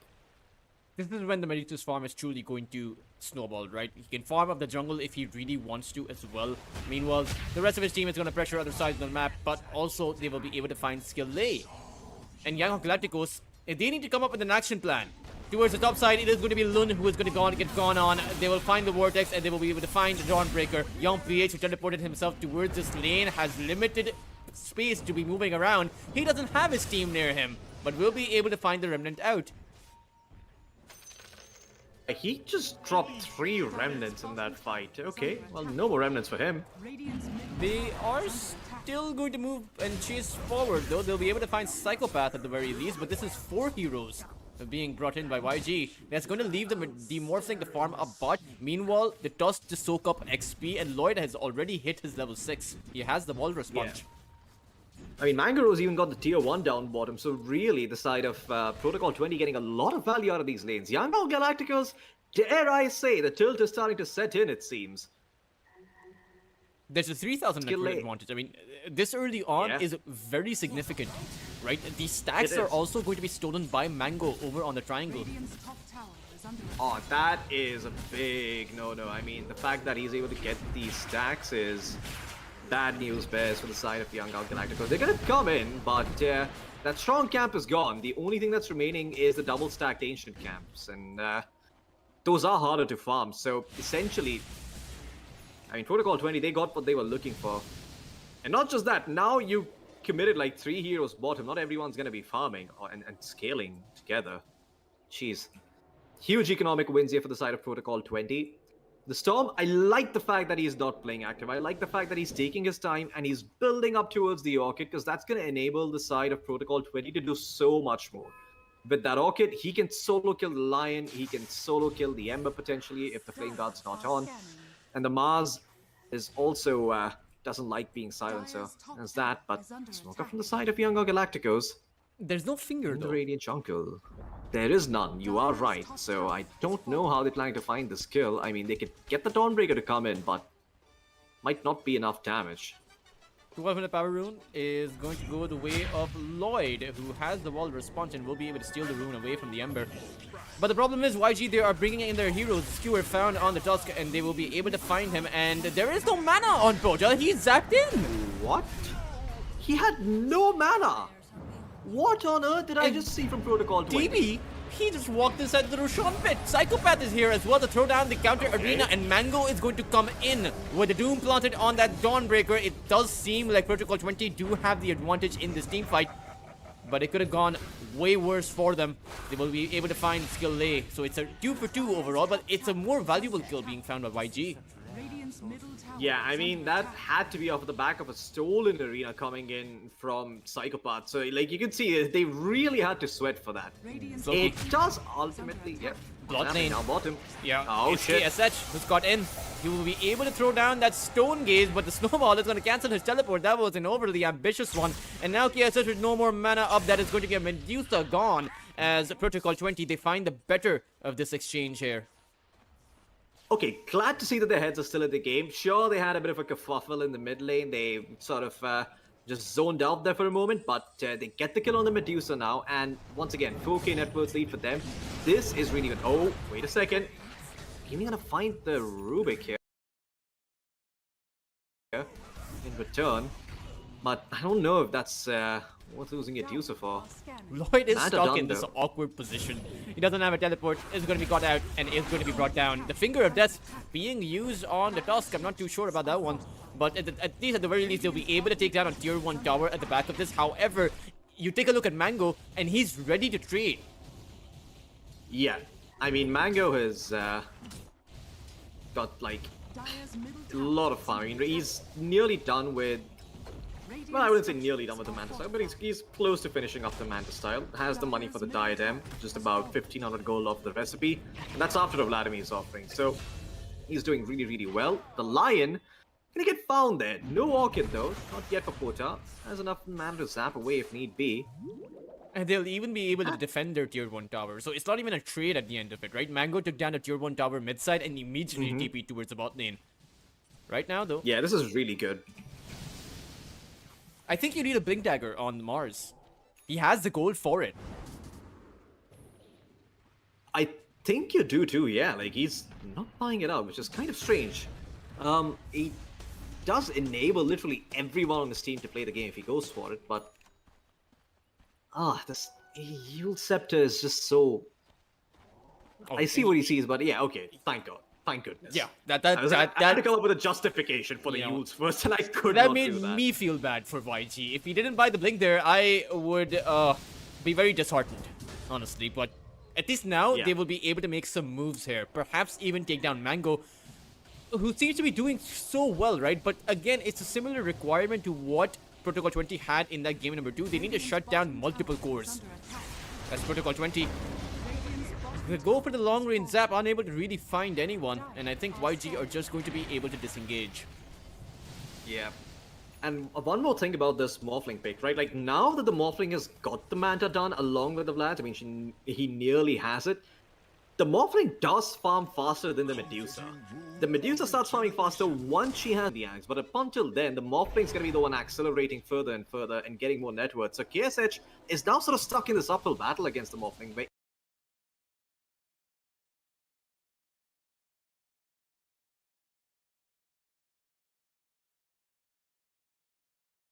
even if he's keeping up in terms of farm, he's not exactly going to be able to stand toe-to-toe with the Morphling in terms of damage output. So, really, it's the side of Protocol 20 who are going to lose out if they don't make moves at this point, because their Morphling is strong.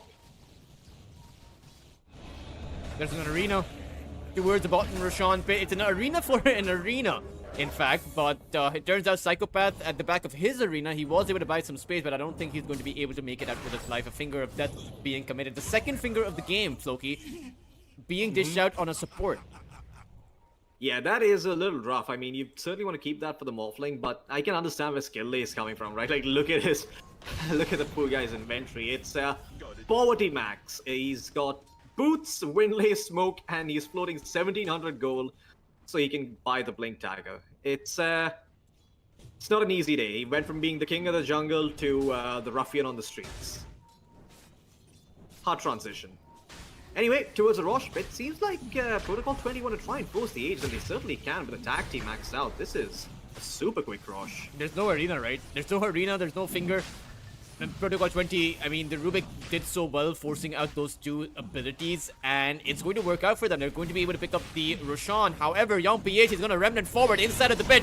Can this steal the Aegis right now? It's not really picked up by anyone. Lunar is going to come in with the Solar Guardian, and they are going to clean up Protocol 20.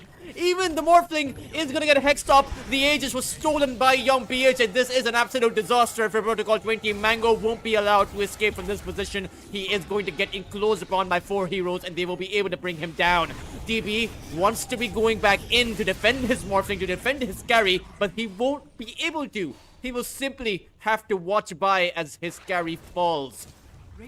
Oh my god, that is so bad here. There was a dire observer the entire time outside the pit. Nobody decided to drop a sentry and check for that. If they knew, that fight could have gone completely differently. But now, all of a sudden, there's an Aegis on the Ember, and this game is going to turn face so quickly. Sure, you've got the Doom, but in the next few minutes till Thrust, we're going to see Young Galacticos do what they do best, and that is running over the enemy teams at this point. They've got everything they need. There's a Blink Dagger on the Mars. The Dawnbreaker has, Pavis or Solar Crest or whatever she's buying. She's pretty close to finishing it. The Lion's got the Blink flying out now, and the Ember has the Blade Mail. He's even almost done with the Yule Scepter. So really, it's go time for Young Galacticos. And yeah, Protocol 20, they really need to play this one out carefully, because if they don't, then they could be on the verge of just losing way too much map control. It really seemed like they became a bit too overconfident, right? Because there was no arena, no finger. They thought that they had the Aegis secured in the bag, but they had another thing coming. It was Young PH with the Brazen Remnant forward. I mean, no fear from... Mid lane Porter is going to take some damage, but yeah, I mean, you can see that. That one move that was made from the side of Protocol 20 meant that KSH, not only was he able to help his team get the Rosh and the kill on the Morphling, but he also gets the top tier 1. The mid tier 1 is also in jeopardy. It's going to be so much gold going the way of Young Galacticos. Although, I have to say, it is looking like it's a bit of a slower push here. They zap in on the Ember. However, there's a Marina coming out from the other side. However, they've lost the Aegis for nothing. Okay. YG, certainly that wasn't the right commitment. I think they were expecting the Ember to survive just a little bit more. Yeah, I mean, he tried popping the Arcane Rune in the bottle so that he could live through the Orchid Soul Burn, but there was too much damage, and he lost the Arcane Rune as well, so it's not like when he comes back with round number 2 they can fight. That is just a wasted arena, and now all of a sudden, I mean, okay. I mean, Protocol 20 can, I guess, get on the map and do something. Skill Link does have the Blink Dagger, though, so you have to be careful of the Hex and the Finger. That's something that the Morphling can always die to until the Morphling decides to get a shot, which I don't think is going to be for quite a while. Is Dawnbreaker in trouble? They will jump on Lun. However, Zoran is going to come in, finds a skewer on the Storm, and Skilled is going to come in with the finger.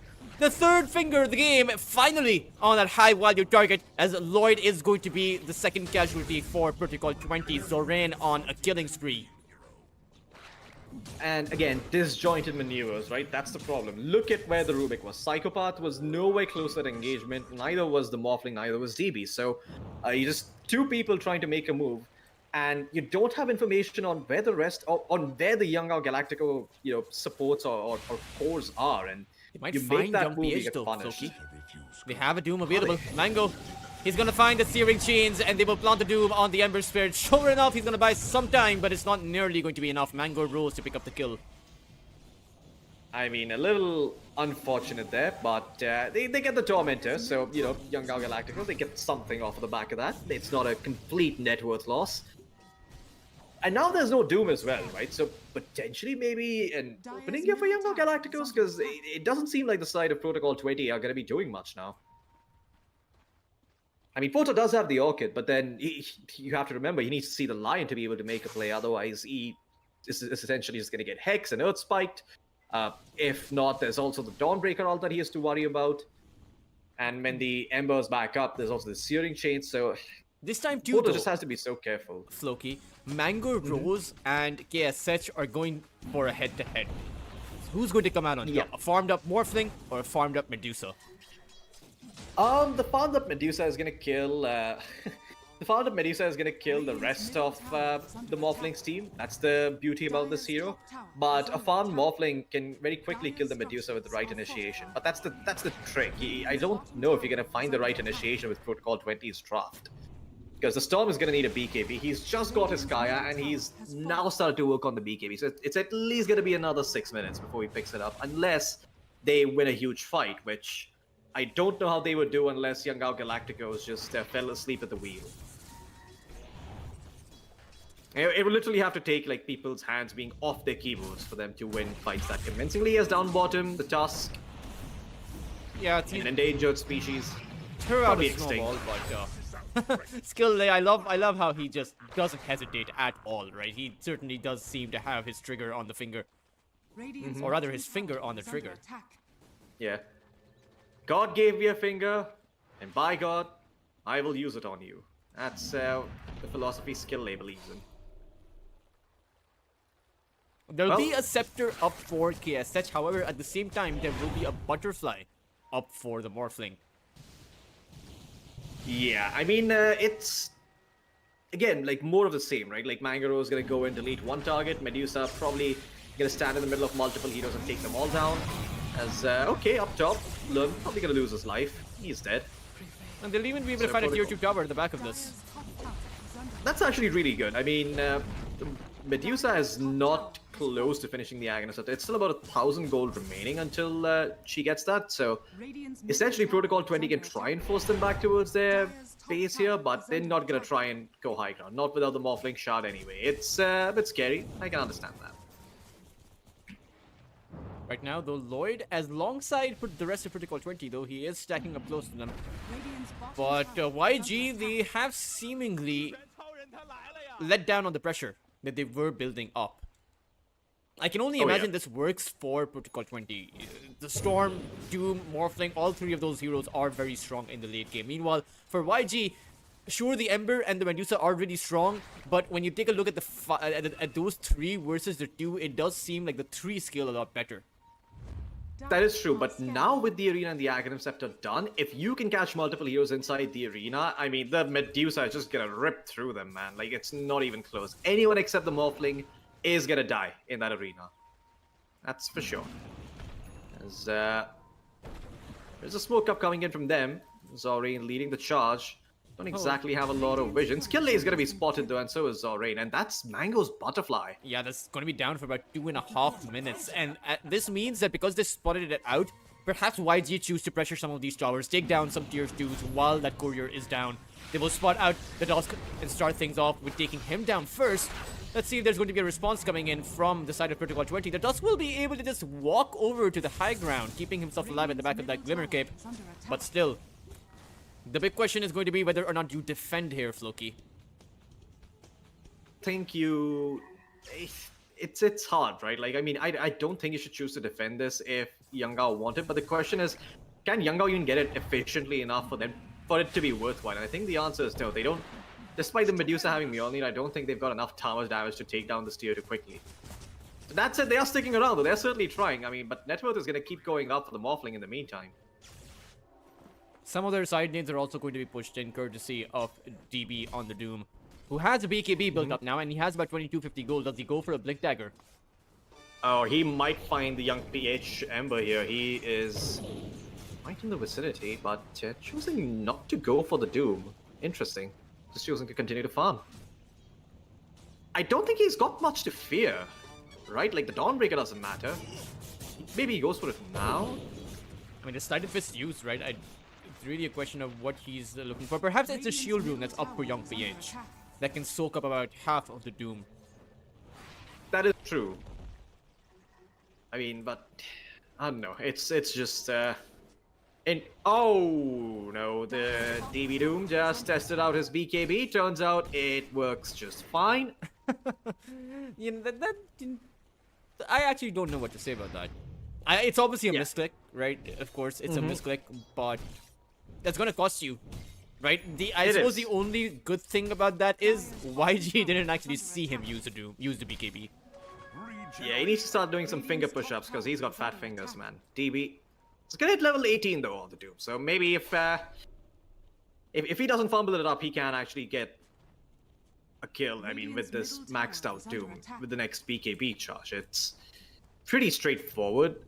But it just feels like the side of Protocol 20 are playing it super slow because they want the Storm BKB to come out, and I can understand that, but I feel like not using the Doom and just farming away with him is also the wrong choice, because this hero's biggest strength is the fact that every 120 seconds he has a Doom that's guaranteed to kill someone on your team, and that's guaranteed to win you a fight if you just play around it. If you just play with the smoke and you know that this Doom is strong and he can get you a kill, and you play around that timing, you can get a lot done. But they haven't done that this game on Protocol 20.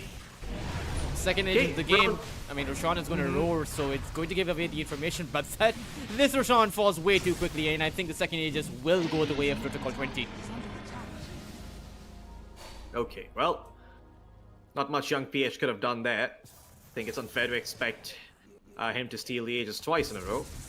That said, though, KSH, he's gonna go for the MKB, so they will have answers for this Morphling's Butterfly, and this is where things get interesting, because now, if you catch the Morphling in the arena and spear him up, there's a chance you could probably take him down too, at least the first life, and then let's not forget that the Master's got the Victory Feast passive, right? So every time the Deusa gets a kill, she's gonna be getting more bonus damage, so people are gonna die even faster. It's very interesting. I mean, I like the concept that young Galacticos are trying to, put through here in theory. It sounds very nice, but haven't seen that happen so far in this game. Haven't seen an arena come out onto multiple heroes with the Deusa just whacking away at them with the Mjolnir. It really seems like both teams are playing for that late game, right? They are banking on their respective carries. Young Galacticos relying on KSH. Meanwhile, Protocol 20 relying on Mango Rose. But only one of those carries can come out ahead. It seems like YG are going to go for a teleport towards the mid side. And I'm not too sure about a fight against an Aegis. With an Aegis on the Morphling, nonetheless. Yeah, I mean, there's also a fight into a Doom, right? So there's one hero's going to be taken out of the fight. Unless you can get him quickly. Skillblade does have the blink, but there's a shot available on Mangaros, so unlikely to get that. I wonder if you can shift through Hex. Doesn't Hex silence you as well? Yeah. I don't think we can shift through Hex. I think we can shift through stuns, but yeah. They could have certainly found the Morphling there. I mean, they could have blown up Mangaros at least once with just the Lion, and then you can maybe buy back and continue fighting if you really want. But I guess Skill 8 didn't have money for buyback, so don't go for that approach. But now it does seem like the way both of these sides are posturing, observer wards also planted towards the tier 2, and I think that YG are going to be going for that Morphling. Mango Rose, he does seem like he seems to be doing fine, but we'll send an illusion forward. I hope YG don't actually expend everything on this illusion. No, they'll actually spot it out. They won't. Good old IQ test, passed by YG. But Lun has the Aghanim Scepter now on Dawnbreaker as well. So though you might not have the heal, starting fights is also hard for the side of Protocol 20. Oh, they find Mango, Floki, towards the mid lane. As soon as the rest of Protocol 20 went away, they will be able to take him down. The Storm Spirit zaps in to try and defend the Morphling, who will be able to wave farm out, and Pota will be able to make quick work of Skill Lay. However, can he find the exit out? His BKB is running out. Young PH, will he go for the Remnant forward? No. YG lose the one, and they call it quits.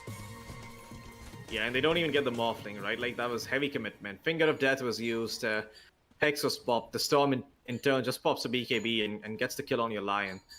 Now, if Youngao Galacticos want, they can go again, but they need to not run into the Morphling. There is a way to fight into the Aegis.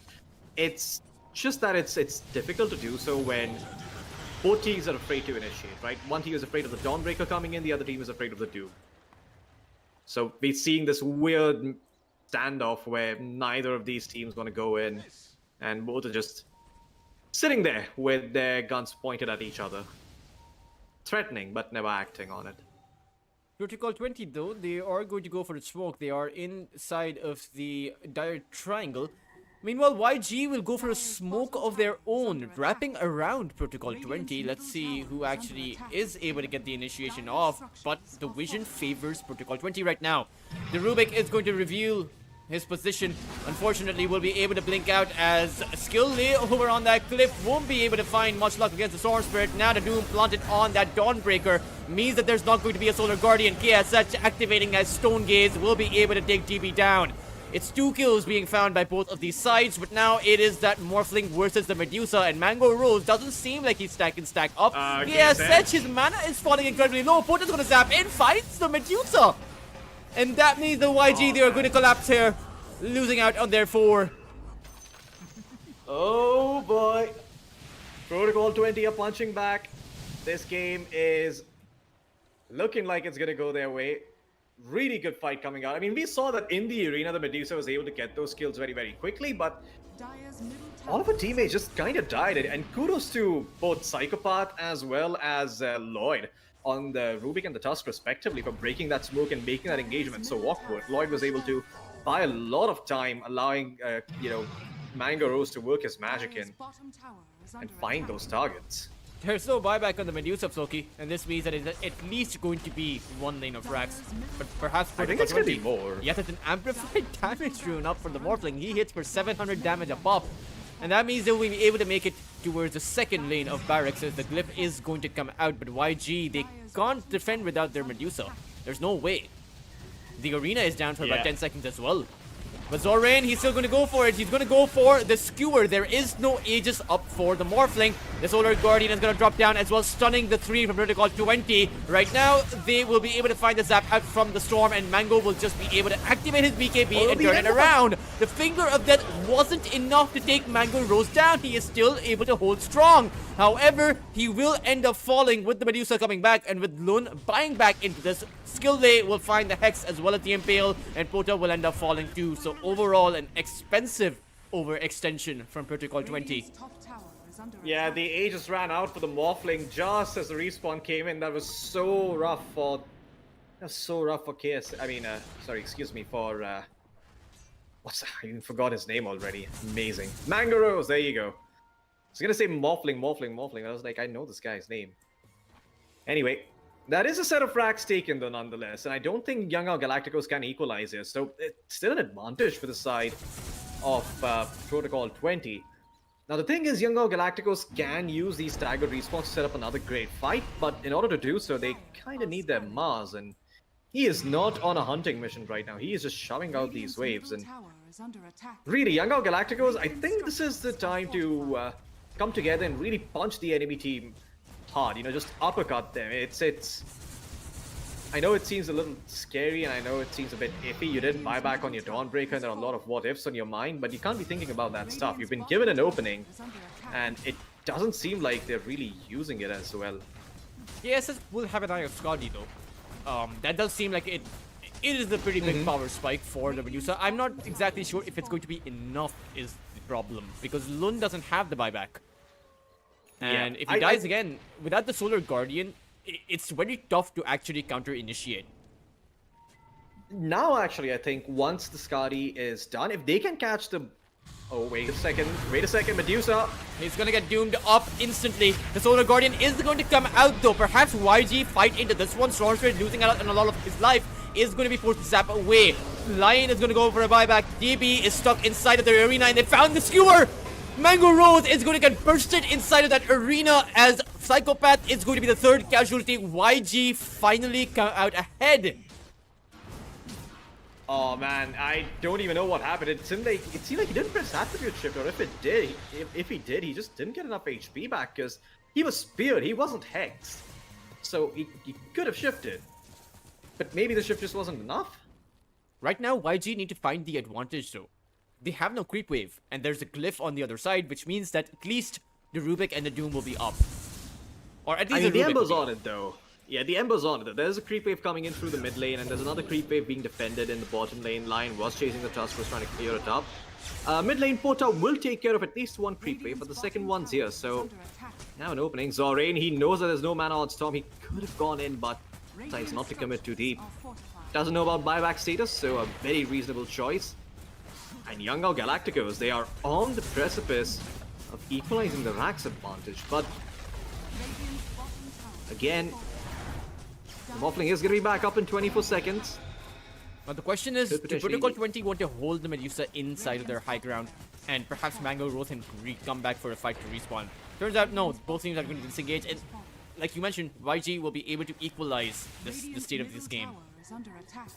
I mean, they can actually go for more if they want, because the Medusa is really strong. Young PH also has the Shiva's Guard now, so you've got the double healing reduction against the Morphling, which means attribute shifting. Even if he did shift previous time, if he does, it's just not gonna work, because there's too much healing reduction coming in. So KSH essentially can just stand his ground and do whatever he pleases. Amp damage room bottled up as well for him. Aegis about to spawn in like a second. There you go. Even Roshan, I mean, if they're able to grab this Aegis, there's going to be a refresher shard. So that means a double Solar Guardian or a double Arena. Maybe even a double Finger of Death.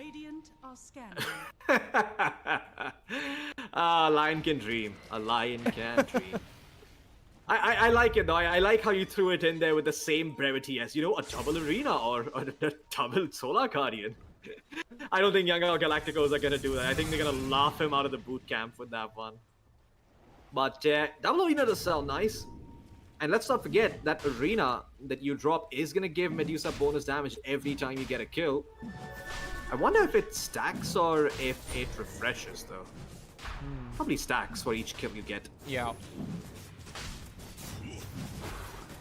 But right now, the Aegis will be claimed by the side of YG as Protocol20. They are not interested in the contest here.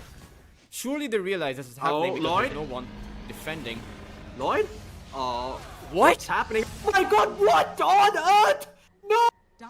Hey! That was, watching! They were able to steal the Aegis on They canceled Medusa's TP! Oh yeah, man. and they cancel. Oh my god, what on earth is going on? The Doom is out onto the Mars down in the bottom lane. They'll be Mango Rose just spears him to his death as they get the Mars. Storm will die twice, but I think that's okay because, well, Mango Rose is looking to equalize the Rax disadvantage. The question is, YG, they have the entry on the Morphling. There's no Storm Spirits. So Mango Rose, he is going to end up falling, and this Doom will be able to TP out. No! He ran out of his BKB. He's just going to get skewered to the wall and brought down. What am I watching? Oh god. Okay, so the Storm steals the Aegis first, dies twice. The Muffling goes bottom, hoping to rat while this is happening, and then the Storm zips back in to cancel the Medusa's TP. So far, so good. They kill off the Mars once, but then I don't know why, but for some strange reason, Mango Rose decides to waveform in to hit the racks. You could have just walked up there and would have been completely fine, because you'd have an escape tool. But because he waveformed in, that gave Young Galacticos an opening to buy back and fight them, and that's exactly what Zorain did. Radiant's middle And now you've got no buyback, and this is potentially game. KSH, he might not have an Aegis, but he sure has a lot of damage. Radiant's The middle Morphling barracks will are under have the buyback now, but the Doom does not, you're right. And this is going to be, or rather the Doom also has a buyback, but they are going to end up losing 2 lanes of barracks. YG can't actually find Mega Creeps, and I think they retreat from this position. I don't think KSH can actually take the tier 4s down, but it's trying to force out the buyback. I think that's what this play is all about. They've got Refresher onto the Mars. They can certainly try and fight this. I mean, they're just trying to force out some buybacks, and they know that KSH also has a buyback if a push comes to shove. So, essentially just a bait as the Storm trying to clear the creep wave. Needs to be careful about that one. Banner. But this is going to be a very expensive defense from Protocol20, even if they're able to gather it. But YG, they will realize that they can't actually force out the buybacks. They will end up retreating. But so far, they come out with the significant advantage, I would say. Yeah, they do have a melee racks advantage in the bottom lane, because I believe Protocol20, they only got the range racks. Yeah, it's only the range racks. So, they are up a singular racks at this point. And there is no Aegis. And I honestly think that at this point, if you have buybacks, you just go for it if you're YG. Medusa has buyback now. Did buy out the Diffusal Blade. Consumes the Aghanim Scepter and actually puts it in. Okay. Maybe she should go for the shard as well while she's at it, but those are all Radiant's top tower is falling. minor upgrades. Hypotheticals. Yeah. I mean, it doesn't really matter if you have it or not. In theory, it could be nice if, like, a non-BKB Storm jumps you, he gets stunned. But, yeah, it's like, you want to have the Disperser this game in particular, because you want to have the ability to sort of buy some time in these fights by running away. You don't always want to fight in every position, because your team can't always help you in those front lines. So, And I Disperser think is going to go a long way. that Protocol20 are suffering because their Storm Spirit isn't all that farmed up anymore. He just has 3 items. Make it actually 2 items, right? The Bloodthorn and the BKB. But doesn't have the upgraded Kaya to the Sanjin Kaya, and doesn't have a Scepter, doesn't really have much, and not even too many Galvanized charges. He can't stand in the team fights. He can just zap in, but doesn't actually have much apart from that. Okay, smoke up from the side of Protocol20. Radiant's top tower is Now under Galacticos, they do have buybacks, but not on the Mars, not on the Ember, not on the Lion. It's just the Medusa. The Dawnbreaker has buyback, but not the money for it. Lurn has gone all in on the Refresher Orb. They've got great fighting potential if they can find something here, but that's the key, finding something. I don't think the Doom's it. Zoran really wants to be going in. No, it's actually Skille who starts things off with the Hex. The immediate reversal from Mango from that backline. However, the Solar Guardian is going to come in for the counter initiation. The Tusk has lost his life. Mango's BKB is running out right now. The Stone Gaze has come out too. It's actually stunned the Storm. Boot is going to end up losing his life. Immediately going to go for the buyback. And right now, YG, they may want to be disengaging, but Mango still able to hold that front line. And the Ember planting a remnant towards that front line is seemingly does not want to be engaging again. Radiant's top tower is under Yeah, Ember also, again, doesn't have buyback, right? So he doesn't want to be going in just yet, doesn't have the money for it. But what a huge fight coming out from Young Galacticos. They do lose their line, a little unfortunate, but they've got the arena at the ready again, courtesy of the Refresher Orb, and they also have the second Solar Guardian coming through. Moves out onto the Medusa. It's going to be planted and they'll be able to take KSH down. He immediately goes for the buyback. He's going to be coming in through the outfield at YG. They are going to be going all in. The arena planted down is just going to catch the Tusk. Young PH was able to find that kill, but right now YG really need to make this worth it because they have to go all in. They have placed all of their chips in the same basket and they are now on the tier 3s. Oh, the Mars, he's got no buyback. He's dead. 110 seconds without the buyback as they take down Zorain. KSH still desperately trying to find the final set of frags, but he's going to have to hold on to that thought right now because Mango Rose has just turned into a lion and he is slapping him down with his projectiles as they will get the kill on the line as well. Another dieback coming through. And that's two heroes dead for 90 seconds. Protocol20, they just might have found a window back into this game. If they can get Deucer, though, it would be huge. And there was a Doom chasing him with the Mana Burn as KSH is so low on mana. But the Ember, he will get the Doom first instead, who has the buyback. The Ember himself, too, has the buyback. So it's okay. They keep the Medusa alive. And they will not lose their throne just yet. But boy, it came close. Radiant's middle tower. And is right under now, attack. I'm not exactly too sure what YG's game plan is going to be. Are they just going to wait out 7 entire minutes for Medusa to get the buyback? That certainly doesn't seem to be a real possibility. So perhaps it's going to come down to that lost Roshan, Floki, as there's no way YG give it up. You want to find the Storm Spirit and the Tusk on the side of Protocol20. If you can do that, they don't have buybacks, and you can use that to take a good fight potentially. But it's going to be difficult. It's not going to be that straightforward. And Mangaros even has the blink now, so he can do the same to Young Out Galacticos. He can find kills on the line and the Mars, who both don't have buybacks. Well, Roshan's also incredibly important at this point, but not going to be up for at least another 40 seconds. Now, But YG, arguably, it's... YG do have the double refresher, right? Lun has a refresher, the Mars has a refresher. So those are potentially 2 Solar Guardians, 2 Arenas to be coming out. Does that overpower Protocol20, or are they fine with that? I think Protocol20 are...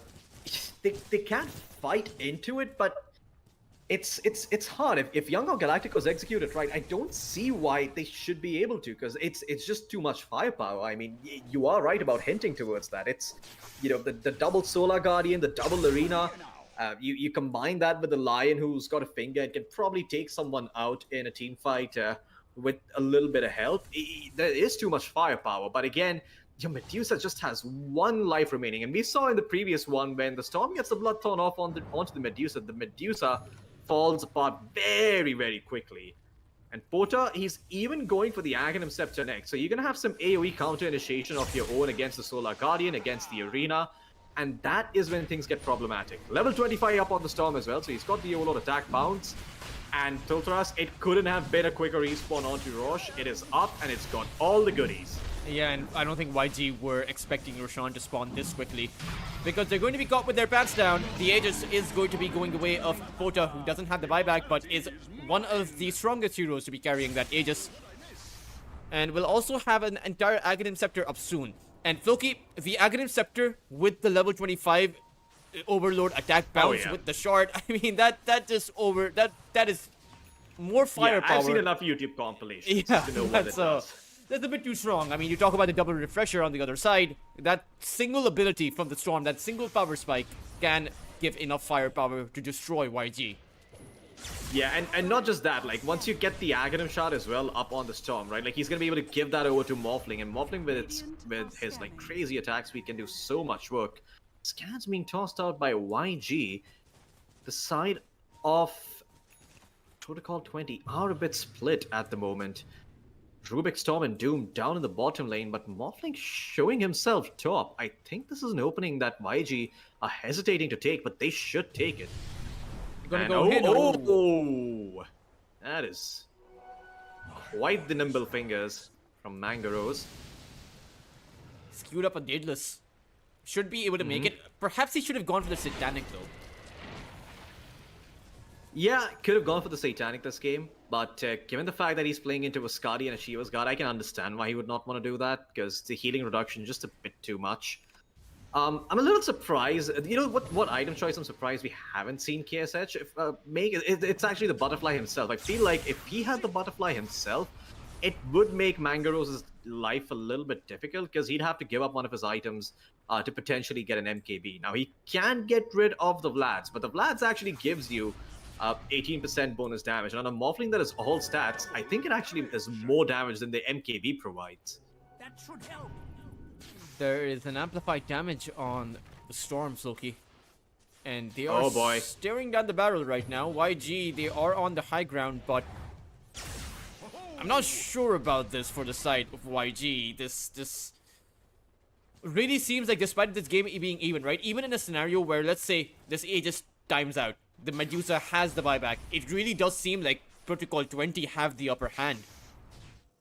I think they're waiting for Storm's buyback to be almost up. It's a minute 40 remaining on Storm's buyback and 2.5 minutes remaining on the Aegis, right? So there's at least a window of 50 seconds where you can't really engage onto where like the Storm can make use of the Aegis.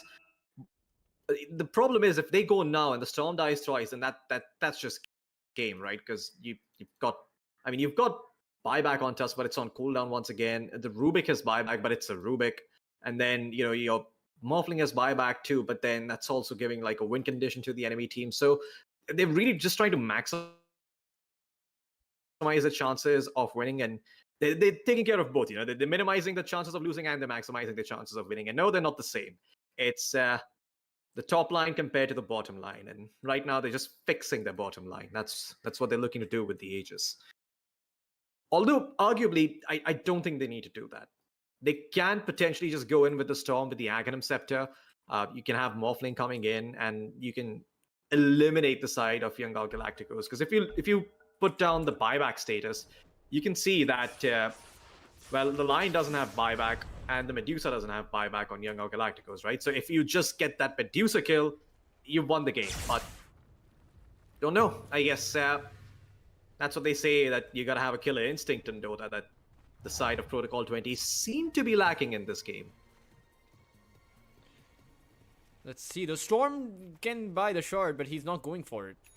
I'm not too sure about this. I mean, they, like you mentioned, they realize they have the ultimate advantage. The Medusa doesn't have a buyback, and coincidentally, the buyback is paired up with the timing of this Aegis. When the Aegis ends up ticking out, so will the buyback coming off cooldown. So not too sure about this hesitancy. I think, and this is what the problem is, right?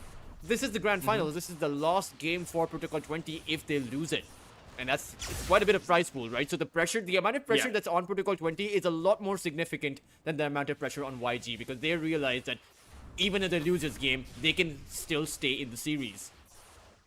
Oh yeah, I mean, YG are essentially waiting for the side of... they're waiting for Protocol 20 to make a mistake, but I don't think it's a mistake to go all in on the Medusa and try to kill her off.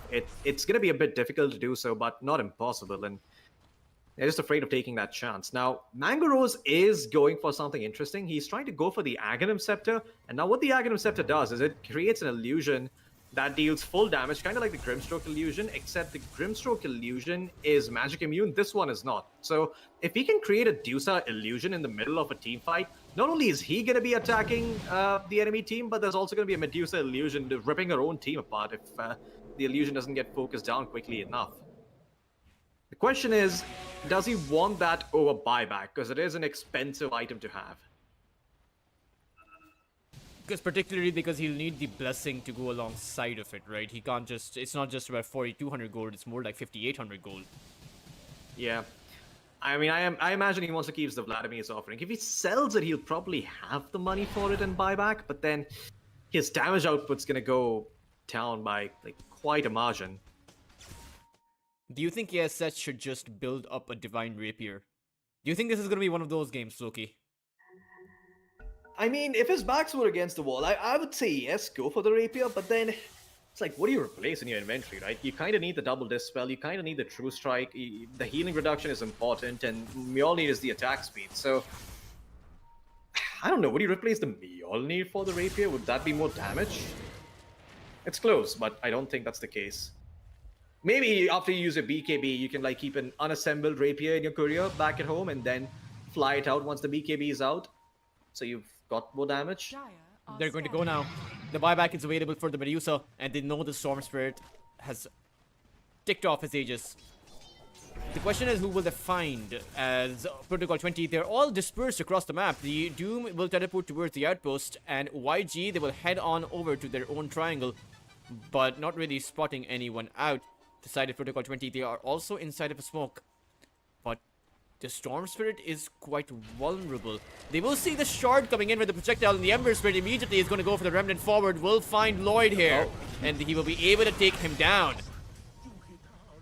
Okay, that's something. Storm is in the dire base here. Pota is going to force out the teleports coming in, and he's just going to find the exit out. Okay. Good move coming out by Pota, actually. I mean, that's forcing the enemy team back into their base is very important here. You can't just let them push out these lanes after that Tusk kill. Otherwise, they're gonna be knocking on your high ground. And let's not forget, they've got Refresher Orb on the Mars, they've got Refresher Orb on the Dawnbreaker. They've got a lot of AoE ultimates to work with. Swift Blink being queued up from KSH, which is interesting. Not a bad item at this point, but the question is, what do you replace, man? Like, that's the big Does he question need a for me. Disperser if he has a Swift Blink? I think he needs it for the Blood Taunt. Like, he needs to be able to dispel that, and then there are other things that could possibly require him to use that dispel. I mean, I don't know what it would be, though, to be honest, because I don't think there are a lot of debuffs on the enemy team that the Manta can't. That the Manta is not enough for. It's just a Blood Taunt that he needs to get rid of. There's nothing else in particular. Yeah, I guess he could remove the Disperser. Now, there's the invisibility rune on the Lion. Ideally, skill day finds the target, but very difficult to actually find someone. Both sides are going to be playing this very careful. Of course, one thing to note is that the Morphling, once he hits his level 30, is going to be much stronger than the Medusa, who, as far as the power spikes go, right? The level 30 power spike for the Morphling is a lot stronger than the level 30 power spike for the Medusa. Because the Morphling gains 35 strength. Meanwhile, the Medusa gains, what? +1 of the Gorgon's Grasp volley, which, to be fair, doesn't actually do anything in this game anymore. Yeah, I mean, you probably just go for... I mean, it's... You probably don't even press that spell in a team fight. It's that bad. Like, you could launch, like, I don't know, 4 auto attacks in the time it takes to cast that spell. Something crazy like that. Anyway, I think what the Medusa could do is buy a Moonshot. Not sure how much that would impact her damage output, but it like take your attack speed. I don't think the attack speed is capped just yet for Medusa, even though she's got a lot of Agi items. The attack speed cap is 600 if I recall correctly, and she's got 481. Scanning. If you hover over her portrait next to her stats, you'll see under the attack They might section actually that she's got. find KSH, or is it the other way around? No, it's definitely finding KSH. The Solar Guardian is going to drop down. The arena to come out from Zorain, and right now you have the refreshers to play with. The Tusk is stuck in this position. They have been able to take out all of the mana from the Medusa and will be able to take KSH down. He immediately goes for the buyback. And the Vortex is doing so much damage against YG, but both teams are looking to disengage. But DB is stuck in this position, though. He will be falling against that buyback from the Medusa, and Psychopath will get skewered to the wall and brought down. Those are 3 heroes to fall from Protocol 20, but it was an expensive exchange at the end of the day, with YG having to buy back on their carry again. Yeah, bit of a rough one here for both sides. Both sides losing their carries, both sides losing a bunch of heroes. But buybacks, arguably the more important buyback committed from the side of Young Gal Galacticos. So again, if you can just hold on, there is an opening available here for the side of Protocol 20, but it requires the Storm to split push and buy time. Ruby gonna buy back. They don't want to give away the Aegis, rightfully so. But YG really need to consolidate around that Roshan. They really want to put this Aegis on KSH. And without the buyback from the Morphling or the Doom, this is the opportune moment to take it. Yep. Well, they're certainly gonna try here. Zoran will have Question is- another arena. So it's going to be an expensive contest against Roshan. Only the Storm Spirit can do this one, and I think Protocol 20, they're going to give up this objective. Yeah, I think you give away the Aegis. It's fine because you've got like, I mean, you actually didn't force any other buybacks, to be honest, from the side of IG. So again, it's not ideal letting Dusa have the Aegis, but if you can kill her twice, she's got no buyback. You can end the game. Now the question is, are you actually going to go all in for that? Because that might be difficult to do against 2 Solar Guardians and 2 Arenas. And let's not forget, if that is the route you go for, or if you don't go for it, the other heroes all have buyback. So again, you just want to split them on the map, force them to respond to what you're doing, and Pota, okay, nearly takes down the entire creep wave in the mid lane. I mean, the creep wave will fall anyway. The question is, YG, do they really want to go high ground? If they lose the Aegis, if they lose the Medusa twice, it's going to be game over. But all they really need to do is find the 2 barracks here. And it's going to be mega creeps. The Doom going to blink forward, has planted the Doom on the Medusa, but immediately Solar Guardian comes out from the other side, and the Storm has lost his life. He's going to go for a buyback. Right now, the Doom is waiting on his buyback. Has it, but the banner has been placed down, so YG are clear about their intentions. Man, I mean, they have 1 game up. You absolutely go for this if you're YG. This is really Protocol 20's game to lose in more ways than one, and that's gonna be mega creeps. Don't even try and contest the side of Protocol 20.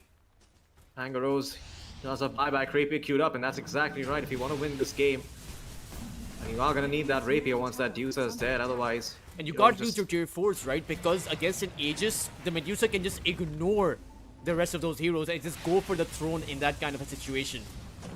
Rapier's coming. It's coming out for the Morphling. It's gonna be buyback in about 9 gold, but your throne is now exposed. DB, does he want to be going for this? He's gonna get stuck inside of the arena. Does have the buyback. Does not have the BKB though. Meanwhile, Mango Rose towards the back line. So Storm Spirit has just died back. Mango Rose, he is alone to defend this position, but in the between of the 5 heroes here, he is stuck. He is going to lose his life. Does have the buyback, but this has become incredibly risky for the side of Protocol 20. They are going to lose their Tusk as well as JB blinks forward, finds the Doom on this Ember, but that second Solar Guardian is going to drop on top of Protocol 20. They are going to buy back on the side of YG as DB is stuck here. He won't be able to find the exit against the Medusa. The Stone Gates comes out, and right now YG are running over the side of Protocol 20. There is no Storm. How do you defend this? You're on the cusp of elimination. You're stuck to your fountain as YG will be able to destroy that throne and take the grand finals. They will be your champions for the Lunar Snake Trophy season number 2. Man, what a long game coming out from both sides. Both sides fighting out until the bitter end. It did look like the side of Protocol 20 had a chance there, but YG quickly shut that down. I have to give credit where it's due though. Mango Rose, he really tried with that rapier, but there was just so much stuff to worry about. There was the arena, there was the Lion, there was the Dawnbreaker coming in with the Solar Guardian. I mean, it really was him against the world, and it didn't seem like his teammates could do enough in the meantime. Everybody else was just so damn poor. The Tusk, I mean, if he maybe had an Aghanim Scepter in this game, it could have been different, but he just had 15 deaths, could never get to that amount of money. It really seemed like Protocol 20, their most opportune moment was when the Storm held the Aegis and when the Morphling didn't have the buyback. But I think that Protocol 20, they were too hesitant about closing the game out, Floki. They were. And, I mean, that kind of hesitation is going to cost you. You know, we did mention that they had a chance there, but they didn't take it. Tusa didn't have buyback.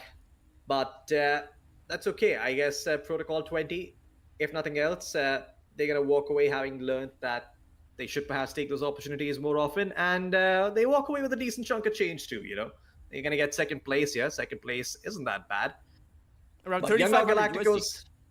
Yeah, Young Now Galacticos, they are the ones who are the winners here. They are first. They have completely dominated this tournament since the very start, looking a bit shaky there towards the end, but clinching the win nonetheless.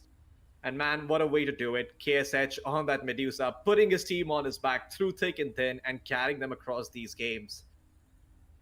At the end, though, it is the better team at the end of the day. Right, the team that plays the better game of Dota, I will say that Protocol 20, they, as you mentioned, YG, who were doing so well at the very start of the tournament, Protocol 20 were the only team that actually beat YG in the group stage. Unfortunately, it wasn't enough to beat them in the grand finals today. Protocol20 are going to be walking away with about $3,500. Meanwhile, YG will snag that big grand final prize of 6,500 USD going their way. And of course, this was the end for the Lunar Snake Trophy season number 2. This was Stoltros. It was a pleasure casting with you, Floki. Hopefully, we will come back for perhaps Lunar Snake number 3. You know, with your guys' support over in the comment section, perhaps it will be possible.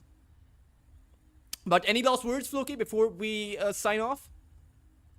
No, none from me. Congratulations to both teams. Congratulations to Young Galacticos for taking the win. Well deserved, well earned, and hopefully we get to see more of them in the SES circuit in the future.